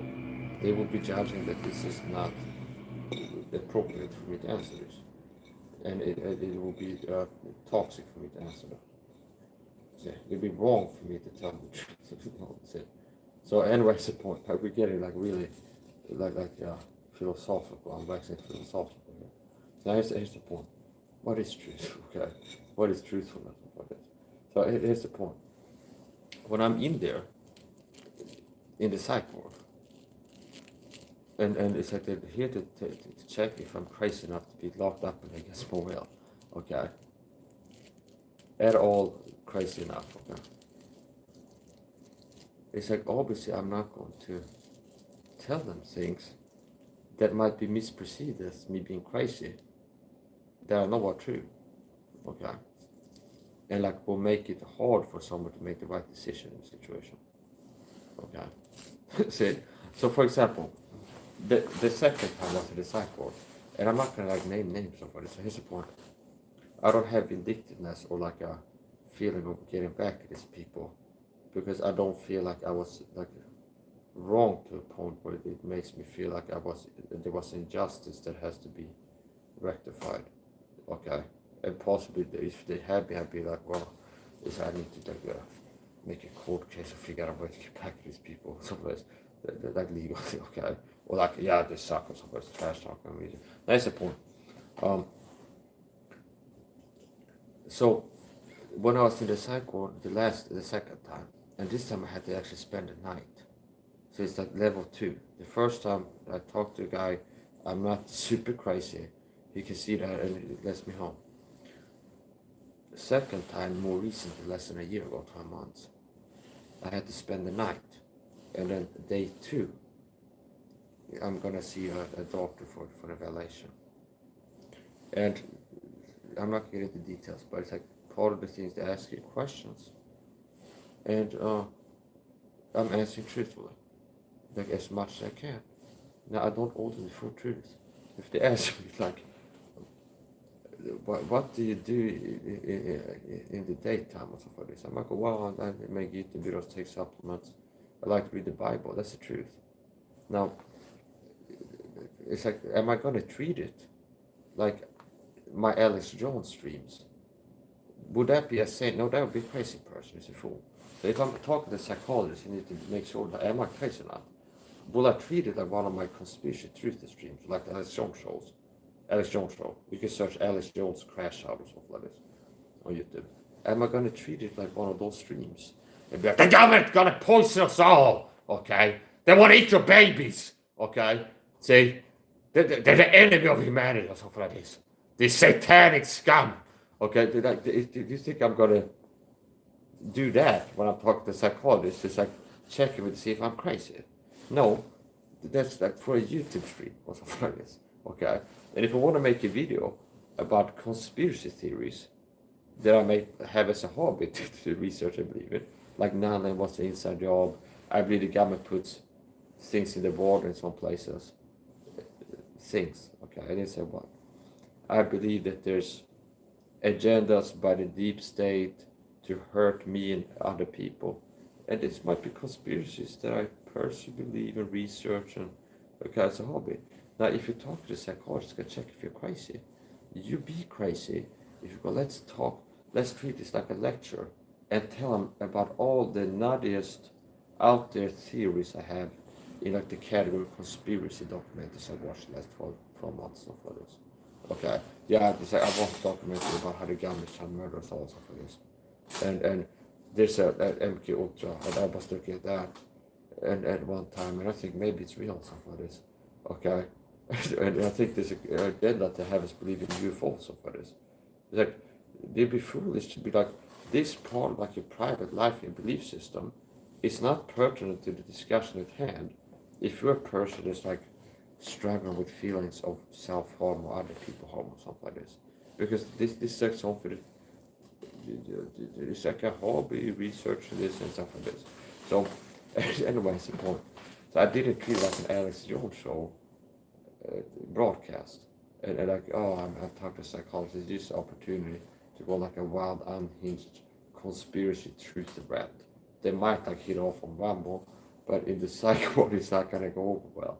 Okay, so it's like, okay, it's like, I'm here because the deep state got me here, and it's like, am I gonna be like, yeah, how I respond to these circumstances, like let in my inner, like the highest level conspiracy guy, okay, no. So anyway, my point is this: how did I respond to being a psycho? Not by being deceptive, like I'm gonna try to deceive them into thinking I'm not crazy, because I'm not crazy, okay? See, there's a person who's saying doesn't have to play sane or pretend to be, okay? Now there's certain things where the truth can make you be perceived by people as insane even if you're not. And in certain situations it's wiser to avoid getting into certain topics because it's not relevant to the topic at hand. What the work here is figuring this out, and this is not relevant.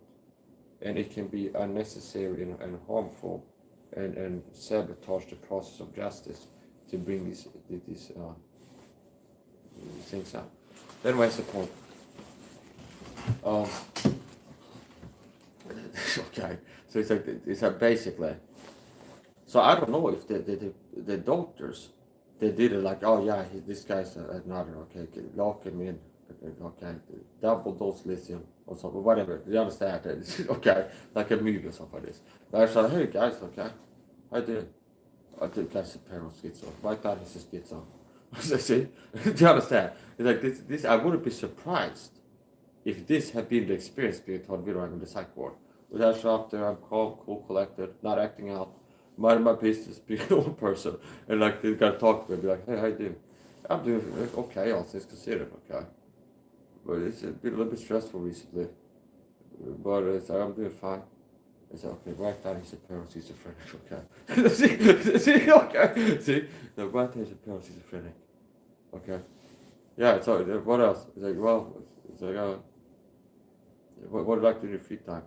I like to listen to music, read the Bible sometimes, take supplements, exercise. Right then, he wants to kill himself with everybody around him. Do you understand? Okay. It's like I wouldn't be surprised at like that level of weird experience in the psychology. So anyway, that's the point.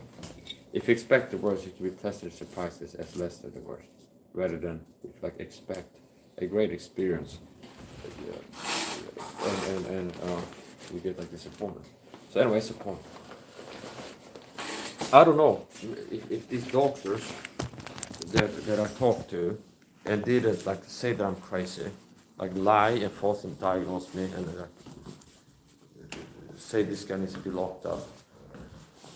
I don't know if they were not part of conspiracy. Like if they were people that are not like deep state agents, plants in the psych ward that do the bidding of the deep state in there. If it needs to be done. But there's some people that definitely are part of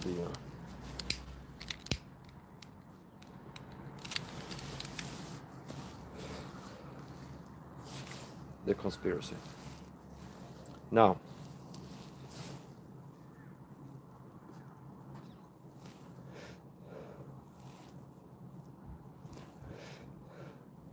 and I'm not going to talk about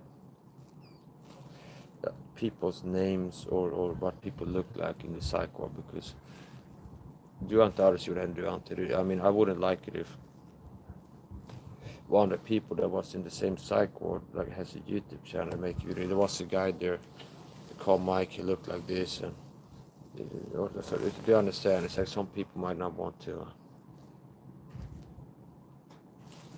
it can, if you've been in a psych ward against your will, you can feel bad about not wanting people to know about it. So how I operate, how I deal with things is I don't have things to hide, you know. It's like I operate openly. You know, I'm Mike, I live in this city, I'm a Christian, taught individual. Here's some things that happened to me recently. Okay. Där var jag på.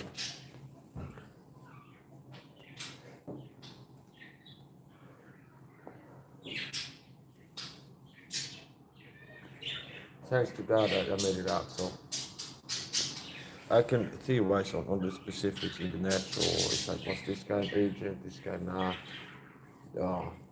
Did I get lucky in this way or that way or something like this? But ultimately, I credit God that I made it out alive of the psych ward, and that I wasn't taken out in there like suicided or had an accident or a health problem or something like that. That I didn't get falsely diagnosed with some mental health problem that I don't have. So here we get into another topic now. So if you're taught a video, one of the dangers, or like the battlefield, to be able to accurately navigate reality, you need an accurate map of reality. Which means the less blind spots, the more knowledge you have about the territory. So you're taught the video in this world, and here's part of what's going on around you and what the enemy will. The better off you are. It's better, you're better able to make quality choices if you have quality information and insights. So here's the point.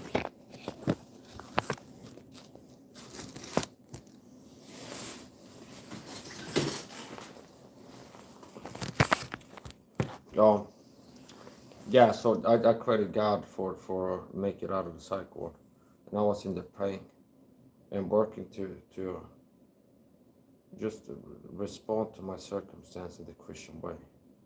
So one of the benefits I had to care a lot about the Bible is they didn't have a Bible in there. Like a Gideonite, they used to pass it by the whole time. But I have enough Bible verses memorized so I could read the Bible in my brain in the psych ward and meditate on the scriptures. And one of the, how I responded is a Bible verse. Behold, I send you forth as sheep amongst wolves. Be ye therefore as wise as serpents and as harmless as doves. So basically that summarizes how I was acting in the psych ward. Wise meaning being not foolish. The opposite of foolish, like acting dumb, okay, being dumb. And a smart person can act foolishly. Okay. Do you understand? It's just like, it's not like if you have a high IQ by baseline, you're going to automatically make poor decisions all the time. And to do the right thing and to act smart, see? It has this potential. So here's the point. So, be wise as serpents and as harmless as doves. What is that? A dove is harmless. A dove is not a predatory creature. A dove, a pigeon, is not an animal, a hawk, or an eagle, which are predators. They are looking for something to attack with their claws and the beak, see? They're not out there looking to like, oh, let's attack this thing, okay? See? A dove is a gentle creature that is pleasant, okay? Cool, one of the most pleasant creatures. They're not the opposite of like provocative and irate. It's like chill, and yeah, and as wise as serpents. So a serpent is wise, the Bible says, as wise as serpents. So that's not, notice how when God is telling you how to operate, it's not be as aggressive as serpents or what is, or be as cold-blooded as serpents, or be as predatory as venomous snakes are looking for something to bite or something else. No, but as wise as serpents. So God describes the serpents as having wisdom, which means acting appropriately, like applied knowledge and okay. So as harmless as doves, wise as serpents, harmless as doves. And if you send out as sheep amongst wolves, that definitely applies to the psych ward. Because there's going to be at least one person who's staying long enough. There's going to be like a dangerous person who might be out here looking to be violent with people. Or do you understand? Or you see. So be as wise as serpents, as harmless as doves. And that's pretty much boils down how it was acting in psych ward. Looking to be wise and harmless. Meaning I'm not in there like I'm mad about this and that I'm looking to cause trouble or something like this. I'm mad at the situation, I'll start acting out or something. No, they just working to take it easy and yeah. So anyway, that's the point. And I was praying a lot in there. So when I got committed, I was expecting that I might get assassinated there, like Epstein. That they will murder me, look like a suicide or an accident, or use like an inmate plan to like shank me when I'm tying my shoes or something like this. They don't let you have shoes to tie exactly. But I don't think so. But here's the point. I had no tie shoes on me. So here's the point. I was expecting one way or another, suspect I might get taken out of here. And I was making peace with my mortality. So I was expecting, before this happened, game planned it out, told the video, I had assassination tests before, I know what the system is like. And I know that the goals of the program is to take targets out and make it look like a suicide, which would have stopped at least a fake Tia perp, shilling and helping to cover up the murder of Tias, disguised as suicides. But she makes videos about, yeah, I could easily see how someone would hurt himself to talk with this. Yeah, because one of the favorite ways the program assassinates targets is to murder and make it look like a suicide. So she's happy to share for the deep state program as a fake TIA, but like, yeah, TIAs try to make it more credible that the TIAs are killing themselves when the real that program is killing them.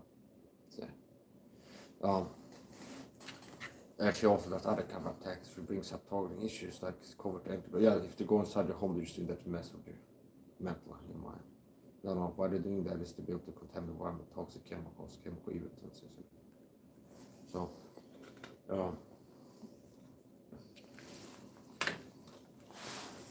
beware of the Bible church. They're getting soft in Christian church. They're a puppet to the deep state. They're sellouts. They've been cashed by the deep state. And me being a tornado, they taught me Gnostic abuse tactics. And the hypocrisy. But that the hypocrisy that they teach on how a Christian should act. Being in a sort of position in the church. Don't have a sort of me. And it's like how a Christian, and there should be more Christian. And like meanwhile, when I talk about how there should be peaceful, they're being predatory and attacking with psychological violence, unprovoked, because I stopped watching videos. And I'm a Christian being persecuted, that's what this happens to me. So they're like working to grievous wolves. See, not spread the oh, it's a lone sheep, start watching videos. Start attacking them, like wolf.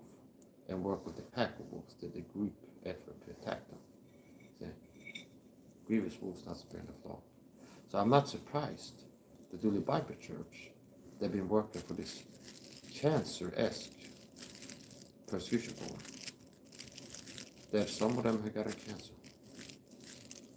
I've heard it, yeah, this person has cancer in the hospital right now. Yeah, I've gone to the hospital from things that happened to me as well. I've had poetic justice, I big I was poetic justice. I've had physical damage. This has affected my loved ones, what I'm going through. in vital ways, directly. I've had physical damage to my body. I've been told with something that's attacked my mind and my body, or to decrease my quality of life and things like this. So I'm not surprised that a church that is involved against stalking, persecuting church, that is involved in a slow cancer murderous program of to attack a Christian's body and mind, that you reap what you sow. The people in leadership position end up in a hospital, and that they're having cancer and brain tumors and this and that. Some of the alleged for them. Because the Bible teaches, be not to see God is not mocked. What's a man soweth and what's the reap. And the Bible teaches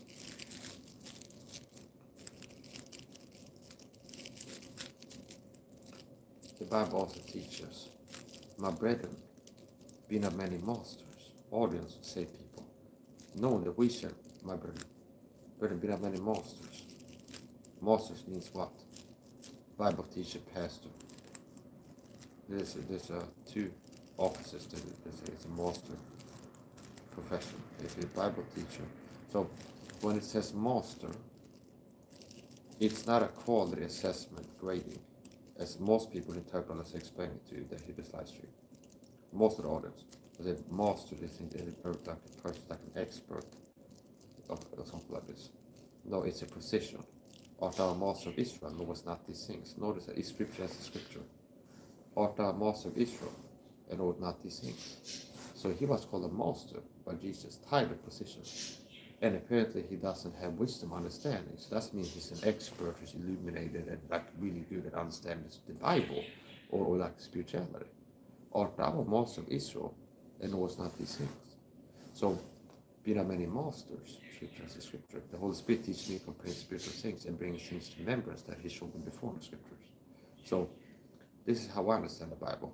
I think it is something else that comes up to mind, and I get an understanding. Oh, yeah, I get it now. Or if I need to convey an understanding to my viewers. So anyway, here's the point. God has made an able minister, despite the best efforts of the deep state to sabotage and keep it from getting ministry running up, because that's been God's plan and help me to preserve the body of Christ for the edification of the church. And the deep state is working to make that as hard as possible, because Satan is basically upon the body of Christ. And I've also been, God's equipped with the knowledge to prevent little physical damage to Christians' bodies. And that's who the Bible church have been working to sabotage and make me worse at what I'm doing and things like this. But they have a lot of weak people to do. This is saying it's a special place in hell. That's not a Bible verse. But if you're a lost person and you end up doing what these guys been doing, they're lost. They're lost. Yeah, I believe that there's degrees of bad in hell, just as there are degrees of good in heaven.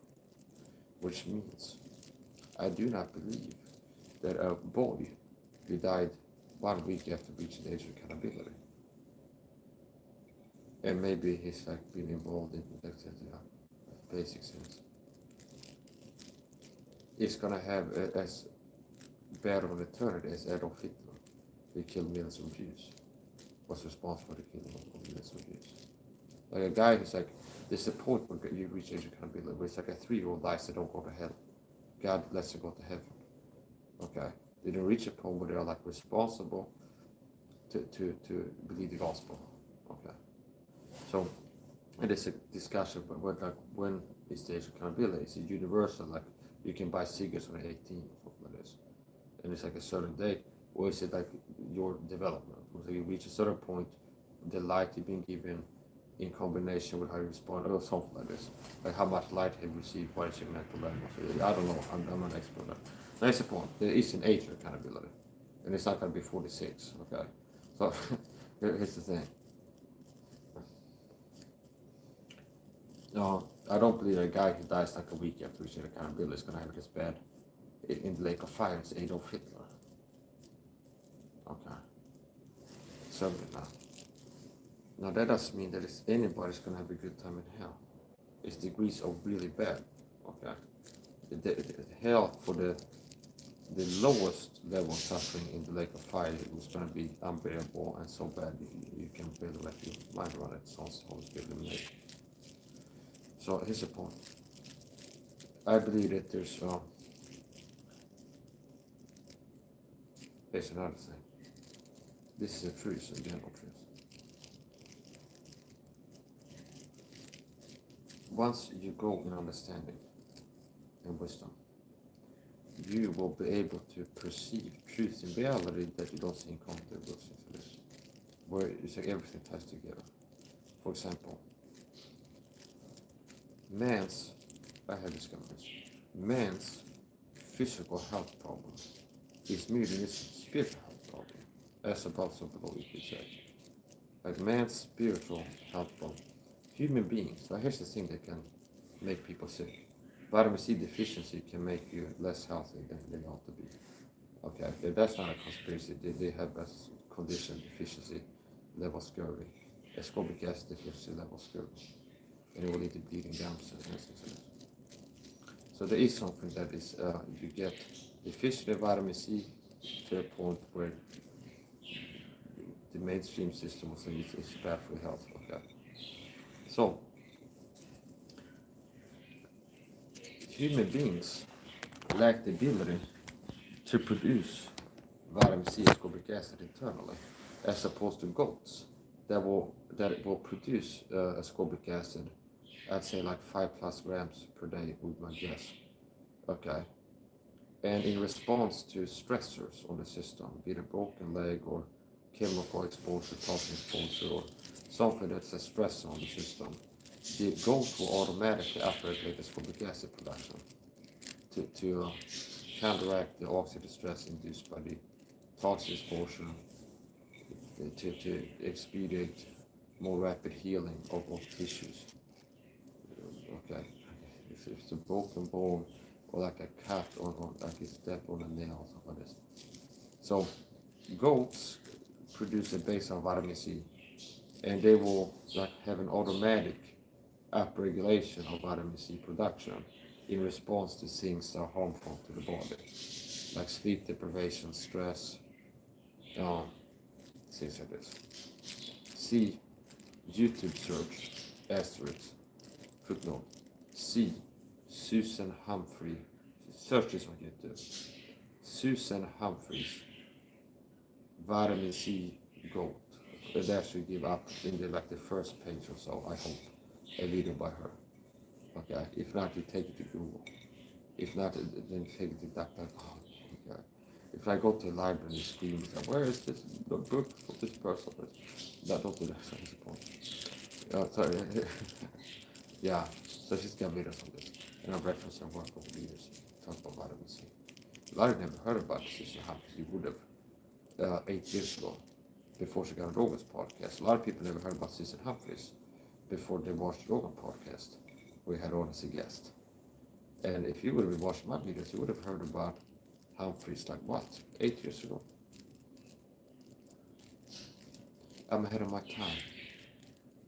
There's things that I've been talking about on stream for years that I see popping up on Instagram and Facebook now, like fitness pages and fitness influencers. Okay. So,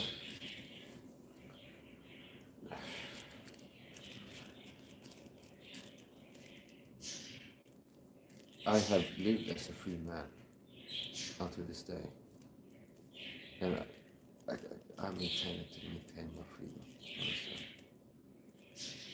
Which means there's 2 ways that the system can take freedom from me. One is like keeping radically free to oppose the Swedish state puts me in cycle or prison or something like this, because I resist tyrants effective enough to pull they have to institutionalize me. Okay. Like my response to tyranny leads to institutionalization or something like this. Another way, which they have failed at achieving, is how they get most people. They get you to be willfully enslaved mentally to them. through fear or saying no to them. See? And a fear how bad your life will be if you don't go along with the program. See? This is how they sell out. Everybody sells out. The really says out there. You see that? You've got to get it tasted. They're going it all. There's no point. You can't win them. Can't say no. Get persistent. Everybody sells out. Get a taste of good luck. They control it all. You can't win against these people. It's like everybody sells out. Okay. Now, enjoying the pleasure of sinful submission unto the deep state tyrants for a season, but for a season, I count it loss, and I count uncomfortable freedom gain on that. And even like, oh, they say, oh, I have to don't talk this anymore because I'm a little B word who takes orders. Says yes, boss. Okay, okay. I have chosen to suffer all these years by saying no to the ones that rather like going along and they leave me alone and it makes things easier for me. Like, oh, Scott Snitzer fake TI, perp, when he's on YouTube. Well, basically, after Scott Snitzer exposed. More gas than a crazy commenters video. Program communication to pastors happens for reason of my better stop doing what you can do. See? And then it's like, screw you, make some more videos, because I'm mad now. Okay. And he said, oh no, I heard an accident. When I went to the supermarket, or almost an accident. My foot had night slipped. Okay. So, it's like, yeah, there's some things that are like heroin, get like to go up, and like, it's like, yeah, having said no to them, it might lead to this up ahead. And I'm not happy about it. But second to second, I enjoy my freedom, understand? You might get that point where I'm like, wow, this really cost me a lot.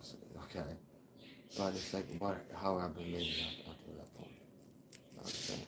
I don't know if I get shot the other leg, I'm in the wheelchair, so it's like, wow, it really costs a lot to keep saying all these people. But it's like, you understand? It's like, there can't be any. Here's another thing, how to deal with people like these. You cannot have a button to push that will make you submit to them. You have to teach and train these psychopaths that they don't have your number, understand? With me, because I understand how these people operate, they want to acquire doctrines over me and control. Okay, I'm a Christian, I understand, I'm living in Michigan, I'm born in the Temple of the Holy Ghost. And Jesus is the King of the Lords. And I submit to no man, and no like image or Baal, I'm not going to bother you, understand? So that's the point. And if I perish, I perish. So that's the point. And I'm left alone while I seek after my life. And if I perish, I perish. So Christian nihilism, or whatever it's called. Whatever, okay, so whatever, keep holding that. I'm doing this thing. Whatever happens, said all, whatever will be, the future of our city. Okay, said all, okay. Okay, so you know the song. Doors Day or whatever it was. I believe in the future. There are people smart enough to put levels or two, but not smart enough to figure out how the tyrannical machine works, so you can like push the button that turns it off. So that's the point. Okay. So here's the thing. We're off the seat. Here's the point. My point is this. I have chosen to remain defiant to tyrants. Okay? Not sinfully, like the sellout Christians who wrest the scriptures to their own destruction. Like the Romans 12 verses, wrested out of common. Oh yeah, good books. The government tells you good bow down. Okay. Well, Hitler was the powers to be in Germany, if that's interpretation of what the powers to be means. So what are you saying now? Let's look at the logical that. Well, Mike, if the government says start persecuting other Christians, attacking, work for opponents or to attack other Christians' body, these grievous wolves, they help the person. Be like the guy before was converted, consenting unto the death of Steve, consenting unto the death. Work for opponents, chasing, persecuting, willing to do harm to them physically, working. See? Be like that guy. That because the government tells you to. If the government tells me to murder a Jew, I'm not going to do it, understand? If the Swedish government the concept we have to go like, oh, if you see it, you have to punch it. I'm not going to do it. You understand? So if you take that, like, powers to be ordained of God, His like, that means you're supposed to submit anything the government tells you, do it. Okay?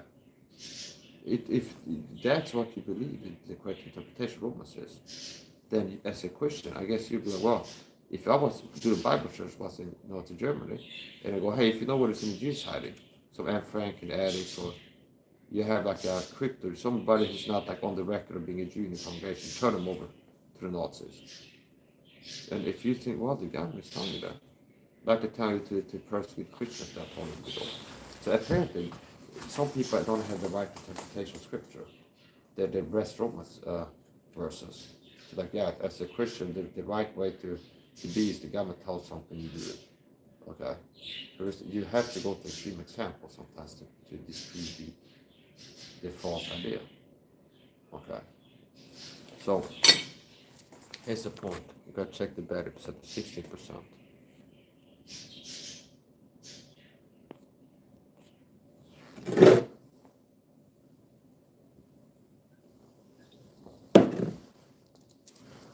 So I believe that not only do I have a responsibility, I don't only have, so my defiance and resistance to the deep state that work at the top, it's not like purely an emotional, like feeling bad about being mistreated by them. I feel there's a sense of responsibility, understand? There's a responsibility to resist them.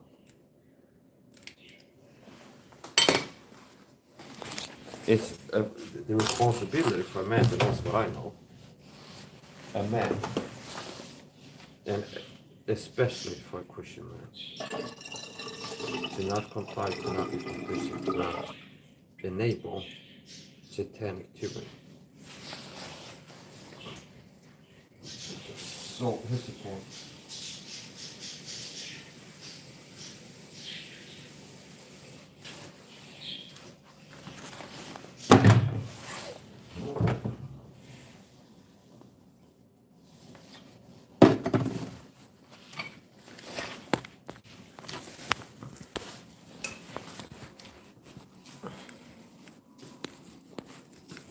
Of what truth I perceive, that it is better for a man to endure affliction and persecution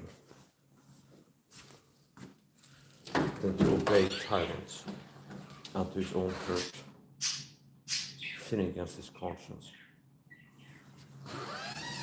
It's not too bad, okay, but I might have to like look over it and like make some changes. But that's not bad of mine.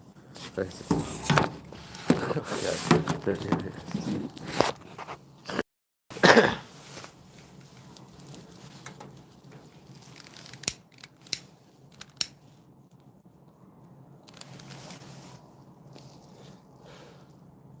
I feel good about having it. Wow, it's good that I turned the chat off because I'm doing a good job teaching this. I would have sent a cyber interference in the chat to try to get me triggered and crash out and get me off track or what I've been doing. And since I'm speaking conspiracy truth, they send people in here to perception manage people. They get them to think that I'm crazy. So the desired outcome of the perception management fight mic is to show up like in different ways, try to get people to think I'm crazy and like discredit me. It's either like you're on drugs, okay, or just like outright you're crazy or something like this.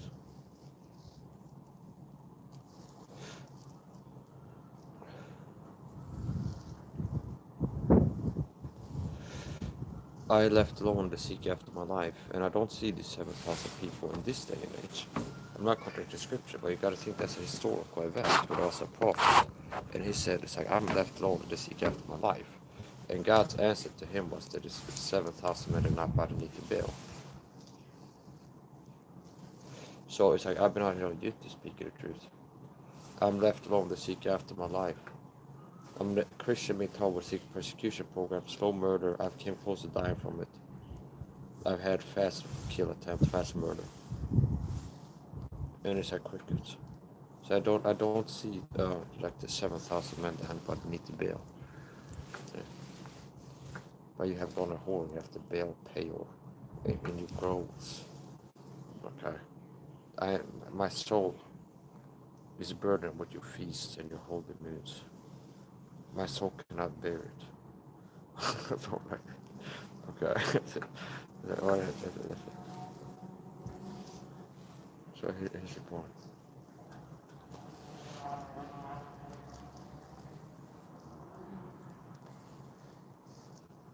One of the risks, this is a calculated risk going out as smoke a cigarette, because I could easily be hit, well, technically, if you take God out of the equation, I could easily be hit by a dart gun in the forehead, standing here right now, in the hand, and collapse on heart attack or stroke, as they failed to do when they shot me in the leg with a dart gun.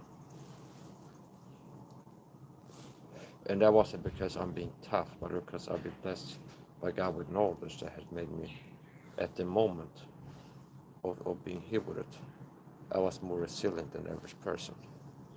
So, and there's a lot of details that go into how I ended up being that way.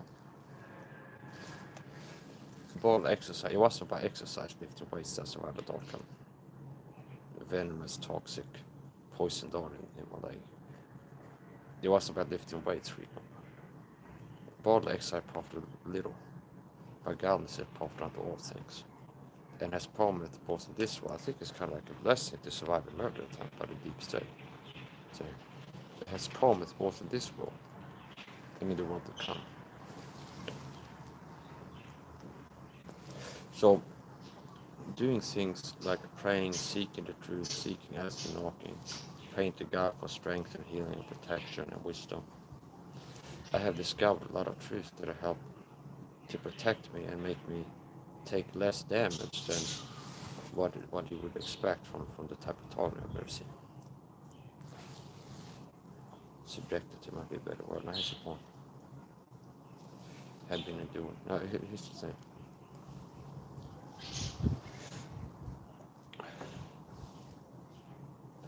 Unfortunately, I'm rare in being out here resisting the deep state. And the average Christian is weak and has been overcome and captured by the deep state and do the bidding. And they're answering to Master. They're like that house guy in the Django Unchained movie. The black man is like a super villain. He's like one of those that you love to hate in the movie. It's that type of character. And it's like they played by Samuel Jackson. You know, Django. They're gonna get your ass, Django. Candyland is okay. See? They're gonna get your ass, Django. Okay. Just like there's a black guy. Like, what do you call it, the black one? They call it Uncle Tom or a house person. Okay. So here's the point. But like there's a type in the Dagon Chin movie. And Mr. King, okay, he represents, symbolizes, oh, but this Jack's my deep sea gang stalker. He calls a guy like me retarded and crazy. And I exhibit a brilliant mind, even genius, where I have like decoded, deciphered whole movies, broken the cryptic code, have rare insights and perceptual things, and bring out a message. I cracked the code, the Enigma machine. I found the truth here is delivering to those that are blind. Because to be a guide leading blind people, the land blind and one-eyed man is king. If I was a blind person, and understand, if I don't know, I got in a street fight and the guy poked my eyes out or something like this, and now I'm blind, like legally, criminally, whatever, I'm 100% blind. Okay, I might be criminally blind if this guy broke the law doing it. But I suppose, okay, there's like criminal, like crime-induced, legally blind, okay? So here's the problem. And I'm like, oh, I'm blind now, YouTube, okay? And it's not like a scam, I'm actually blind, okay? I have like black 8 balls for eyes, okay? Now, if I needed to see the road signs where it's safe to cross, I don't get hit by a car, I need to get a guy that can see to guide me, see? That's the guy for a job, to guide somebody that can't see well, you need somebody that can see, okay? Either like a service dog that's been trained to guide a human. Even a dog could do a better job leading a Christian nowadays. What a lot of Christians they settle for, the breadcrumbs. And the issue is when someone like me shows up on the scene, if it's been normalized that Satan has his plans, and like the leadership line in the body of Christ is if Satan picks a pastor for you is what you have. Say, let Satan pick a pastor for you. Then they've been normalizing mediocrity. And somebody really is equipped by God to be an able minister and protect the body of Christ and guide them and show them the truth. It's like standing next to that to compare and say, the contrast exposes the darkness and lack of competence in the fake scam con artists. Like, yeah, I'm a Bible teacher. See? So, and they know that what makes me attractive is not limited to physical attributes, but the people have a hunger and need to know things that I know, and I'm the only one knowing going to teach this. See? That's the big problem. But like the things that you never heard anywhere. You didn't see Bannon Holtas do Bible Church, Rod Baker, LOP, make videos showing foreshadow 9/11 by the satanic deep state in whole movies and connecting the dots. See? Or like, oh, here's another movie I watched and found the hidden truth in there. Django Unchained or California. Or here's videos I watched showing foreshadow the pandemic. See? Organic finds that I have epiphany this foreshadowing. See? Because God had given me eyes that see. See? So that I didn't have this experience before I was converted. It's after the apostles gifted the servant, I don't know. But any gift that you may have as a Christian is for the edification of the church of God of Christ. And I could argue and prove to God what I can do thanks to God. It's like definitely it's something that I can prove. It's for the benefit of the body of Christ. Like things that your pastor have been telling you, but I'd be like, hey, this is satanic agenda. They've been poisoning you for years. You just don't know. And here's how to protect yourself and receive healing from the damage that's been caused to you by you being ignorant of these truths and living the way the deep state have wanted to live. See? Little actual bodily harm. Christians that end up in a hospital with health crisis, I believe, that wouldn't have been in there if 10 years ago they started listening to me and taking my advice, rather than listening to these idiots instead of breadcrumbs. Okay? There's some points I'd like to make, but I can't really right now. So I'm pulling those punches. And that's it. So I retain my freedom. And one of the risks of maintaining your freedom is eventually losing it. Paradoxically. In the natural, being in bonds. If you live as a man that Christ has set free, whom the Son therefore set free shall be free indeed. And you're living free from fear, and they can't threaten you into submitting to tyranny. They might end up putting you in bonds, having the cops, the state persecution, the deep state control state, put you in bonds, swear to me that you will not fall upon yourselves. And they put you in bonds, bind it with fetters of iron, and bring you to the cycle in the middle of the night. Okay? And you're there like, yeah, this might be it. Okay? There's been 30,000 people that have been beholding me doing sport on my YouTube channel. Thank God. Some wonderful for one. My top, if you go to my channel, you click live, popular, 30k views. And it's a video of me practicing martial arts. I've been crediting God with being able to do athleticism, perform athletically, martial arts techniques to the level I have. To a point I can hold an audience and get 30k views on a training stream. Also, attention, my size train martial arts.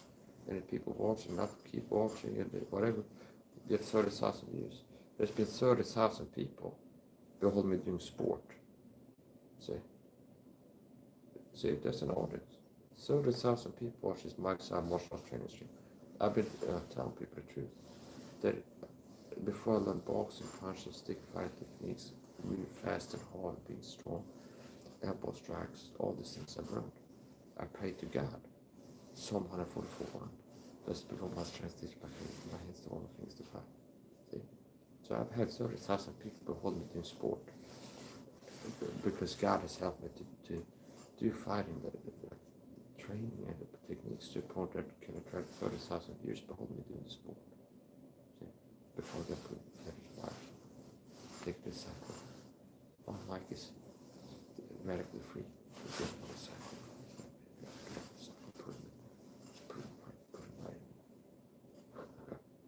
Oh, Mike is radically free.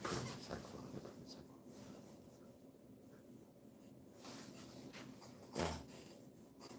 I was in it.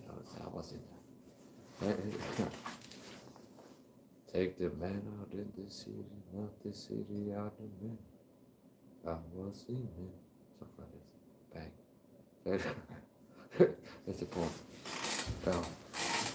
Yeah, so some people are comedic time, I have dramatic time. So here's the point. So here's the thing.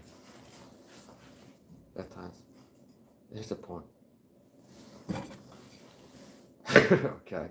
That escalated quickly, okay. Behold, okay, the glittering spear. Now the matte black thin steel pipe. Okay.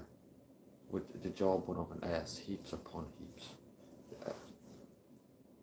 I should not neglect to speak unto of how, by faith, Samson conquered the Philistines, and heaps upon heaps with the jawbone of an ass did he slay. And after that he was apprehended and put in like a place where the Philistines, the Lord of Philistines, he did grind in the prison house, and they made him. He made sport, Samson made sport from him. And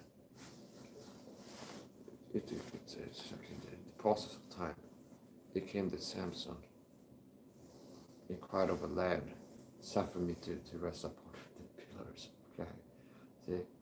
Okay, see, it's like this is I love this is great. Some people like Superman, comic books, and Marvel, Avengers, and Captain America. My heroes are Samson and David and things like this. I don't really have like this. Wow, it's like Wolverine in the X-Men universe. My heroes are Samson, understand? And by faith, turned to fight the organs of the aliens, subdued kingdoms, stopped the mountain lions, waxed valiant in fight, out of weakness were made strong. At the time to fail me to tell you left and right or this is it. So Samson is massive, you understand. But when I was a boy, I spake as a boy and understood as a boy. So I would like Teenage Mutant Ninja Turtles, they're my heroes, understand? Wow, Teenage Mutant fighting, kicking ass. Or like Marvel Avengers, the X-Men. Was like the guy with the claws, wow, I said, okay. Once I grew in the Lord, my heroes are Samson, understand? And David, and people like this. So Samson is also part of what makes art speak to your soul, or like the truth, okay? Like a song, is how relatable it is. So I can relate to Samson from my life experience being a Christian. Notice, this makes them feel weak because it's the truth. I don't just have to read about these guys. I have an experiential experience being a person being afflicted, not choosing the sinful submission like for a season, but under affliction as a person walking as a man of God in this nation, not part of the need to be. Submit, stop, make yours som Guds nature, aldrig need to be. Okay, stop making yours calling out our shill, deep state puppet pastors, or else I'm not under me. The Lord can sustain me, understand? So here's the point. So this conquest, this struggle, this struggle I begin, not just with the autism, but with the persecution. Okay. I was thinking about writing a book on autism, I struggle with it, and I worked with others. It's a mein Kampf mit der Autismusprobleme und the final solution. And I saw now where there's something in the media, somebody said, like, is the cure to autism right around the corner or something like this. So I said I'd be talking about making a book. I've been struggling with autism. Like my struggle with my autism problem and the search for a final solution, okay? And then, if I publish this on Amazon, they had to translate to German. Okay, this book, the title and everything. Okay, now this type of jokes became funny to me because das ist verboten. Du kannst nicht så special och alles. So, das är verboten. It's taboo. So it's like once I was kicked out of a Facebook group, like kind of like autistic people or something like this with adults with autism, or I got banned, so I can't post like time out on this. But it's because you're not allowed to refer to autism as a disease or a condition needed to be improved. Okay, and it's like maybe what happens. Somebody writes, "I'm suffering. I can't take it. I can't socialize the anxiety or something like this." And I go, the supplements can help you. Clear up it. Oh, it sounds like he's saying this, like he's got a physical health problem that needs to be improved, something like this. So, boom. Now, once I realized that this is something they don't like me to, I really started enjoying referring to my autism as a disease. Okay, actually, see, just because they told me I can't. So, I'm not talking about other people's autism, but if I want to look at my autism as a disease, okay, I'm knowing my rights to. Okay, so. I came down with a bad case of autismitis. Transdermal neural pluriform autismitis. Okay, this sounds pretty medical to me. See? I came down with congenital pluriform autismitis of the neural region. Subcutaneous, like under the skin. Okay, so that's how it's somewhere under the skin. That's where the brain is. So it's like it's going to be under the skin. It's going to be a disease. It's infectious, quite possibly, even. So, there's somebody that sneezed at school when I was in preschool, and I came out with a bad case of autism, full blown autism. Okay, it's like they didn't shake it yet. No, sometimes you catch a cold, some kids go sneeze, you get a cold. You can shake it off. It's like I came down with like a bad case, full blown autismitis. And I didn't shake it off yet. So notice that I'm enjoying it. So like you can't do my hold my beer. This is disease at the time. It's the point. So is that way, okay? I'm being facetious. This is live comedy performance. This is a live comedy performance, okay? So if they can have people up there on comedy sets saying all kinds of stuff, there are the worst jokes than what this is. In more ways than one. Well, okay. I don't care that. I got a bigger stick. I get a bigger stick, understand? I'm gonna keep referring to autism as a disease, an evil disease here in Cleveland. You're going people. Okay. So there's the point. My loves and friends that I do for my soul. How about that? I know a lot of verses. One of the benefits of being autistic is a near savant brain. Where I'm like I have near perfect recall in certain areas, which is like savantian. So some people with autism end up being autistic savants. Like King Peaks, he's at a high level. He's the one person I've seen that can quote his Bible better from memory than me. Now King Peaks was more like a calculator, so he was more obviously non-neurotypical. Where you go like, what was the temperature in Seattle in 1947 in the afternoon? It was 7 degrees Celsius, and then who won the Super Bowl? It was the Yankees that won the Super Bowl 1974 with 3 goals and that touchdown for this. Okay. It's like because he read this sometime in the library, like 6 years ago.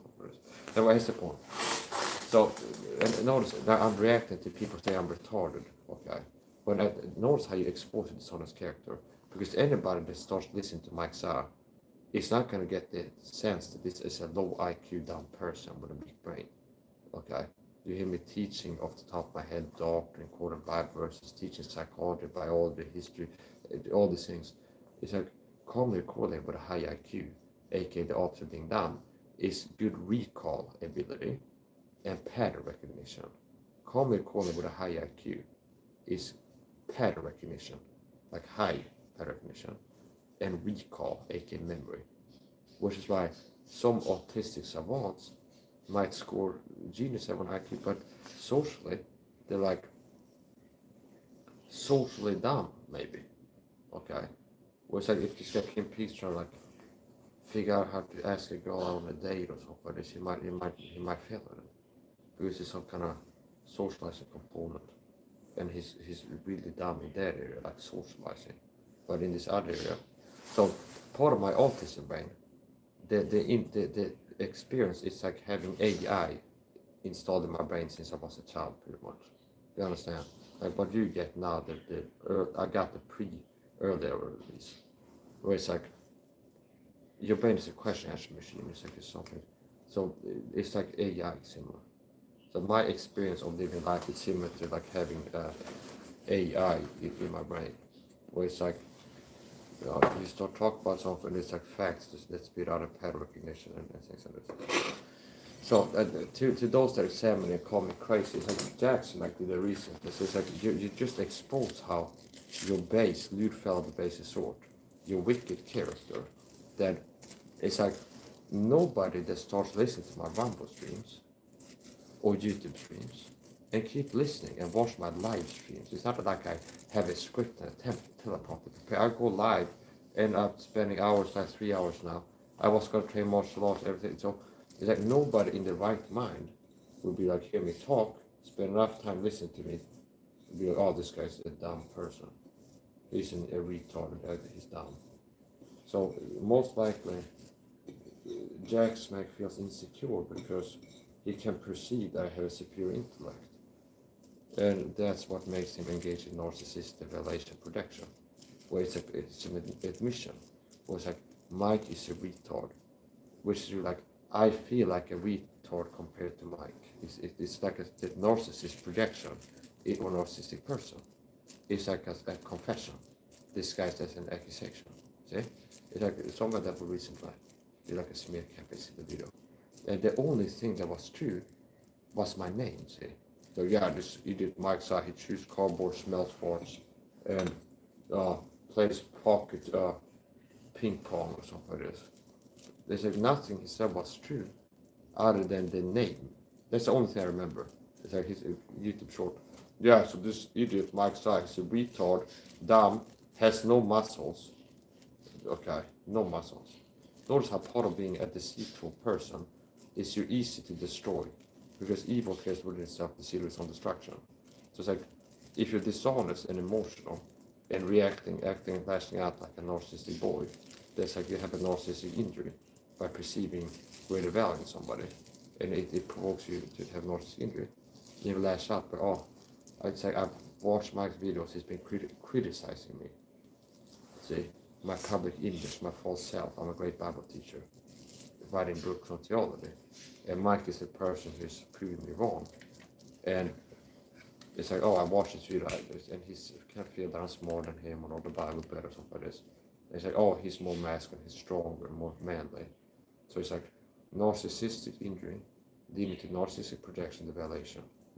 It's like, Mike is a retard, has no muscles.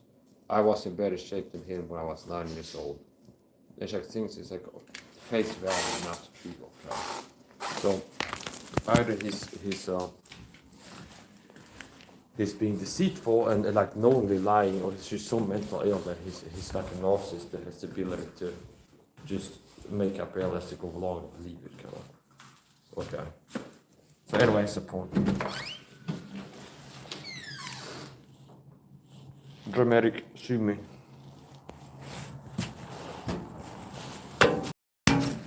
Yeah, so if you watch this on YouTube, go subscribe to my Rumble channel if you want to see. If you don't want to miss out, because these streams I made that are only on Rumble right now, exclusive, and you have to be subscribed to me to see some of my content. One of the upload settings on Rumble, to ensure that you get all the content, you need to subscribe to me, because some of the upload settings, if I don't click monetize, where they put ads on the video. Okay. It's like not monetized, you can click that. And then it says not searchable, viewable by subscribers. So I guess if I don't want ads on my videos, it's only my Rumble followers that can see the video, and there won't be ads on the video. But if I want it to be searchable on the Rumble platform, like show up in the browse feed or something like this, you have to allow ads on it. So it's almost like pay to win, but it's like, here's the point, I'm not buying it because I don't have to pay Rumble to stream to the platform. But if you got a way to make money from people streaming on the platform, so I don't have to pay a monthly fee to be able to stream them. So I'd rather have it that way, where it's like, yeah, if you want your videos to show up in the search feed and people can search and find the videos without being subscribed to you, we put ads on the videos. And then if you build an audience, you can click upload some of the videos, not monetized, and it's only available to subscribers then. And they don't put ads on the videos as far as I understand.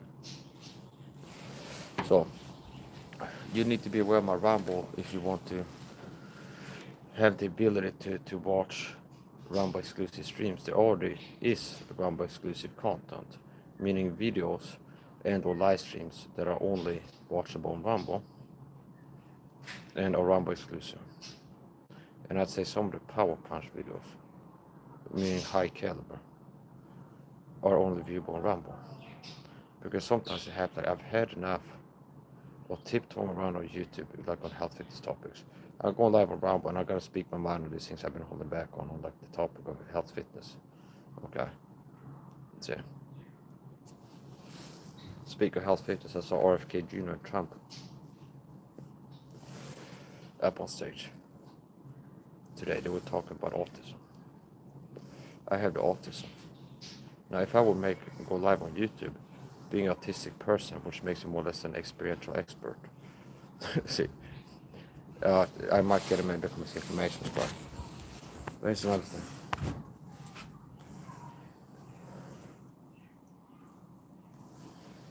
Surely your turning of things upside down should be esteemed as a polished lesson.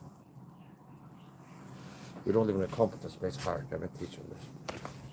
I've been saying for years. Where if people look at my videos and see the talent that I exhibited and my abilities and my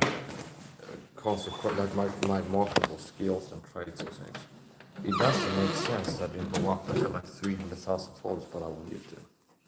I'm being shadow banned. I'm being shadow banned.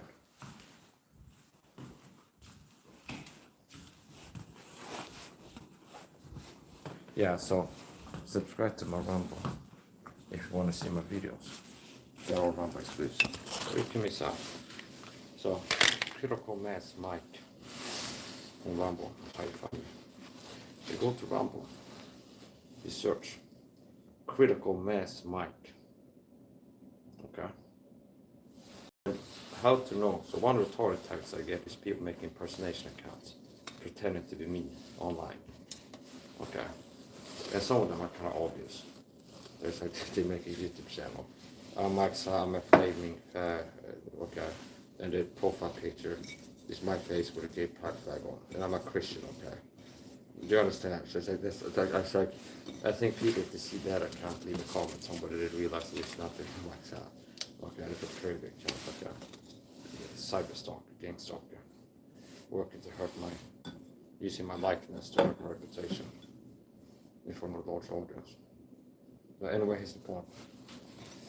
So now there's some of them that are subtle. They'd be like Mike Saha, persecuted Christian or something like this. And they have no content. So how to tell the real Mike Saha from a clone account, if you come across one, is the real Mike Saha channels will have live streams on them. Okay. You're just too good to be true. I've also noticed this in haters, that they accuse me of being AI, which is what? I'm being impressive enough intermittently that I look, seem, do too good to be true. Okay, if that's whatever they're seeing in martial arts, there's like it's credible for them to say that I'm an AI. Okay, I guess. See? So I don't know how to do a live stream with AI, okay? And the only AI content I uploaded is a Grok AI video. And it's obviously in your face, this is an AI video I put in the title. I've made with AI. Okay, in the title, the video made with Grok AI or something like this. I clicked about it, this goes to AI. Okay. Other than that, I've used AI to compile bullet point fact lists regarding gang stalking tactics and things like this. After training the AI to know what gang stalking is and not draw reference this information that are online in forums and things. So there's like a spider crawling, like Reddit, and there's people that are government agents lying about what gang stalking is to like pollute and then muddy the waters. So it's like, here's the definition of what gang stalking is, and then it draws from that. Okay. So if we do a really good job with supplementation, okay, if I could do a really good job with supplementation, diet changes, okay, we might have been able to eradicate like extreme human suffering a lot of people within 10 years. So, yeah, where his point. Yeah, so I've lived a colorful life. My life has been like an adventure. I saw Raphael Cohen, the narcissist. The narcissist got that from. It was like, he's a fake deal. So look at me. Oh, my Christian has endured persecution. And his life has been like something you read about in the novel or something like this. It's been like in the Indiana Jones novel or something like this. It's been an adventure, crisis after crisis. Now he wants to have it both ways. What's your identity? He wants to have a soft sell-out life, living the RV, traveling from church to church, being paid and applauded for being a mediocre teacher. But he still wants to get you to look at him, narcissism, as he's admirable in the way that I've been, enduring affliction and persecution as a man that is not a sellout, say, and having a life that actually been like a adventure novel or a movie or something like this. This is the type of stuff that should posit to me. So it seems that the deep state want to pick a pastor for you through a Bible church leadership or Raphael Cohen is not the best. It's like corporatism, cares one spoken corporatism, colonialism, where they will elevate the criminal or like the worst element of society after they capture like a nation. And that's what you have. We say it's not the competence elite. It's like we get the narcissistic, toxic, abusive people that will sell out Christians if they get told to be pastors. See? So basically what I've been telling you is what you have now in church in America is who you get to lead the church if you let Satan make the decision. See? Who you have running churches now is who you get if you let Satan pick a pastor for you. See? To the Bible church, Raphael Cohen, Robert Baker. Because this system would not even have meritocracy, a meritocratic system. And people can't see that, and that it really shouldn't surprise me. But people can't see that. So,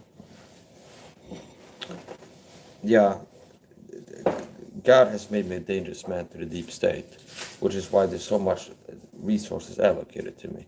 And the counter tactic will be that, Mike, you're a narcissist. You exhibit a magnified sense of self-worth and importance.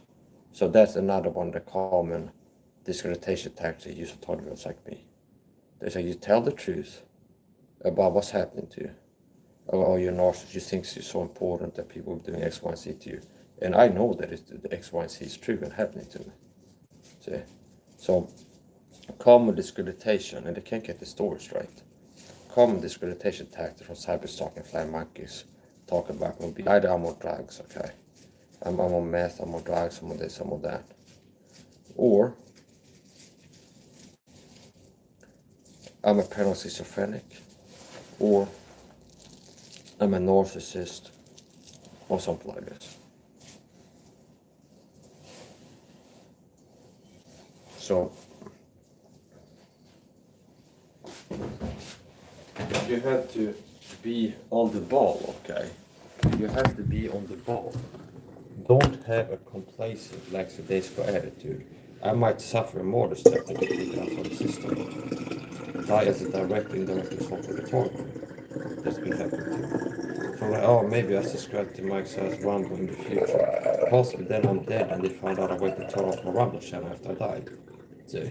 So it's like, if you're interested in partaking in the teaching and the whatever I'm doing, the entertainment that I get into now and then, the teaching, now is the time, okay, for a good time call, special time offer. Offer ends at midnight. You subscribe to me before midnight tonight, you'll be subscribed at least 6 hours earlier than people that wait until after. See? So you get the videos first. Okay. It's a joke. Everybody's supposed to pause.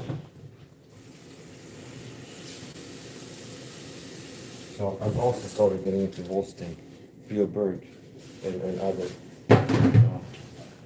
meetings. Okay.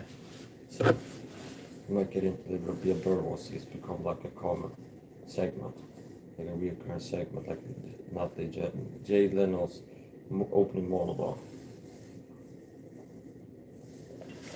Bill Berg. Bill Berg. Yeah, see. You got see? Got most of the gun. Next. Joe Rogan. Yeah. Bird Crusher, okay. Bird Crusher. Yeah, see? It's like this is the end state comedy. Roast. Just reading a name, laugh, move on to the next one. See? End stage comedy, I don't even make jokes. It's like this that's end stage comedy. There's no jokes being made, it's just all laughter, no jokes. And so that's end stage comedy. I don't need jokes to have laughter anymore. Okay. I just get live on camera, I stop laughing, keep laughing, no jokes required. That's end stage comedy. The people are dabbing and just got started with whippersnappers and Bill Burr over here. He still has to rely on jokes to get laughs. Okay. I get on camera. Okay. I read your name out, laugh, move on. Okay. So it's like other people tell one of the best comics in the book. And we need a guy who's gonna have a comics. We're gonna have a guy in the room making jokes and then other people laughing. So we need a guy making jokes and other people laughing for this event. That is like me. It's like you just gotta hire one guy. And I'm the guy making the jokes, I'm the guy laughing at him. It's like a one-stop shop. So, one guy shows up, makes jokes, and just laughter in the same room. So, okay. Hit the board. Bill Burr. Bill Burr.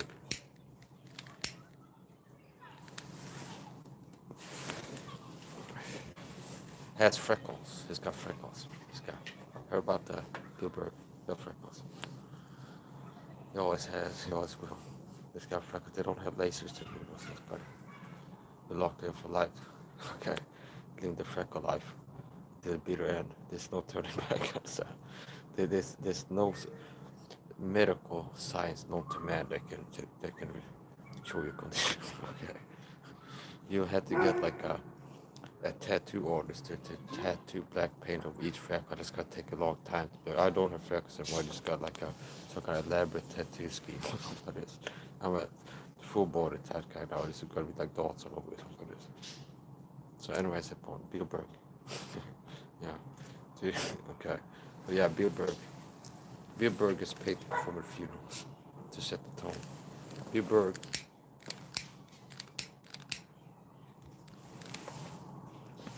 Bill Burr gets hired, but it's not like Joe Rogan is not paying an audience to sit and laugh at his jokes. It is like people he pays by a party, some guy to hire Bill Burr for his next special. It's like to help a bud out making witch foundation type stuff that this guy in his genius needs. When Bill Burr is not doing that, he gets hired to perform at funerals as a warm-up act. Okay. So before the priest takes the stage, talks about this guy's dead now, he's okay, and he's never coming back, and all these things. The worst thing that could happen is people like break out laughing in the audience. So to ensure that the tone is somber, that the opposite of entertaining and funny, where it's like serious and the opposite of funny, they hire Bill Burr to come up and do his comedy special to really like set the tone and get people into more with the opposite of entertainment. They won't laugh at anything for like 60 minutes after that. Just from the aura of unfunniness that could go to like constant. It's like a vapor. So anyway, from the jokes, I've given a list of sellouts. People are sellouts. Jack Smack is a gang stalking perp sellout. He works for the program.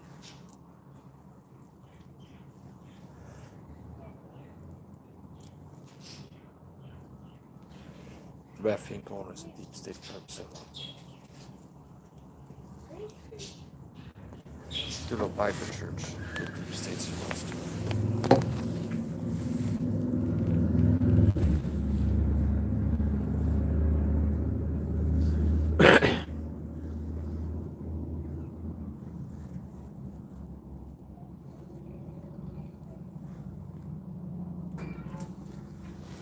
And I need to warn you about these people.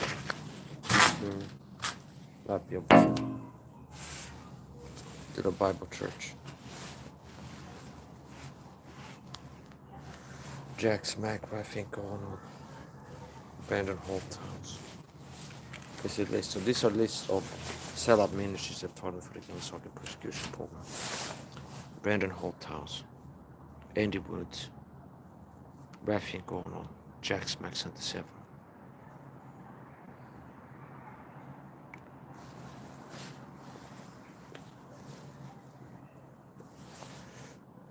Do the Bible Church. Wonderful. I'm not surprised at me reaping cancer and brain problems.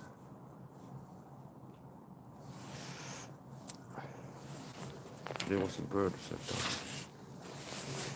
had a sip. They come in here, they see the bird watching sport. If you look past like the environmentals. No, I mean things in environmental. Enemy sourced.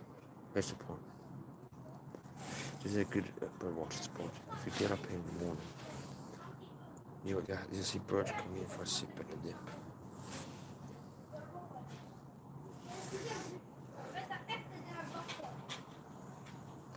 Yeah, so I'm talking individual talk about gang stalking and persecution.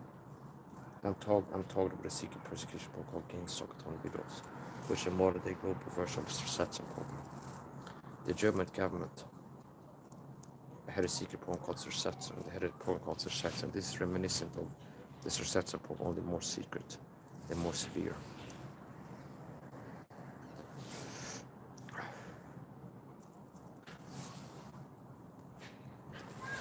I was intending to do some speak now. I'm not going to turn off my phone. Then short up. I have decided to do it. And what I have set up to do that will come. Here's the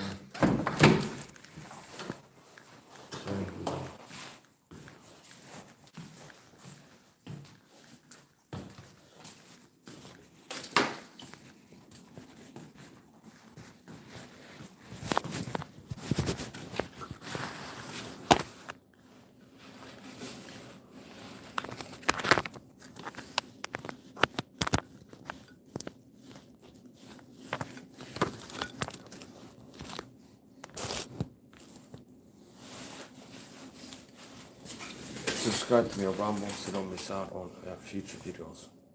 The best videos go to Rumble, as far as I'm concerned. I've been more active here on YouTube, but I'm not going to put all my eggs in a golden basket. Yeah. So, Bill Berg. Let's finish up with Bill Berg also. It's a different segment at the moment, not the day channel. Bill Berg. It's starting to listen. Hold on, it's charging up. There's like a limit how often he can be found once every minute or so. Hold on. Bill Berg. Yeah. See? Bill Berg. Bill Berg. Yeah. Okay, who else? Getting roasted tonight. Joe Rogan. Joe Rogan. A.K.A. Joe Rogains. Everybody. Joe Rogan. Big one. Here's the thing I did the edit. And I just on the fly. I was ranting about Joe Rogan. He didn't have masculine before he got on the roads and things like this. It was not like a male energy. Like that. They didn't have like the man energy. Like the real testosterone, sweat, smell. So he didn't have like the musk, like just emanated from his body. He didn't have the Mike's eye energy, just oozing out of his pores, like pure testosterone, tiger blood. They understand that I've told people before in case you didn't know, there's a character in Hollywood. Hollywood's prepared to get ready for a role of leading man, like a warrior type, get ready for a superhero movie. They fly over to Sweden and spend a weekend here. There's a doctors and nurses who come here to draw my blood, and they get my cell blood. And that's what they did to Charlie Sheen before he went on that thing. Tiger blood. Yeah, Mike's out, but I understand. Come on, bro. I got Love's how super energetic and lively and virile, and he's really like strongest energy, and he's waving machetes around on the roof. And I just understand. And this 30 Secret of Hollywood, when Chris Hemsworth or somebody's gonna prepare for the Aquaman or something for this, they come here and they get that blood from me to get my sunblood injections, and that's the type of understand the secret one. Because per cc, like the testosterone in my cell blood, if you go to more levels, is gonna be higher than any synthetic extract known to man producing that. Understand? So that I hope I did, but yeah, it's something on this course. But it's like I have a source in the ADL. Understand? We all know from us Hollywood. See, there is like some of these lawyers on the table, like a red German shepherd that keep on the leash, and it's like companies doing the second one. Understand? You got a cool place again. Understand? And you got a nose for money. It's definitely a snub. Understand? This is about as far as I can go. That's it. Okay. I have cleared it. I have like a token passport Jew that joins my live stream sometimes. And it's like the resident Jew on the Mike Saha broadcast. You're watching Mike Saha live. Okay, he's the resident Jew. And we have, and actually I have like a Jew as part of the broadcast network. So I have like a guy, understand? I asked him, can you tell your people, okay, can you like pass out the word, can you like pull the strings, like the levers in the basement or whatever, they like the false bookshelf where they have the Jewish tunnels. Do you know that here's another thing. The Jews, okay, every Jew, I don't care if they live in multi-story apartment complex in like a shack in the woods, they all have like a tunnel entrance in the basement. And like it's like a little bell wings. They have like a false bookshelf like in the movies. And there's like a poor book they pull on it when it opens like this. And they enter into the catacombs, understand? And then they walk. And whatever is the cheapest way to light the path, it's like staring candles, like a tea light to the bottom of this kind of timber or something. But whatever is the cheapest way to have that light for me, they walk into the catacombs and they get like the room, understand? And the music also, like the Stanley Kubrick chatting, you know that soundtrack. You know it when you arrive, when you can hear that in the distance, you're approaching the chamber, the very chamber. You know the thing, the the boss music comes on. And they're coming, everybody's wearing robes and have staffs and stuff with like jewels in it. And the gold scepters, so it's the Jew gold, that's where they keep it. The Jew gold in the underground. Like you know how the credit source is 99.99, the Jew gold is 100%, understand? The Jews have the purest gold from all the years working behind the scenes, amassing wealth, and they work to control the world, okay? They've amassed like the purest gold, the 100%.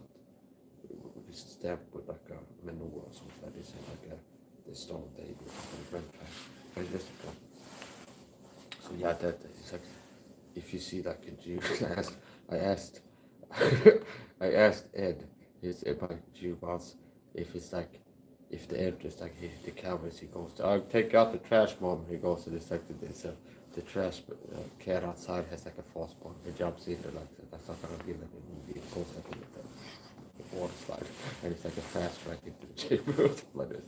So that's the point. So okay. So as you can't you feel that I'm really letting in on the real conspiracies here. So it's the point. Yeah, so it's like we're getting past that. Bill Burr, okay. See, it never gets old. Bill Burr, okay. Bill Burr didn't get invited to votes, but he's being hosted tonight. So here you go again. Bill Burr. See, Bill Burr. See, they got a hoster. So yeah, who else next? Joe Rogan. So basically, there's a movie for Joe Rogan. There's a video on YouTube. He talks about he does jaw exercises. And he said it's like, yeah, squad do so I got like a rubber chew and I sit and I chew on it. And then I pull up like a bit like dog chewing. And I played the clip for the audio only and synced it to like a dog that chews on it. So it gives the impression like a Disney movie.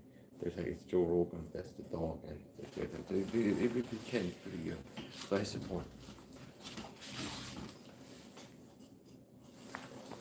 The cantrips. Good night. Good night, sun. Good night, stars. So what's the point? Commission.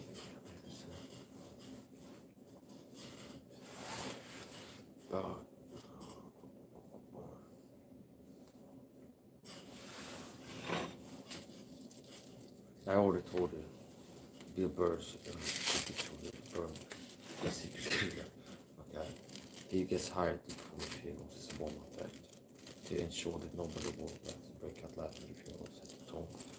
Do you understand? It's like when I was in class, the class content about this, and it's like this is stern teacher about this all about. If you're around, and you look at like the guy who's you know, not laughing, it makes you laugh even more. It's like trying not to laugh. So it's like if it's socially inappropriate, like this is the worst time possible to break out in that laughter. You're in a funeral, and there's a guy died. They hire Bill Burr to be warm up back to set the tone before the priest takes the mic and like this guy's dead forever, you'll never see him again. See, and it's like this worst case scenario, some guys in the back start laughing. So they hire Bill Burr as a warm up act to come and perform his comedy act, to have the audience be like the opposite of an entertained, fun mood, understand, like the opposite of like funny, understand, like the most grave, serious, bored, half to death mood, okay, and that's part of how it gets paid. He also, Bill Burr also was a recurring feature of the Epstein parties. He was called the human water slide, and he had a special like an act. They hired him, he did the human water slide, and he got butt naked and all up, and he was spread. Like, I don't know if it's called spread eagle, but he had like a move that he go put his hands against the wall like this and make like a bow like this, and butt naked and lubed up with the fentanyl. Okay, and then like this, and then they take turns to walk up the stairs. It's like Didi, like this sort of sound, and it's like. It's things that should not happen or happening for sure. So it's the point. So Bill Burr was that serious act on the Diddy parties. He was known as he had on his repertoire one of them that scored on the highest paycheck was the human water slide. Bill Burr do the human water slide again, and he said, okay, he gets stripped butt naked and leaves himself up with the baby with the fentanyl. Okay, so they had no fentanyl. Nice the baby or the deer parties, but they had the one with the extra double strength fentanyl. Okay. So it's like the baby was not enough, so he really fed on it. So he was not the human water slide. Okay. And the rich people take rights on him. So yeah. So that is also part of like once he stopped being able to perform, Joe Rogan ran out of money to pay an audience to notice. It's like the Sharan movie. It's like this guy for healing needs to live out the delusion that he's an FBI agent. It's like this guy Bill Burr. That is like a secret thing that it's like this guy is always dreaming of being a comedian when it goes up. But it's like we all know I can't do it. It's like I got the money, I got no comedy. Buy a comedy club with performance. They like pay people to be like the audience. And it's like prostitute goes like that. That he doesn't see. Okay? Because it's like a thing from on the stage and step. And it's like there could be something short on that the comedian something you perform. It's like you don't pay stuff per minute there, and there's also like bonus per life to get paid. And you see, okay, here's another thing. It's one of Rogan's people reached out to me recently and I told him, Mike, Make a Wish Foundation.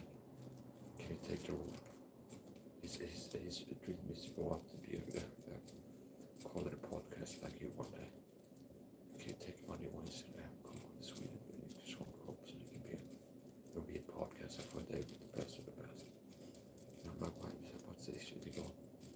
he's dying of the cancer. Okay. He's got the cancer, the butt AIDS, stuff like this. He's got okay. He's got AIDS and some kind of rectal tumor. Okay. They gave me specifics, but it's like he's got rectal cancer, mingled with some kind of AIDS.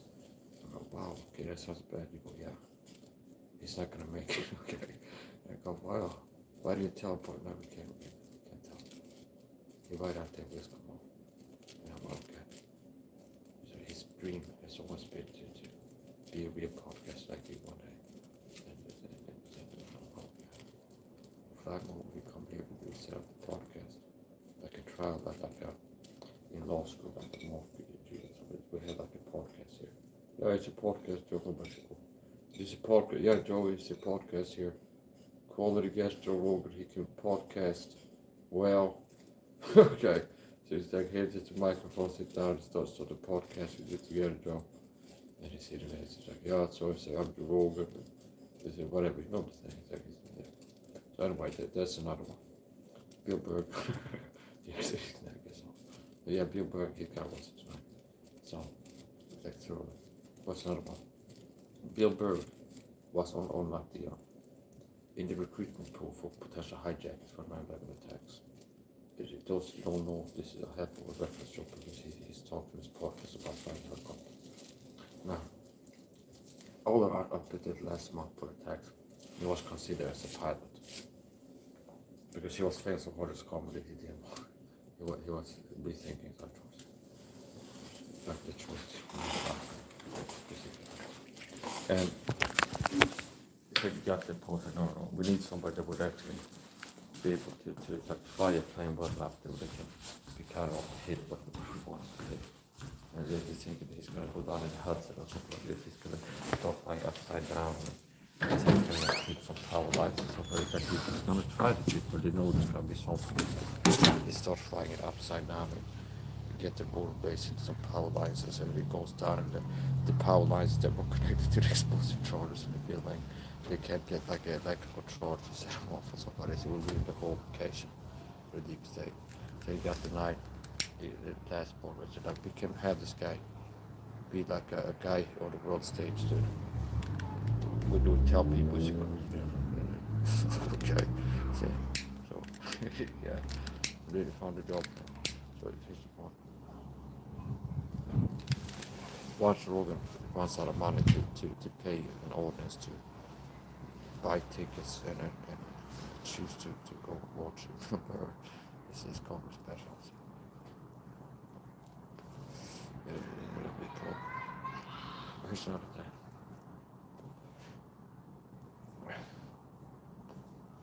So let's talk about women, unfunny comedians, okay, or in the women category. So here's a list of unfunny female comedians.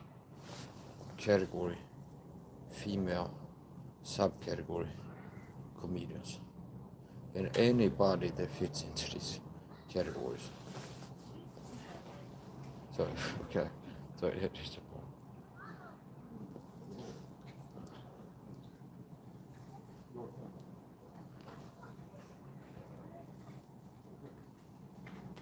And I'm back to looking at people that call out loud sometimes. It's like people show up with weird clothes and stuff like that.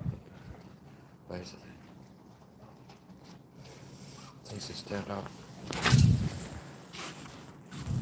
Things that stands out to a person like interest.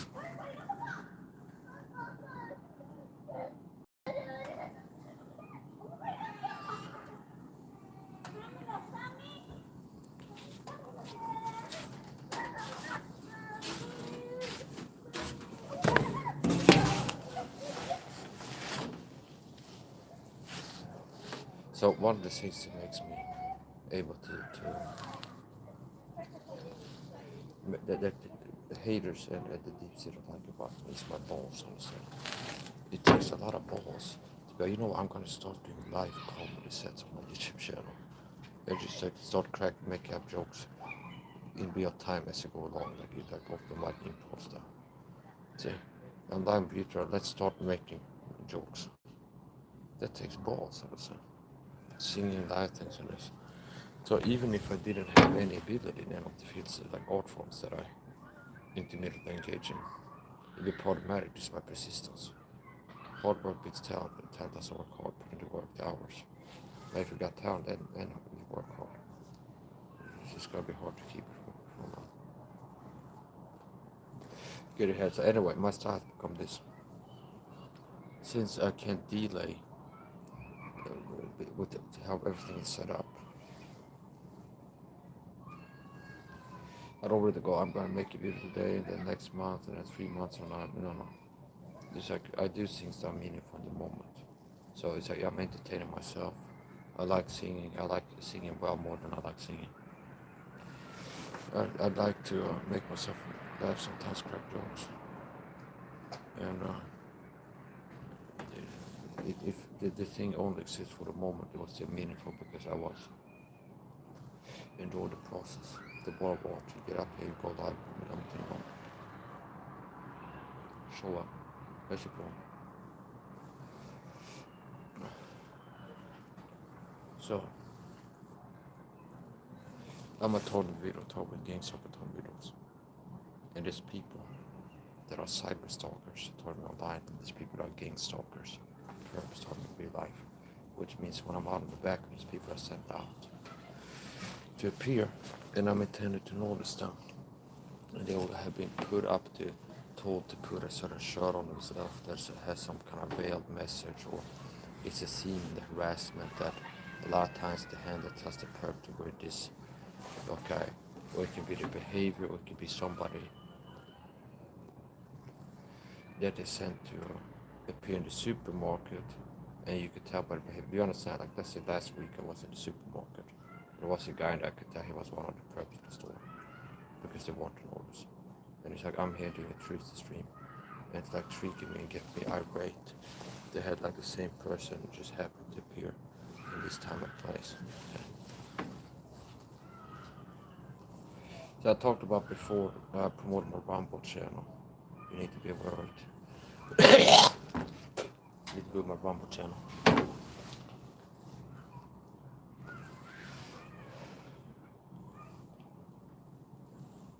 You can find my community page, Critical Mass Mike, Rumble, subscribe to it.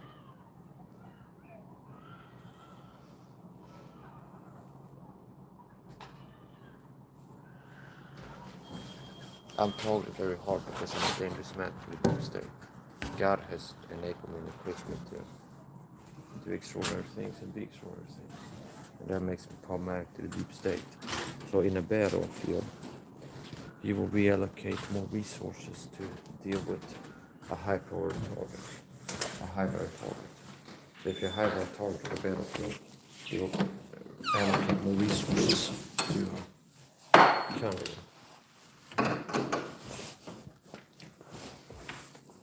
Which means there's few real TIs out here, and there's few real TIs able to do the work, and there's few real TIs to begin with. Most online so-called computers are fakes.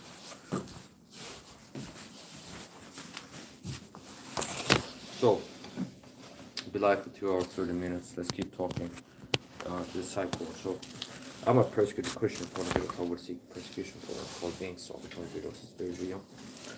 Bullet point facts you need to know. Most TIs online are not real. So, estimating here, in my estimation, 9 out of 10 TIs so-called active online in forums, posting, making videos are fake target videos. And approximately 9 out of 10 of those fake target videos engage in some form of crazy talk or another. Which is why if you search this, you see people talk about brain reading machines, reptiles, flat earth, TIs throwing this on top of talk about the target. The other targets are tackling black magic and brain chip implants, directed energy weapons, and all this freaking crazy another crazy talk.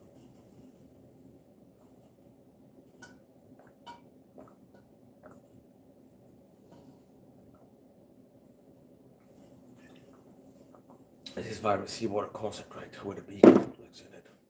And it's substantial as opposed to insignificant, significant as opposed to too little creatine in there. So, I don't know if you've seen it show up. I told you I've been 10 years ahead and you've been missing out, you idiots. Those who came across like Edward P.F. or something like this. Came across my channel 3 years ago. This guy's nuts because they didn't watch the streams. So maybe you've heard it show up, seen on social media, or Rhonda Patrick talk about taking more than 10 grams of creatine per day. Cut back, flashback to 8 years ago, Mike said grab post-workout dose of supplements. Yeah, I take more than 10 grams a day of creatine. See, the post-workout dose of supplements at times. Okay, Mike Sai has been talking for years about softener and countertop cleaners and hygiene home cleaner products. And 2 months ago, on this Indian woman, Samantha, who's an Indian actress, okay, she's an actress. An Indian doctor shows up and it's like, yeah, in my medical opinion as a doctor, I believe that some of these hygiene home cleaning chemicals are bad and for men they can hurt your hormonal health. I made a video. I've been talking about this for years. I'm not attacking the guy who's speaking the truth that I've been speaking, for speaking the truth. If there's no kind of predatory game being played there, to like steal my time or something like this, for the deep state. So it'd be good if there were more doctors using the medical license to credibly speak the truth. Now, the credibility is self-sourced, so perception is reality. What credibility do they hold in the eyes? Credibility is in the eyes of the beholder. So Jesus could be Jesus could be a guy who's looking like unkempt and having like worn out clothing, and looking not like a guy who's like okay. And some people are like, this guy's nuts. You're crazy. He's seeking to kill or something like this. But maybe if he was dressed like the Pharisees and showed up there, okay, with tidy mint and cumin, and for pretense making long prayers in the public places, okay, they'd be like, oh, this guy, he's the expert on what spiritual matters. So I want to tell you this too. Don't be surprised when you hear Bill Burr. No, don't be surprised when you receive news that people are dying in the Bible church. They got cancer, hit by lightning, car accident, something. They're in the hospital. This leader, Bible teacher, leader, it had a bad thing happen to them physically, dead or really hurt. Because I believe that they will reap what they sow sooner or later. My brethren, now I'm back out from scripture from memory alone. Sola scriptura, sola brain nuba is my teaching style. Teaching from the scriptures alone, from memory in my brain alone. So your memory resides in your brain. So I'm telling you that I'm expecting to the Bible church leadership to have suffered, and that they will suffer physical harm, hurt, that they will have bad things happen to them, possibly get hospitalized, have an act hurt physically, suffer loss, like financially, peace, or whatever, they have bad things happen to suffer, okay? Why? Because I've seen what they've been sold. They've been working for a cancer program. A program told me as a grievous wolf for sheep's clothing. False, okay, they're fakes pretending to be a pastor, okay, like, oh, I'm a pastor, but they're working for Satan secretly, and telling problem Christians like me, problem meaning problem to the deep state. Satan is fatal, the fatal system. The Bible says, but if ye be without chastisement or chastening, then are ye bastards not sons, for whom the Lord loveth he chasteneth, and scourgeth every son that he receives. For who is the son that for chasten not? The Bible says that no chastening seems to be joyous for the moment. Okay, so which means chastening is going to make you feel bad. It's not pleasurable. It's not feeling good when you get chased on the ball. It's a fearful thing to fall into the hands of the living God. So I've just taught the doctrine of chastening. So a Christian will get chastened of the Lord for the sins. Because of these things, sins, disobeying God. Some of you sleep sick. So many of you are sick, some sleep. Sleep is referring to having died physically. Sleep. So sick. So because of the sins, they have died, a lot of Christians, and been, some are sick. So some Christians sick, some sleep, they died physically. there is a sin unto death. If any man sees sin, brother committed sin, there's not that he should pray for, give life for life. There is a sin unto that. I'd say not to pray for it. I pray for the death of the Bible church leadership. Okay. I curse them in the name of the Lord. Imprecatory word. I don't pray that God will keep them alive or something like this. So I pray that God will not tear to bring severe judgment, chastening, judgment if the lost, chastening on the Bible church as a whole. And I pray that God will send out his arrows and destroy them, make the way dark and slippery. When he is judged, let Satan stand at his right hand. And when he is the judge and be condemned, let Satan stand at his right hand. That it be none takes their mercy at his fatherless children.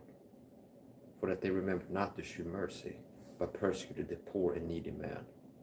For that they remembered he counted David worthy of these curses for doing what they've been doing to me. See? Oh, Mike, that's not very sissy Ben Holthouse energy preaching. No, I'm a hard preacher.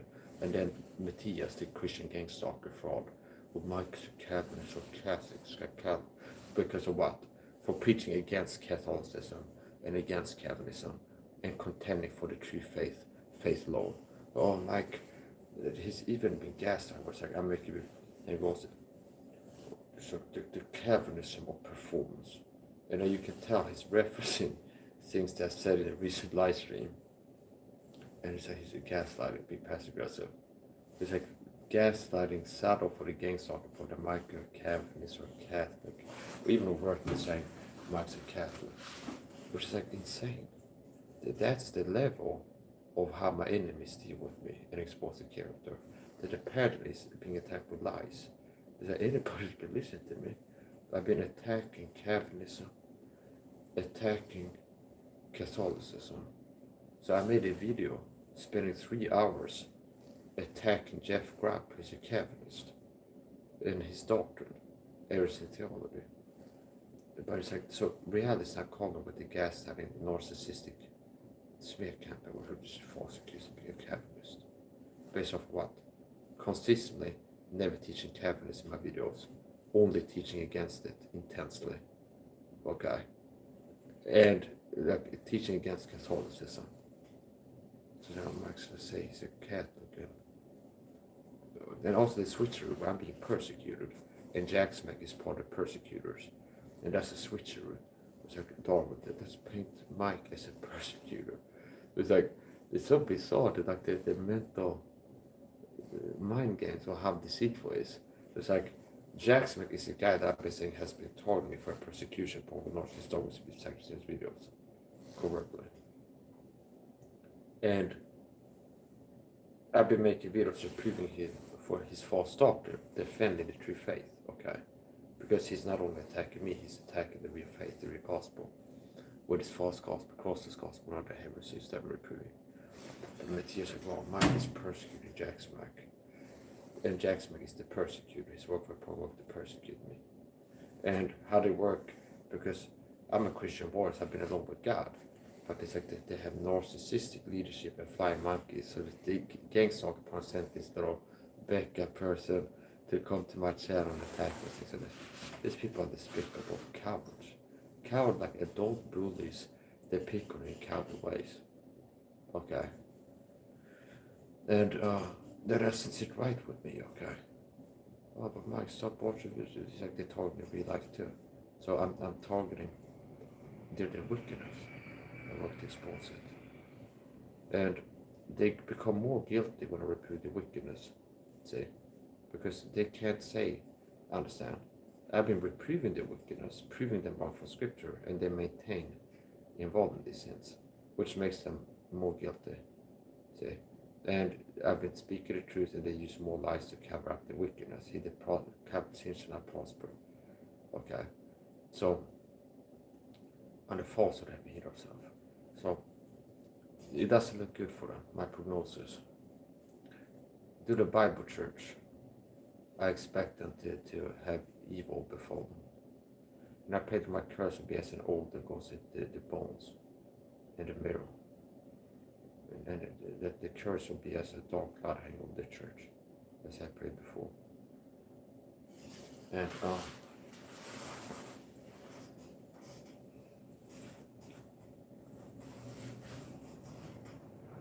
Yeah, so I pray to God will attack to the Bible church.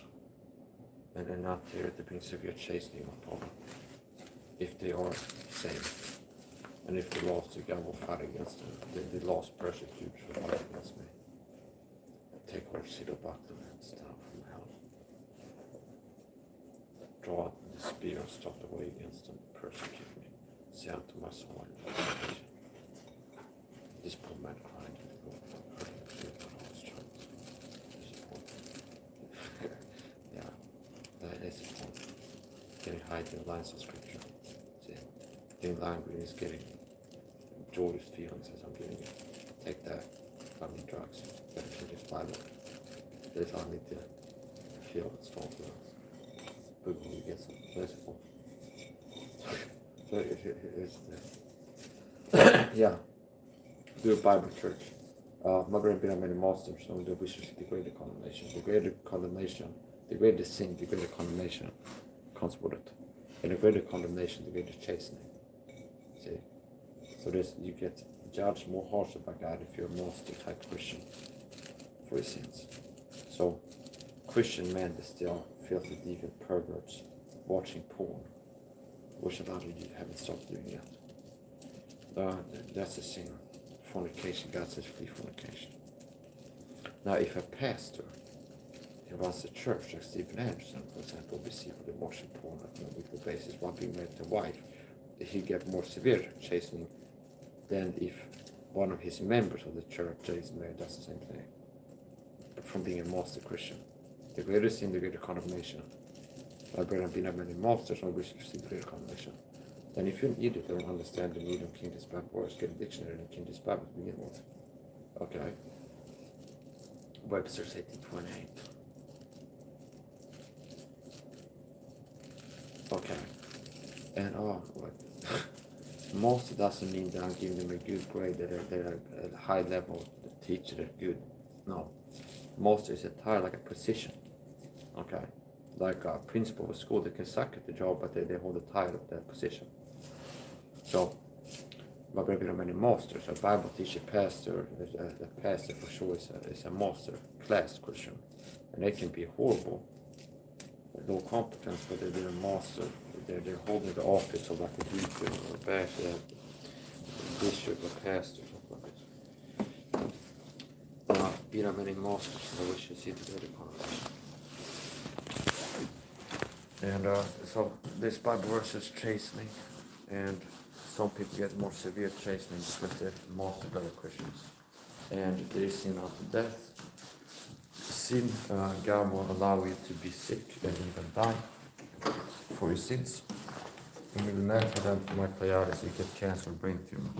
I was surprised that some of these people that I've heard before in the Bible church that had like cancer or brain tumor, if they were part of a secret committee, and they were like, yes, shoot him in the leg with a dart gun. He's, you understand?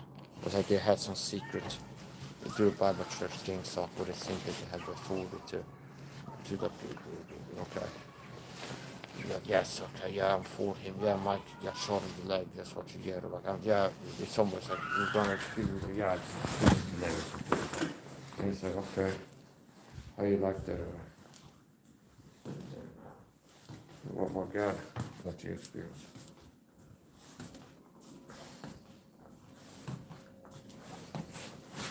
And do the Bible church members, you've been part of a church, you reap what you sow. But my loved ones have been traumatized. Well, I've been traumatized, and they've been suffering for what's been happening to me. So I hear some of the Bible church, they're suffering, and things like this because something happened to loved ones. They're taking damage physically, like I've been taking damage from this program that you work with. They're causing more less physical, and thus things make more likely to get tumors and cancers and stuff. So, I'm not surprised. CH, and people. KH is initial for people. In fact, they have a helpful, responsible, both life and the state. And the righteous will go for the seat of vengeance, the judgment. So, is God a judge in the earth. If you see the one person of justice and judgment in the province Mornar the matter, there is higher, and there is higher than that, something like that. It is high regarded, and there is higher than that.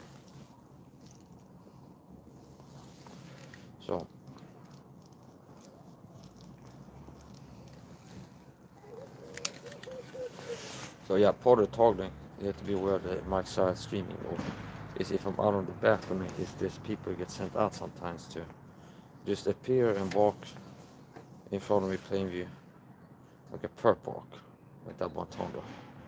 So from a perp walk, and I'm supposed to notice it's a perp, a gang stalker, and fear border. And there's also like physical attack methods like that. Spray toxins on my bathroom and stuff like this, or release chemical vapors.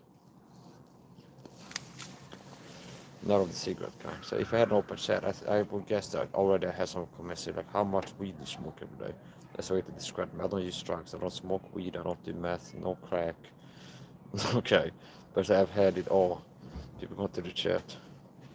I was looking at a Boxstar picture, an African American gentleman yesterday. And my comment is, if I go through his channel, there's gonna be things where it's like, it will force my hand to be like, this guy is a heretic here, here, and here. But at this part, I'm looking at like a Hollywood movie and rating the performance. So it's like, okay, not look at the doctor. And he's like, my comment has been, it's like this guy.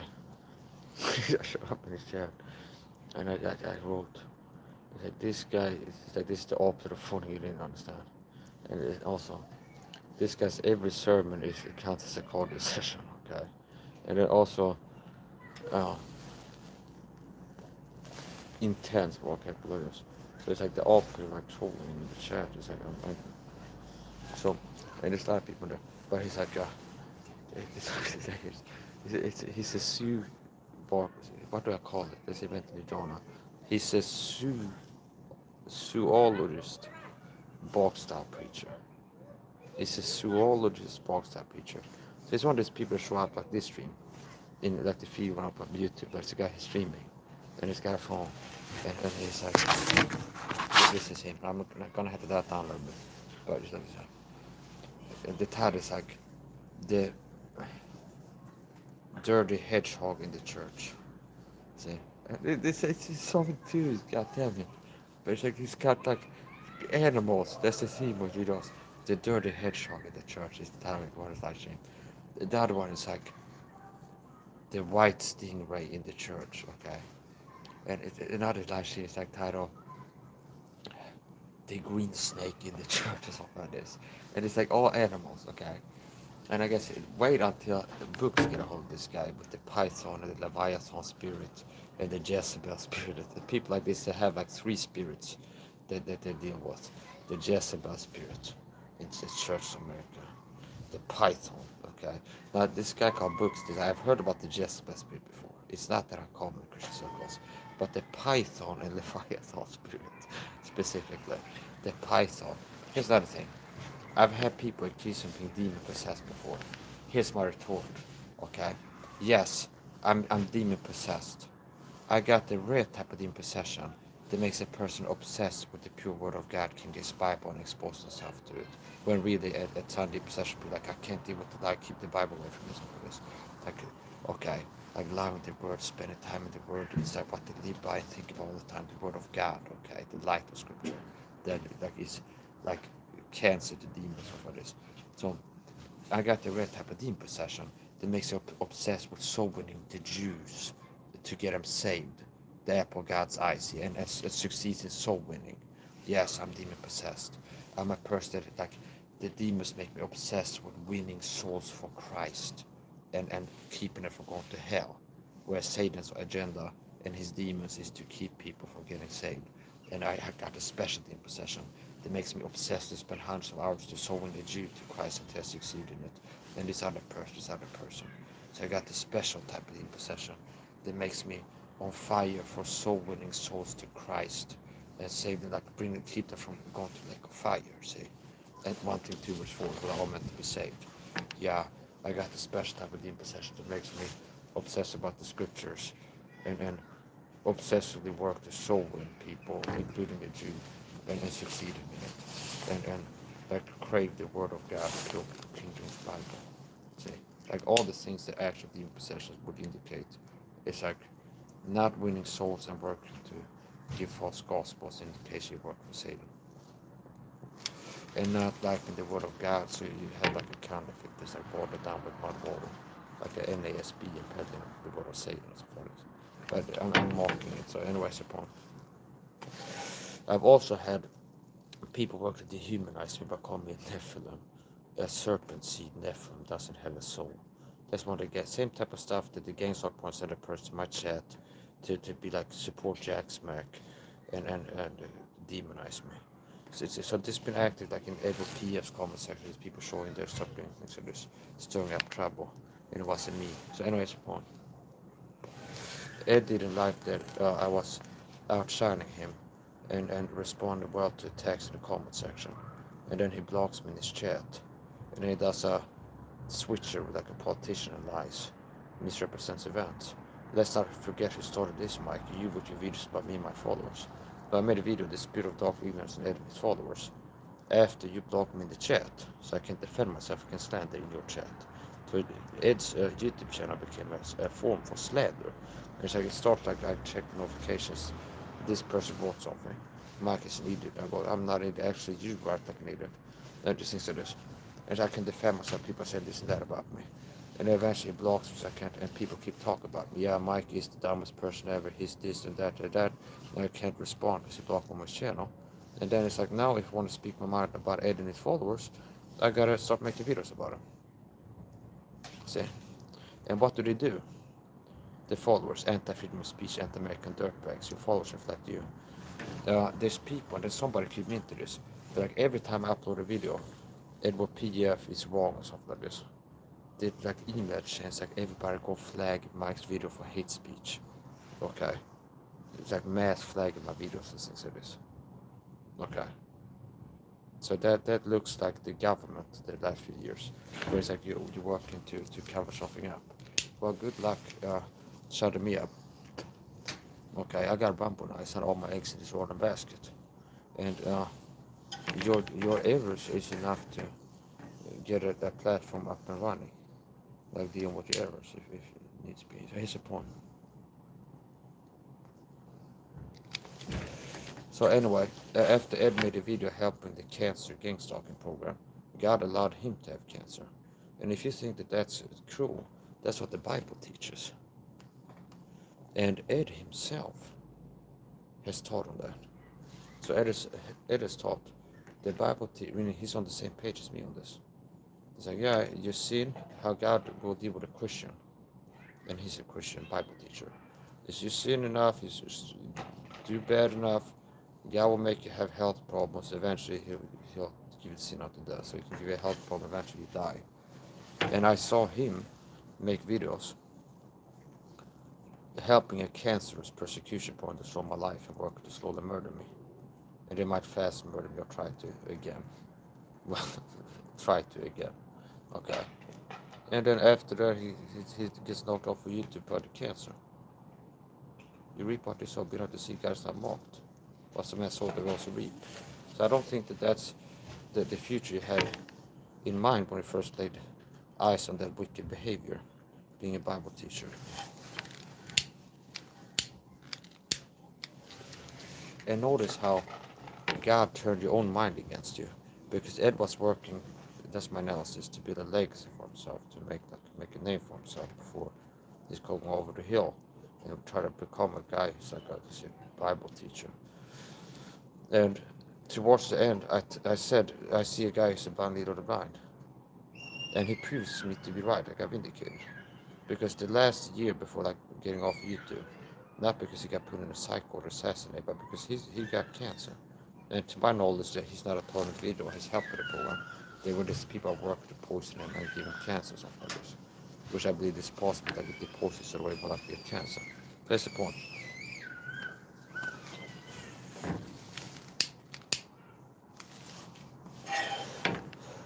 And I predicted that.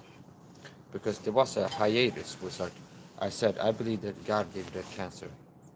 And that's his school. The Bible teaches that God for Christian sins can give you health problems, including serious ones that will kill you eventually, as chastening. And he himself has taught that doctrine. Yeah, that's what God does. Gives you health problems, make you sick, eventually kill you. Now that's not magic, since an angel to drop your head off with a flaming sword. It can be cancer or something like this. So, per se, it's not. So here's the point. He helps you. So he's like, I'm out here, I'm a tornado, persecuted. And notice there's a Bible verse condemn me. But why do you allow those that are more wicked than him to persecute and you keep your mouth shut or something like this? I don't, if I can pull that up, I post it on some community page. But like you allow the righteous to be persecuted by him that is more wicked than him or something like this. Something like that. Oh, Mike, you say I have received righteousness by faith in the gospel. Okay, so people are blind, but going to say, Mike saying right. Yeah, imputation of righteousness, justification by faith alone. And that's the only righteousness that counts in terms of counts for eternity. God doesn't call a lost person righteous. There's none who do not one. They all call not the way that together become unprofitable. Man's best works are as filthy rags before the Lord. I used those verses when reproving Catholicism before as a heretical system. Because Catholics teach salvation by faith and works. And here's another thing. The sinless prayer heretics are Catholic because they teach salvation by prayer. So part of the Catholic, they reminisce the same with the Catholics, because part of the salvation acquiring package the Catholics do is saying prayers, plural. They Hail Mary X amount of times. So part of like how to get to heaven as a Catholic is saying prayers. That's part of how you get to heaven according to Catholic system. And you have this fundamental Baptist or free gracious teaching to go to heaven, pray. See? So it's in the same vein, but it's a work and it's prayer. And I think that the rosary is Hail Mary, full of grace. The grace is God. For by grace are you saved through faith, and then out of itself. So it is a gift of God, not of works of man shall boast. And that's God's grace. So I believe that God allowed Ed to have cancer after he helped the cancer program, which I won the body of Christ. I came out here speaking the truth, and God is my witness. I'm a persecuted Christian, I told him video. Told him with a secret persecution program called gang stalking.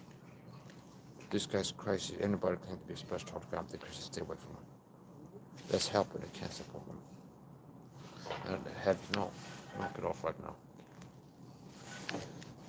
Knock it off right now. Hey, you knock it off right now. Okay? Knock it off right now. I'm trying to channel my inner old person that is like have a stick like shouting at kids in the neighborhood playing loud. But it's like, knock it off right now. Knock it off. Okay, yeah. Just I'm getting there. So here's the point. It's not fully dialed in yet. I need like practical special effects.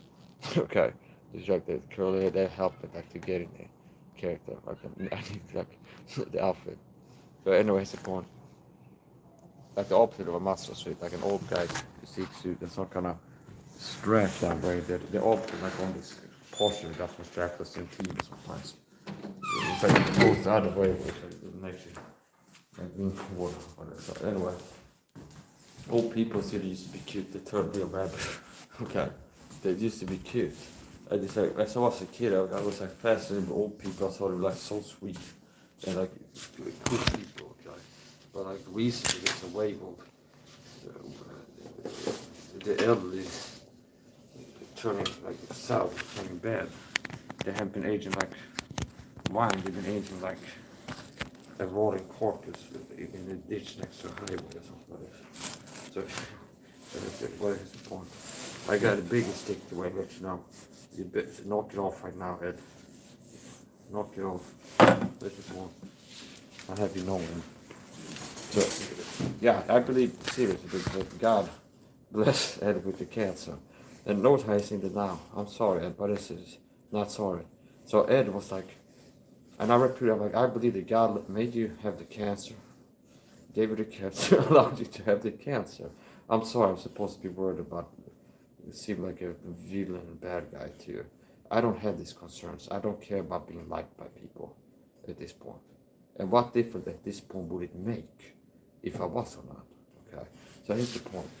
I did not say he has cancer uncalled for. Okay. So I did not. So here's the point. Ed has made videos teaching God can give Christians health problems for doing evil sins. And I can hold to that view. God won't, this is sin unto death. Many of you are sick, sleep because of sins. It might be that many monsters. You get more serious at that, but if you're a monster type Christian, Bible teacher, pastor. Ed makes videos. Oh, Mike is being cancer. He's being destroyed by cancer's persecution points, all the murder. The border crisis. I just help the cancer. Help the wolves.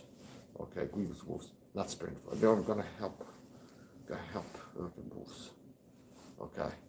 This is dying like a whatever. If God has his word for them and whatever. So that's the thing. It's like Ed is in there. It is the janitor sweeping the floor. It'd be like, God damn, that guy. He got a raw deal. And Ed was like, yeah. You got the cancer. Okay. And the guy's like, what happened? Like, oh, I don't know what's what it is, but here's the point. This is a conversation. Don't take it too seriously. So here's the point. They have like a janitor in every hospital that is an employee. And their job is to remind people, like people in the ICU, they're dying of the cancer. Not cancer, they're dying of what they're dying of. They're dying of old age. And it's like, the janitor comes, I forgot him. There's another guy that take Max House health advice. He say, you guys, I'm dying. And he's like, yeah. There's another guy me yesterday, hasn't been listening to Max House YouTube channel. And you say, and I'm not saying that the janitor is supposed to be doing this, but this is a mental model of what they're doing to themselves. So here's the point. Edward P. I do believe there's a lot of Christians and people that would end up in the hospital who would find my channel 6 years ago and not taking me seriously and listen to my advice. The health, fitness, every detail, everything I've been teaching. So, anyway, I didn't give the cancer to Ed. He chose to be a guy having cancer and calling it a blessing. So I didn't make him that way. He chose to be that. Okay. See. So that's the point. Ed was in the hospital. He's got the cancer, and before so here's the time I said, like I'm a targeting the don't talk about the persecution program, Christian, targeting the talk about the persecution program. Ed goes, oh, here's me saying this guy's crazy, stay away from him, which means he helps the program to get away with all the murder minutes from my life. He's helping. As a useful idiot at best. As a paid participant at worst. And then I can really see how God will do cancer. Because this program is like a cancer. And then after, I think he already had a cancer, but it comes into bloom. And he gets to the point where it's like, he got cancer, it's like a week where he's not uploading videos. So it's a pattern break where we upload 3 videos a day. There's a weekend that's upload YouTube videos. People asking like, hey, where are you at? I'm dealing with the cancer, I'll be back. So, okay. Then it's like, the frequency, it becomes like longer stretches of more uploads, like 2 weeks and like a month, and people are like, what are you doing? I'm working to come back, I got low ended or something like this. Maybe he got the wrong shots. He's talking about he gets shots and it lowers his testosterone. And what he said is what Mike Seisberg teaches on testosterone this year, taught by God, that testosterone gives you energy. So if testosterone is low, you're more easily fatigued, and people accuse me on meth because I have health fitness system applied that protects my testosterone. Strength, speed, power, energy, but people accuse me on meth because they see how much I'm live streaming and what I'm doing athletically. Because God has taught me secrets to protect my testosterone. From praying to God to be strong and athletic. God knows Mike is a human body I made, and his strength physically is testosterone to a big part. So he needs to know why a lot of guys have low T and how to keep his high, like raise it and keep it high. To have this prayer that I want his temple of the Holy Ghost to be strong and healthy. So it's like he's asking, seeking, knocking, and this coming like the stuff is not from lifting weights alone. God is prophet all things. God exercised prophet little, but God has profited all things, and has promised in this world, and what to come. All things, category of all things: physical health, athleticism, strength, okay, intelligence, and things like this. Here's another thing that God allowed me to see. Abraham, when he dwelt in the plains of Mamre with Sarah, his wife, nay, but thou didst laugh. And there were 3 men that appeared. And Abraham ran and fetched a calf or kid, whatever he said, I don't know. But he ran. The guy was 80 plus years old. He ran, picked up weight, 20 plus kilo, went back, like hurried, make cakes upon the hearth. And you on the shadow, Marie could sit here, okay, you want to begin a food. And they delivered the message that Sarah's gonna bear a child. She's gonna, okay. Then she's being past the age of childbearing, where like her body has stopped being able to get pregnant, and she knows that, okay. So it'd be similar to like if I told, I don't know, anybody, like next week you're gonna be walking on water or something like this.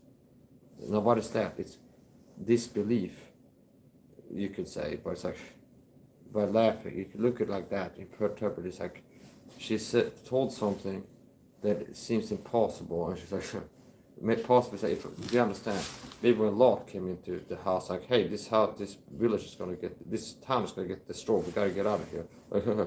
They look at someone who mocks. It's like, yeah, very funny there also for this. Do you understand? So they were told, like, you're gonna have a child. That's actually laughed. And they said, hey, why did thou laugh? They said, no, but I did laugh. Because these were people that weren't lying, okay? Which means they would reprove her sinful unbelief at a promise. Being fully persuaded is the right response. That which had been promised unto her, he was able to perform.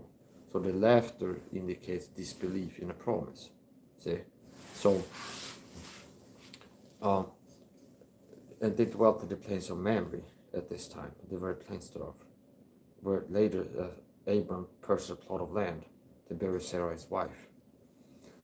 And notice how he was 80 plus and ran, whereas a lot of 80-year-olds in Sweden walk with a cane and a roll later. Okay, so I don't believe that Abraham had like, well, okay, I believe that Abraham, from being close to God, is a pattern of being stronger and fitter and faster and healthier and more lively. The children of God are not as the world's, the children disobedient of. They are live, delivered, or the midwives are coming out to them. One way I stand out is my physique, my energy, my stamina. With lost people accused of being on drugs, because this performance seems enhanced and rare, the energy of what I'm doing. They had to accuse of being on drugs. So they know not what they speak or what they affirm. So here's the point. Sarah and Abram, now she's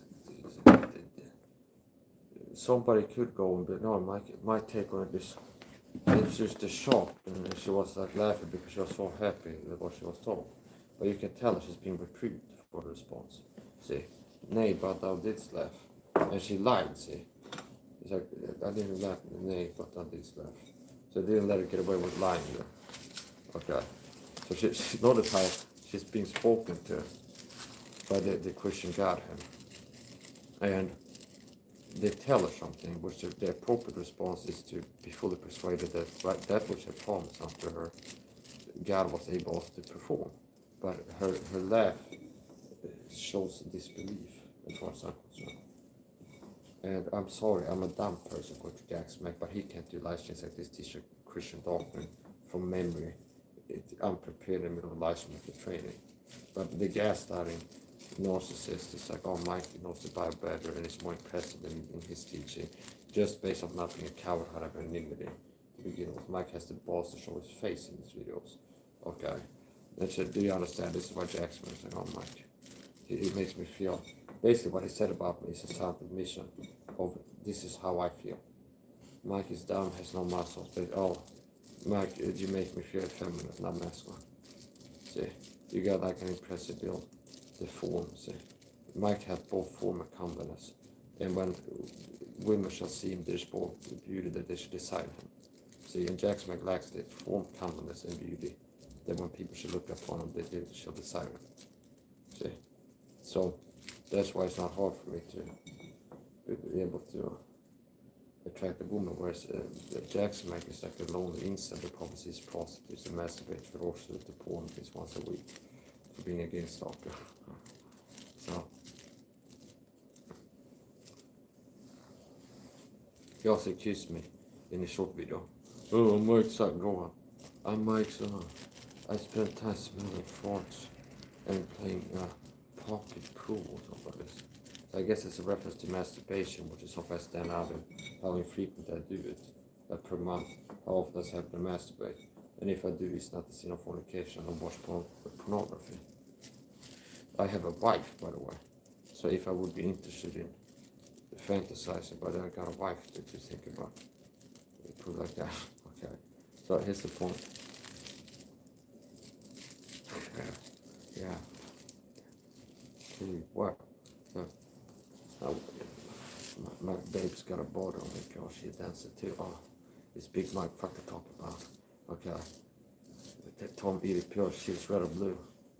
Okay, Bobby got the cell phone stick, better answer, dude. Okay. Yeah.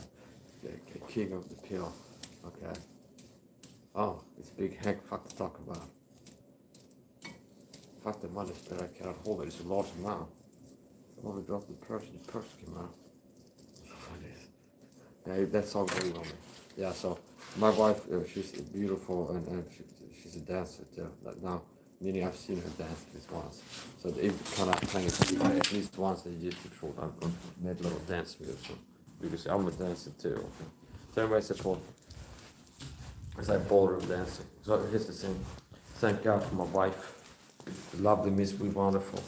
More wonderful than last time. Almost like every time I talk to her, she's a little bit more wonderful than last time. So, winning in life. Meanwhile, Jack Smack sleeps at the local homeless shelter, blowing blowing guys for crack money. Okay. And sometimes he goes down and pays them. Okay. That's how much he loves it. This is the level of what he said is short. So anyways, the point. He said I go out smelling farts. I don't smell any farts, okay?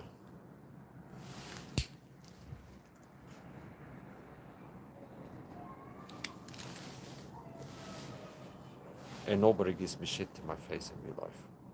See? But coward bulls on the internet never fuck with me in real life. They act real tough over the internet behind a keyboard like the narcissistic coward bulls that you are. So.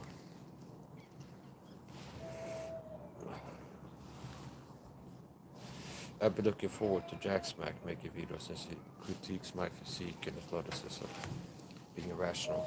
I've been looking forward to him making videos doing push-ups, pull-ups, bicep hammer curls, anything that shows strength or ability. Because it's easy to talk about what I'm doing. I talk about Mike's body, his flexing videos or training. And I'm a guy that doesn't dare to show my body because I'm a scared coward. He's a weak beta cack. He's LARPing being a leader.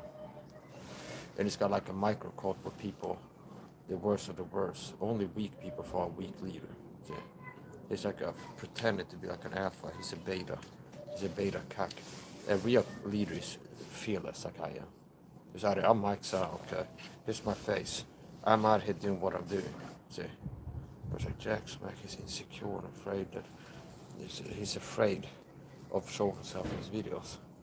Then he's like, that's the only answer. What else would it be? Unless you're afraid of the consequence of showing your face, why wouldn't you? Because it's an advantage. And the pattern has never been in the Bible that Christians are covertly teaching. But like Paul was at Mars Hill, with a bank robber hoodie. He'd be like, I'm a guy here, okay, nom de plume, Bob Jones. And I'm here to tell you about God, or something like this. Teach the Bible. No. That's not the pattern of Christian leadership. Manly leaders. Like being a scared coward rat cockroach type that hides in the shadows, afraid to show your face, and then because it doesn't exactly inspire trust to hide identity either. Like I talked about before, there's a lot of people that you're gonna one day possibly wake up to be like, wow, Mike was right. You would have heard about Susan Humphries 6+ years ago if you would have been listening to me, rather than, oh, I heard about the Susan Humphrey chick on yoga podcast. Okay, like 3 months ago or something, in front of the podcast. Oh, this Indian doctor on Samantha's YouTube channel. He says,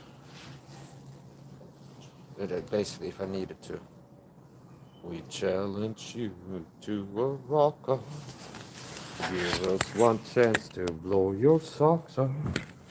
There's just no way that you can win. That was a masterpiece. I rock too hard because I'm not a mortal man. Okay, so if Samantha wants to have an acting off on a piano, light piano, have me up there and have an act off, then do line readings together. And I'd be all dolled up, looking handsome AF, and I'd learn an Indian accent, the whole nine if needs be.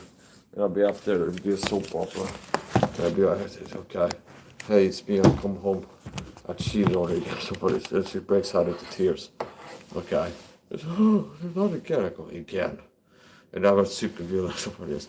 And she's like, yeah, again. Okay, and I'm building a harem, damn it. I'm gonna build a harem in our house. You're just not enough for me anymore. Okay. And she's like, no, it can't be true. It is true, okay. There's a dramatic close-ups. See? So I come home from work. I cheated on you again. Okay. She goes, not again. Yes, again. And we're building a harem in our basement. You're just not enough for me anymore. So far this. It's like, that's so cruel. No, that's the way it ought to be, you understand? Something like this. So that will work, okay, Bollywood. They will work, okay, low budget. It's like the first take that would work in a certain context. So here's the point. Okay, it's like, here's the thing. If Samantha feels testy, Froggy wants to jump up on a panel with Mike Sam and do an acting off, it's like, I'll act her socks off, understand? It's like, I'll act, they fire her for whatever she had booked and they hire me instead. Because like, this guy can act so hard that it's like, we don't need anybody else. This is the whole production. This guy can play every role in the opera, soap opera. He can play everybody, understand? Or just, it should be a one acting movie, understand? That's the level. That's end stage act is one guy, one man, understand? One plan. He is Mike Saha, okay?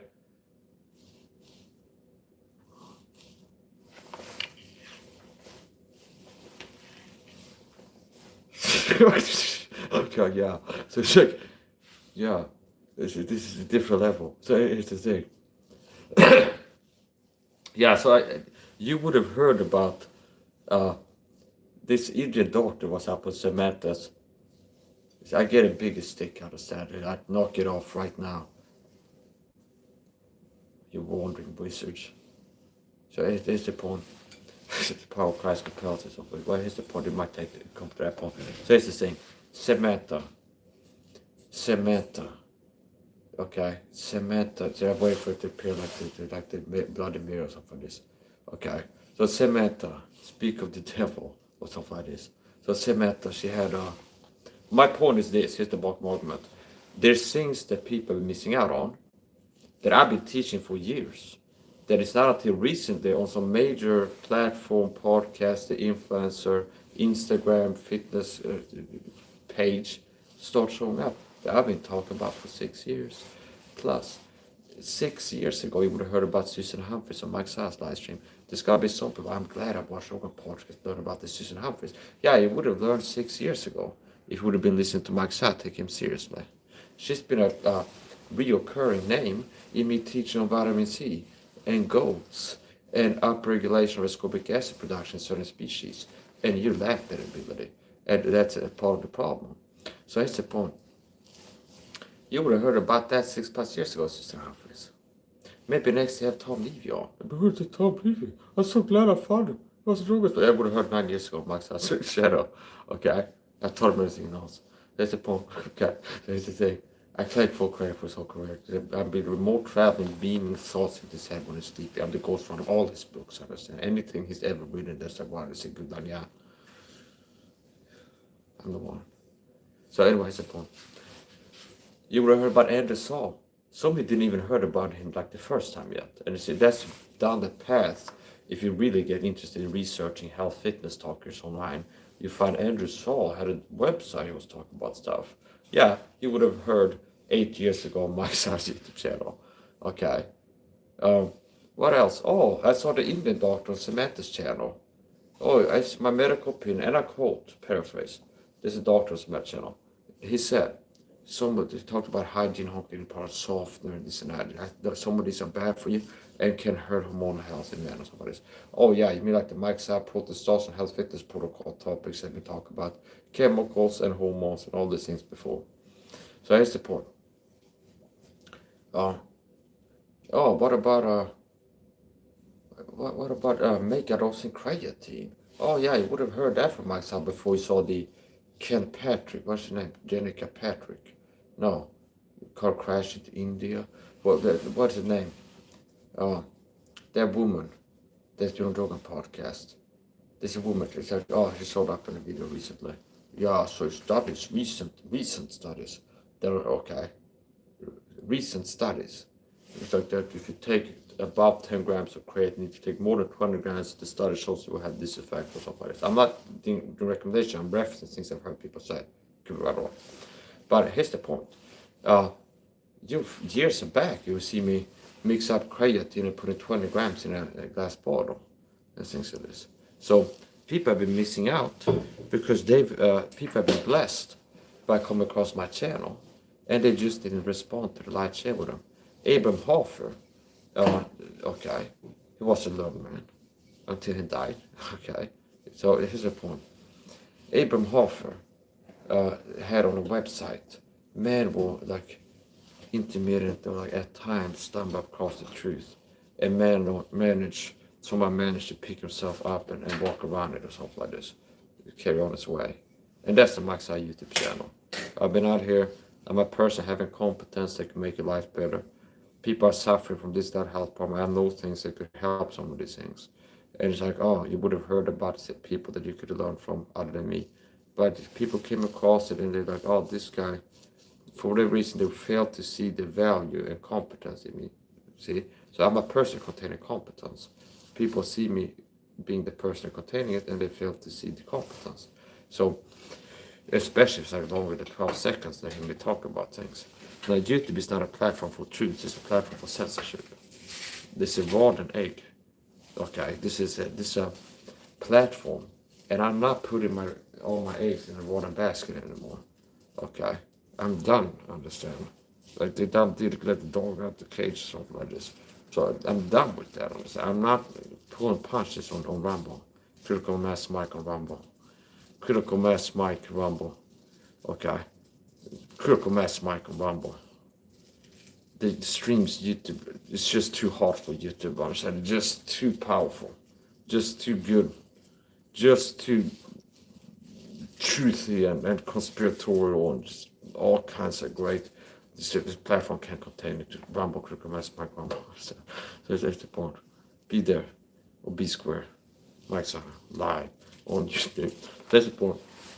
Yeah, so this Samantha chick, maybe I get curious. I didn't get too interested. Okay, but maybe I Google. I didn't see any major production.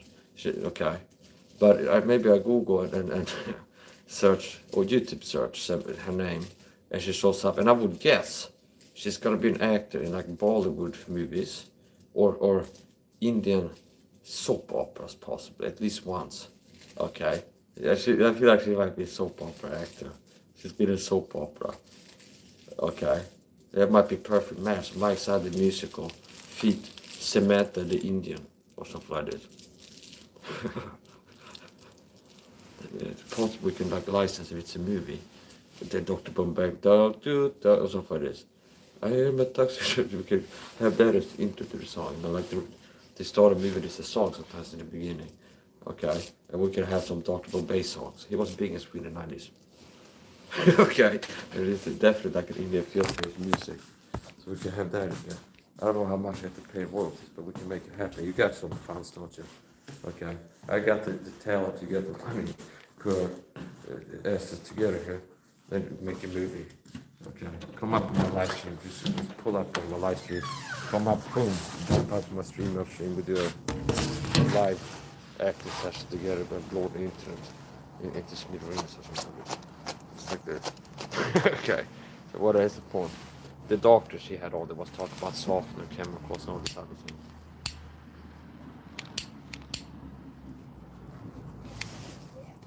So I've had to change my ways with Tom Levy because he got bad in a bad way. Okay, he got real bad in a bad way. And he should have read the Bible, the Old Testament, the New. I don't know what he's been reading, but if he's been reading the Bible, he hasn't been using that thing in between his temples. Okay, so I recommend Tom Levy read the New Testament, Romans chapter 1-4. Okay, Ephesians chapter 29, 1 Corinthians 3-4, Acts 16, 30-31. I told you what Romans chapter 1, we're going 5 on Tom Levy. Romans chapter 1-5 on Tom Levy. Okay, so read that, use the thing in between your brain, believe what you're able to see in there. And that's a choice. Tom Levy, he's headed for perilous times. He's headed for hardship. He needs to get the parachute. He's in a plane, he's gonna go down, get the parachute, pack his clothes together. I feel like he's the type of guy who goes flying. He flies in, what is that, business class. And it's like he rides in the caboose with the packaging and the animals that are shipped to China. So like the back of the passenger plane had like the cargo bay where they had like animals in cages. Okay, like rabbit, like monkeys, and it's like these things are a bit shallow for planet to deal with it.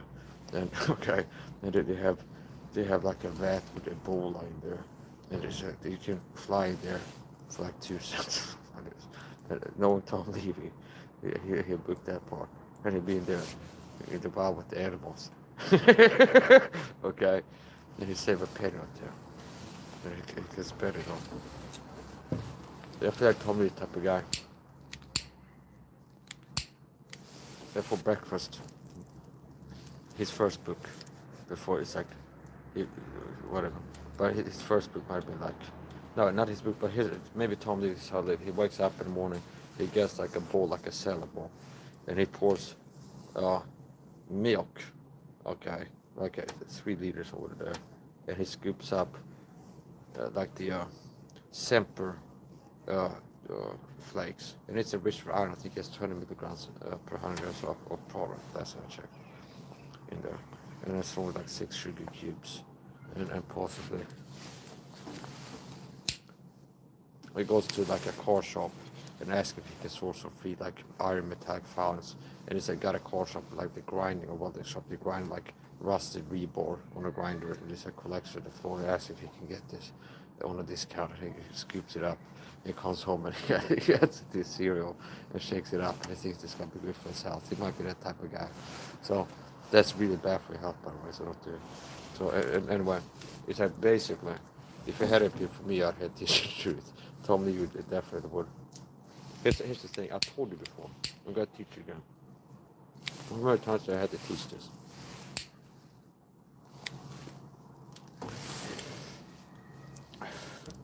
Humans' body needs and problem is merely spiritual. Most people get saved young. What happens physically as a human age? Blurry vision. You require reading glasses more likely after 20 than before. Each year after 20, you become more likely to be a person and have needs of glasses. Go to the optician and need to supply focus for this. Hearing. Most old people in the elderly homes, they used to have like horns. That's really cool. But now they have like hearing aids, like machines. So, okay. So they get dull of hearing and dull of seeing. And the truth, so that's a physical reality. And the truth is that most people get saved young before the 30. That doesn't mean it's impossible before the 30, but the chance of you getting saved decreases year by year.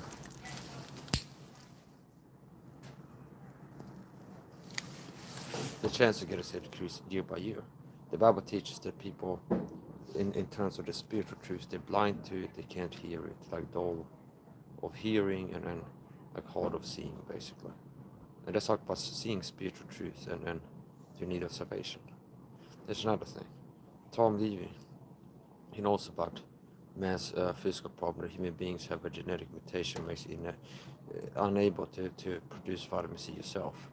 And severe deficiency like scurvy level where your gums are bleeding is definitely bad for your health and not conducive to a good lifespan. So that is where the spiritual, where human beings are born lacking righteousness and lacking the ability to produce righteousness. Righteousness is something you need to live forever and not suffer inflammation, eternal fire in the lake of fire. See? So I see the correlations between man's as above so below. The Mason should pay me to write notebooks for them with what I'm seeing. Okay. And I think Solomon had the same type of insight living life being who he was as I do. Was like he gains wisdom one area superseding 99% of the population. And then in another area, and it's like, oh, like there's a thing here and it all ties together or something like this. So, well, unfortunately, it's not that Solomon's around, so a man my equal. It's hard to find people to be able to record the conversations with anymore. Back in the day, don't believe the lies, by the way. Where some people try tricking to think that people before the Middle Ages, like brute savages, devoid of understanding, like them. I believe you had more like a genius of IQs, like right after the flood, than we have now. Okay, and maybe every person right after the flood had like a 300 IQ, okay, or something like this, or 400 or something like this, like ridiculous numbers.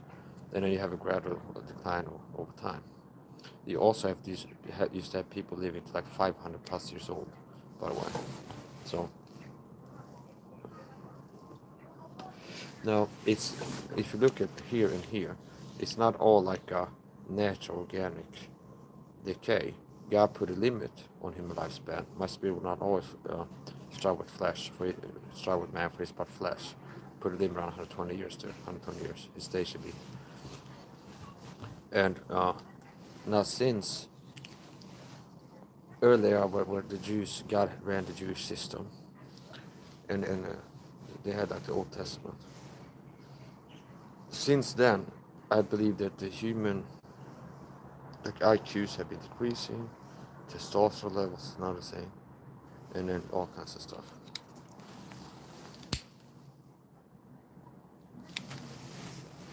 Here's what I'm saying. I believe that people are less vitamin deficient, quite possibly, in it's like 100 years before Christ. In that culture than a lot of people now. So it's low on the top. It's low on the top, the peak. It's low on the top. Most people like I'm saying this, and it is provocative, but I feel like the guy in the Idiocracy movie. He wakes up in the future, everybody's an idiot. Okay. And it's not like a fool, like I'm relating to everything in there, but it's like you tell people, hey, stop giving your children out there sugar water. Why don't you make some vitamin water, or give them some vitamin water, and like don't give them the cereal that's bad for you, the sugary cereal and stuff. And why don't you quit using the softener when you wash your clothes? Say, why are you crazy? So you're dealing with people so hopelessly inert depend on the system.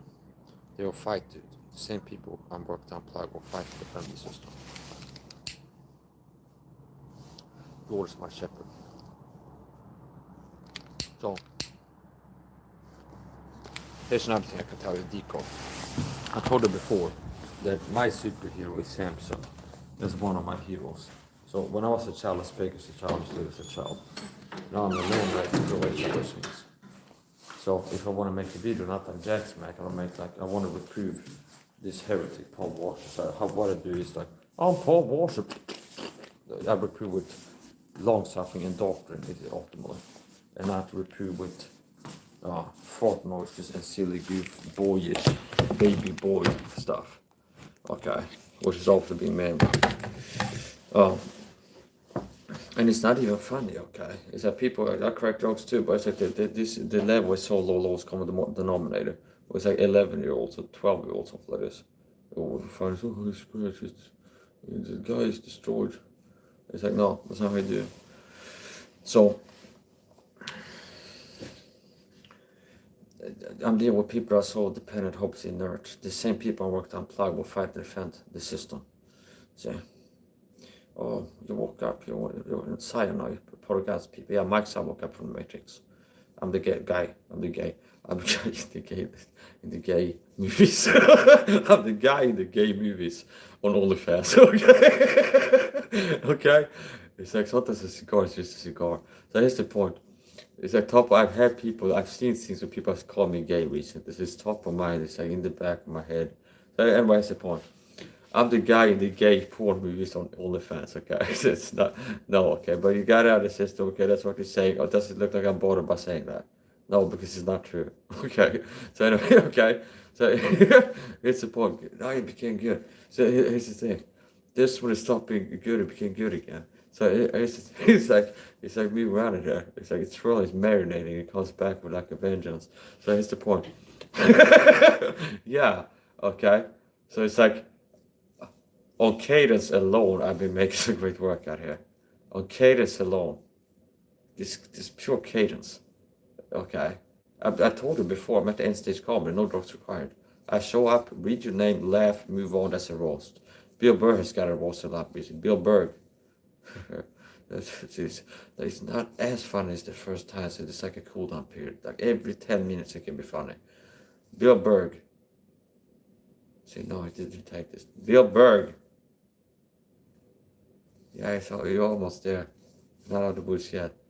This is Bill Berg roast. Bill Berg. Yeah. Joe Rogan. See, that's the roast. End stage come. No jokes, all laughs. See? Also, I told you before, I'm the best guy to hire for a comedy set. Normally, I have to hire a guy to make jokes and other people show up laughing. Okay? So we need to fill this room. Comedy. We need a guy cracking jokes, people laughing at the jokes. I'm a one-stop shop, one-man band. I show up, crack the jokes, laugh, move on, pay me, bye. Okay, it's a one-stop shop.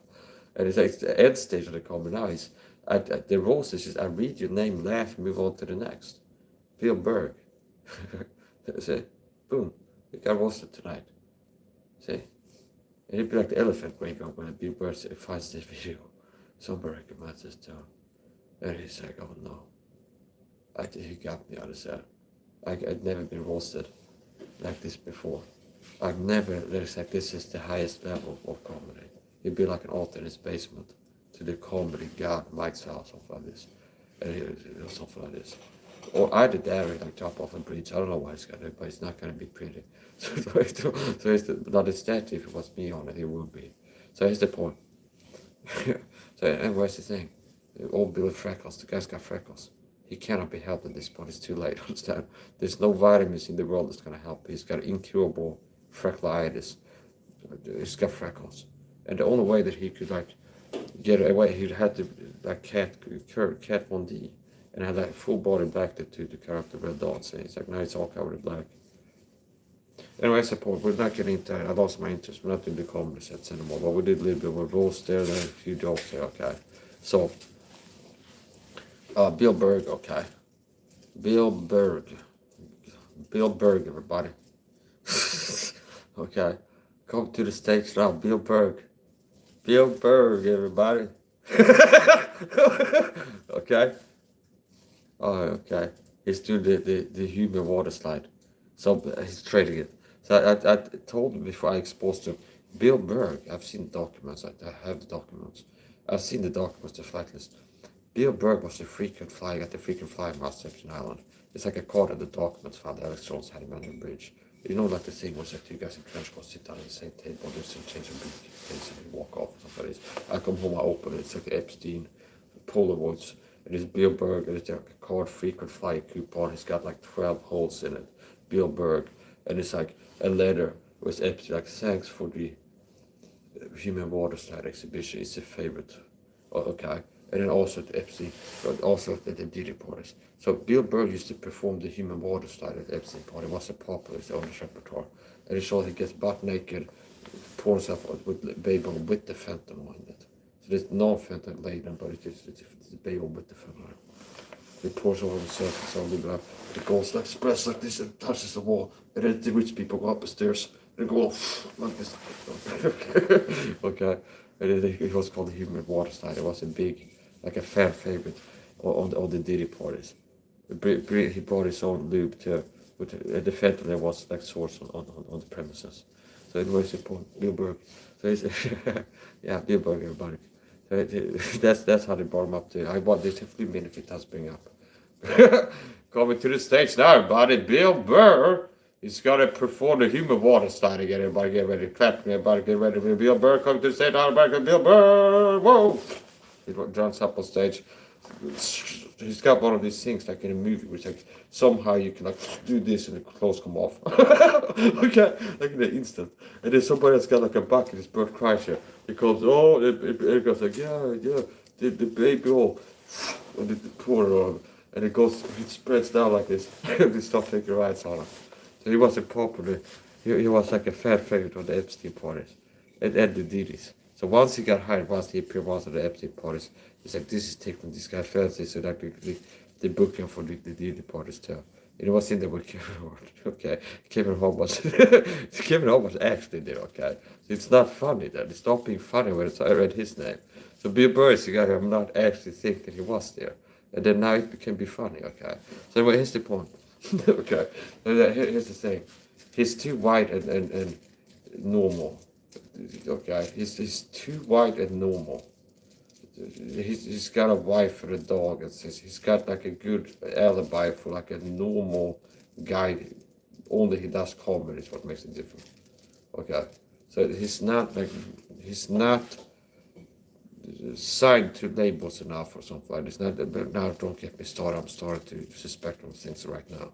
So okay, so it's like real time. This just in.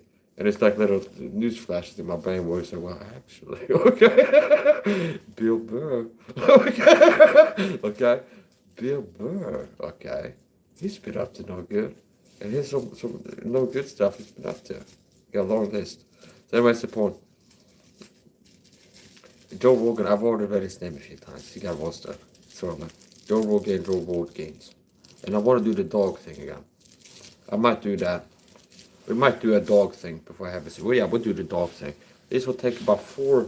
It'll be like a 6-minute setup to the punchline, okay? So here we go. Get ready for the funniest joke you ever heard, okay?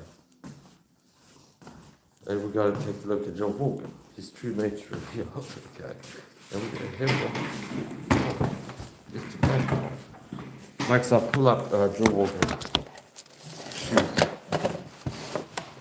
Jaw exercises. Joe Rogan jaw exercises.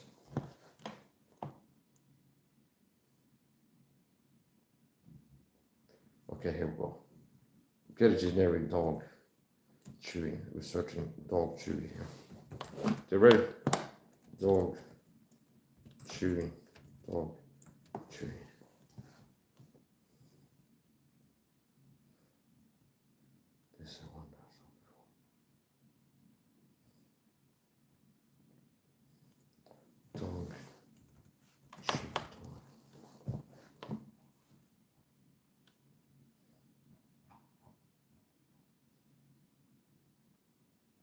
It was funny when it was a small dog, so they had some options. You know, it's a different one this time. Dog chew. Dog chew.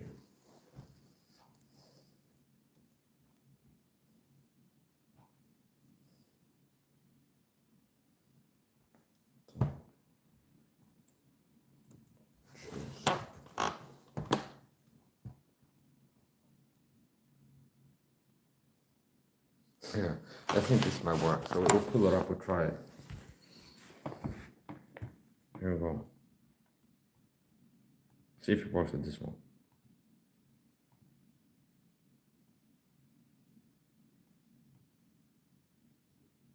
Mount your teeth piece. My husband works out like 5 to 7. If I right click.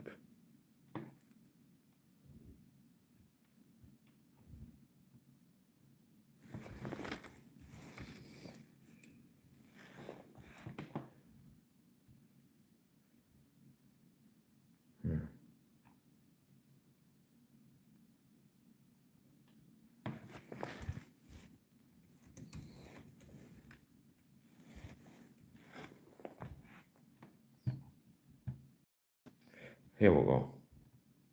I have a device that I use, but it's basically like a half of a rubber ball that I put in my mouth and I bite down on, and I do reps with my For face. jaw reps? Yeah, yeah. Where do you do this at? You do it in the Do it in truck? my house. Okay.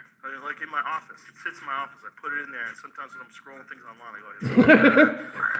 Go over So I try to better my face. I try literally like. It my was a jaw's different gotten dog when I stronger used because last. of that. Strong jawline. That's a. The I small have one a was fun. device that I use, but it's basically like a half of a rubber ball that I put in my mouth and I bite down on, and I do reps with my For face. jaw reps? Yeah, yeah. Where do you do this at? You do it in the Do it in truck? my house. Okay. Like in my office. It sits in my office. I put it in there, and sometimes when I'm scrolling things online, I go. So I try to better my face. I try literally like. My jaw's gotten stronger because of this. I've been doing it for years. Like Strong jawline. That's yeah. a. I have a device that I use, but it's basically like a half of a rubber ball that I put in my mouth and I bite down on, and I do reps with my For face. jaw reps? Yeah, yeah. Where do you do this at? You do it in the Do it in truck? my house. Okay. Like in my office. It sits in It's my office. better I put dog, it in there, you know. and sometimes when I'm scrolling things online, I go. So I try to better my face. I try literally like. My jaw's gotten stronger because of this. I've been doing it for years. Like Yeah, so it was jawline, like that's the a- magic. I have a The light and device ball. that I use. One time I really timed it wrong.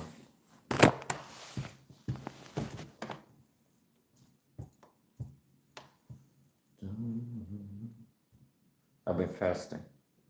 Didn't eat as usual. Reform concept, a lot of Christians out there. Just as said, listeners, having discipline and not being a slave to passions and hunger and porn watching and all the other filthy freak betas. Only beta cucks follow Jackson Mac. I'm not in the stream. I gotta call my wife.